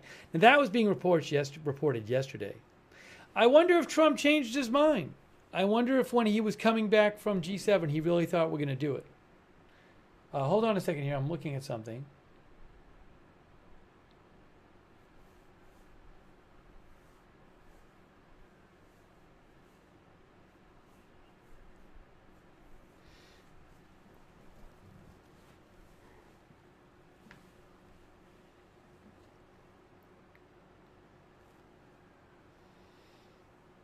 Thanks also Reggio and Isabella and MK. Thank you. And Wonton 8888 and Arrow Pitura and Kojak. Arrow Pitura says Israel has been running low on their interceptors and Iran is running low on missiles. Can this really go on for 2 weeks more with this intensity? Well, maybe not. There have been articles floating around about how they're both running out of missiles and projectiles. Missiles, interceptors.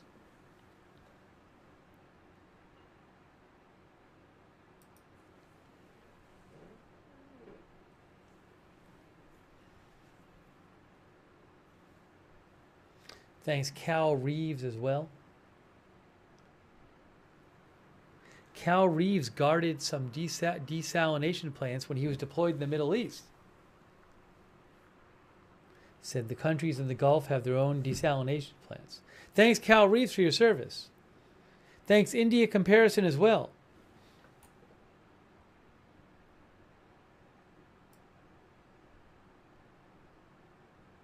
And LL.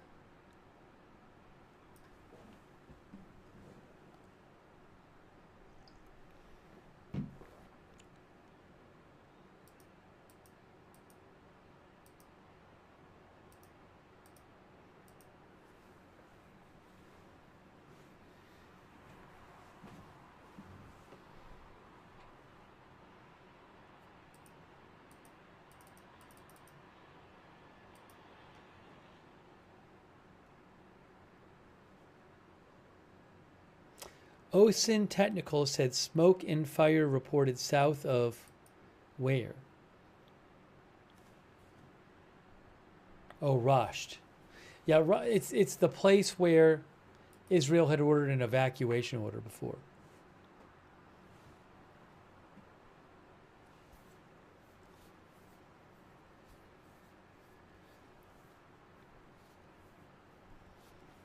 I'm trying to figure out what to do,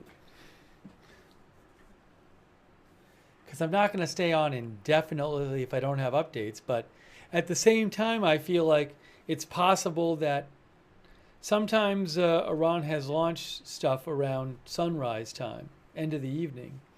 So I don't want to abandon the stream and then have that happen.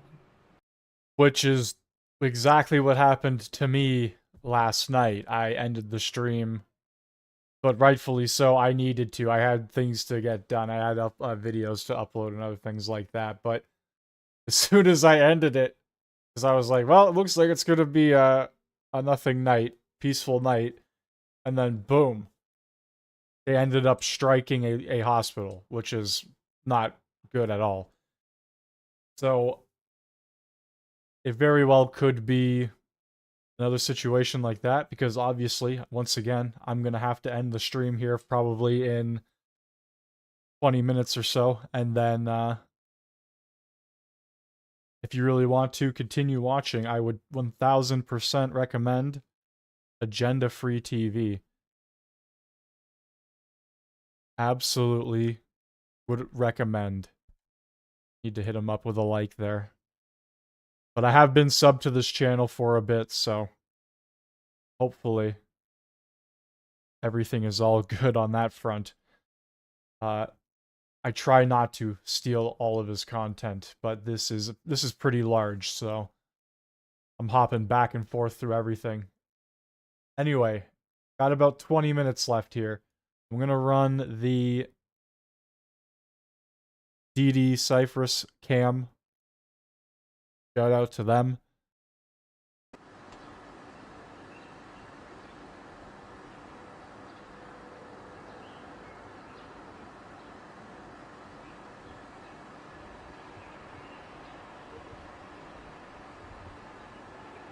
But yeah, I have to agree with him. If things don't really, like, if nothing happens, right? Like, there's no updates, there's no news, there's no point in continuing to go live. But these strikes aren't scheduled; they just kind of happen randomly.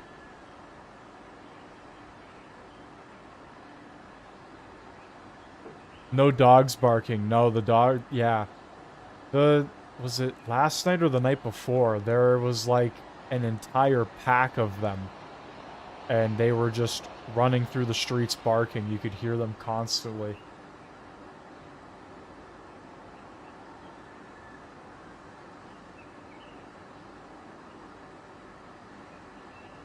You signed. Yeah, you could hear a bunch of dogs barking. I don't know if it was through, because there was another camera up as well. They had 4 up yesterday, I think. They had Haifa, Tel Aviv, and Jerusalem like they did now. And then they had another one. Another Israel cam. And yeah, you could just hear tons of dogs barking. It was pretty crazy.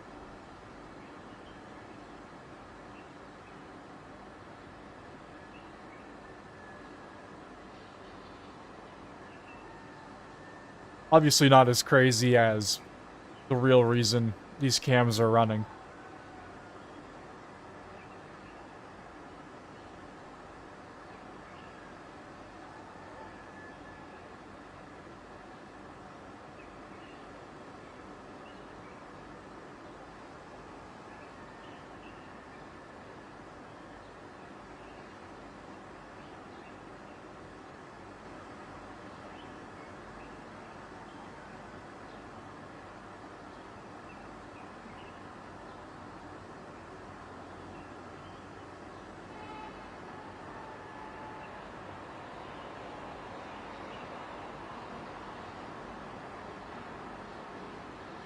can't control the news.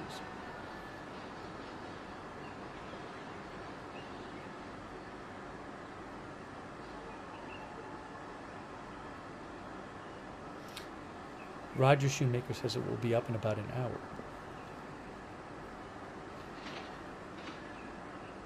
This might be the first night they go without a missile launch during the nighttime.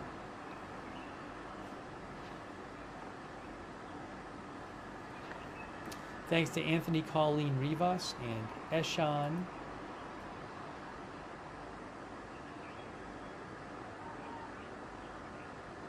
I think there was only one or two during the night, and then one big one during the day, which hit the hospital and the stock exchange.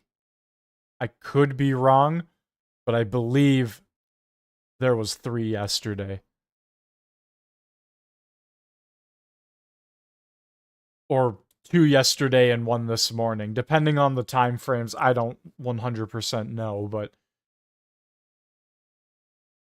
there has been absolutely nothing tonight so far. Not a single thing. So, all quiet on every front we have here.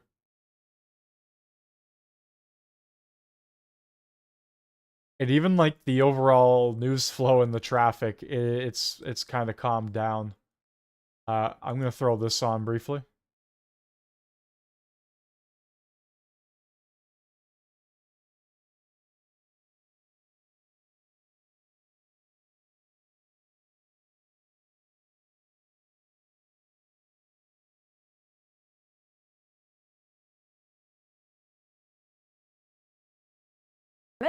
Never materialized Ayatollah Khomeini to power.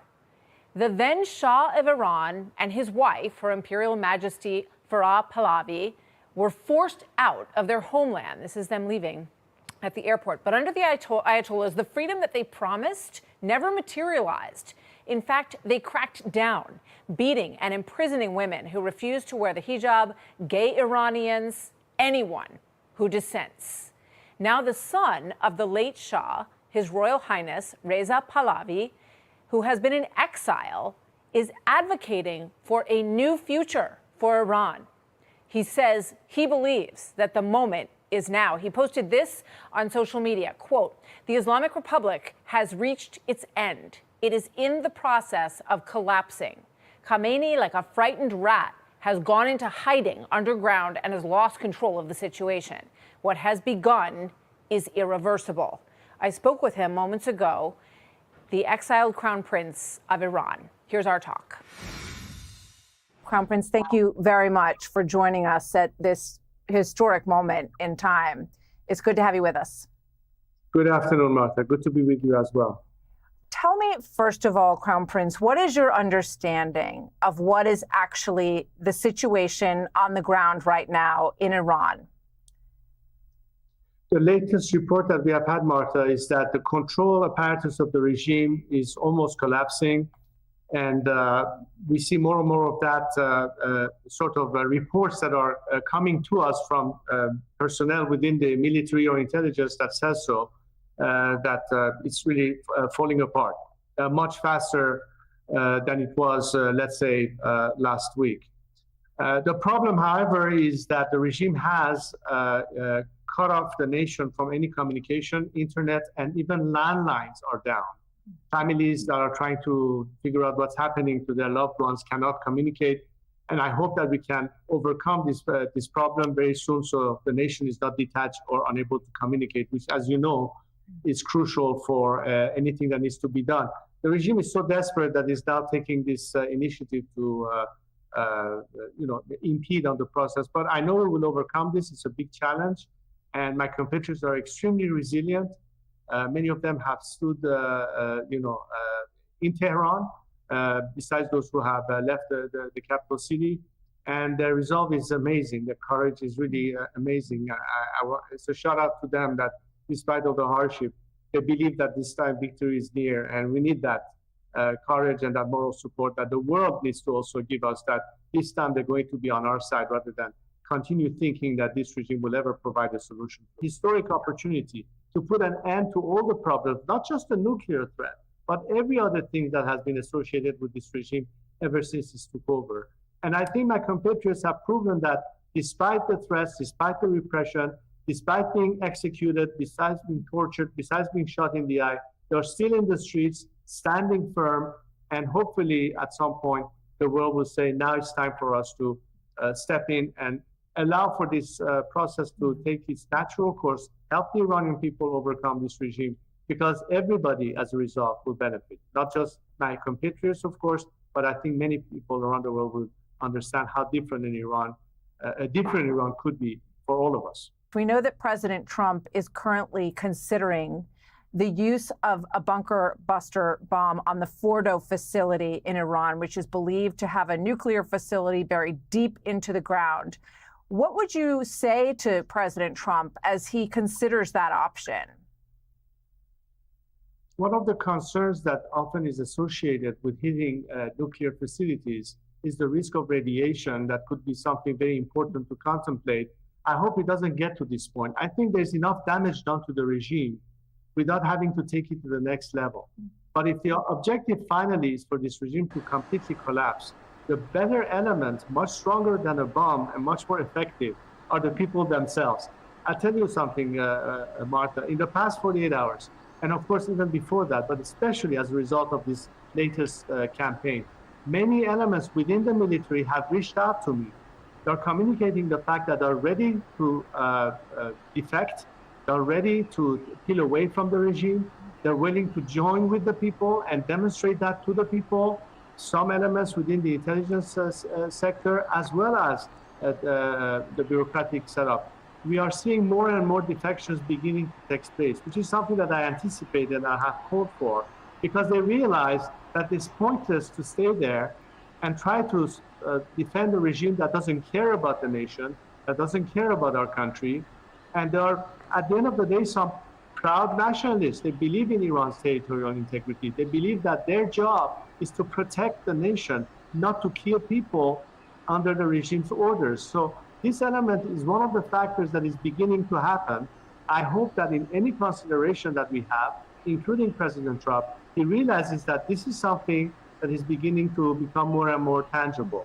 So I think a strategic pause might be required at some point to allow that process to demonstrate itself and allow the regime to start falling on its own weight, so to speak. And we are living these moments as I speak to you right now. So I hope it doesn't get to a point that we have to go even further. But again, I'm not a military strategist, nor am I an advisor to the president. I'm just telling you that Iranians would hope that instead of our country being targeted militarily, and as painful as it is as a patriot to see that my country has been attacked, and I've always thought that we should try to avoid at the most possible such confrontation, just because diplomacy has failed, and instead allow for the process of change at the hand of the people themselves to take place. So I hope that they consider that as a critical factor, as opposed to our only option after failed diplomacy is further military strikes. Understood. So. All right, and there you have it from the exiled Crown Prince of Iran. Regime near collapse. That is going to do it for today's stream. 5 hours and 21 minutes. Thank you, Spider-Man, for joining.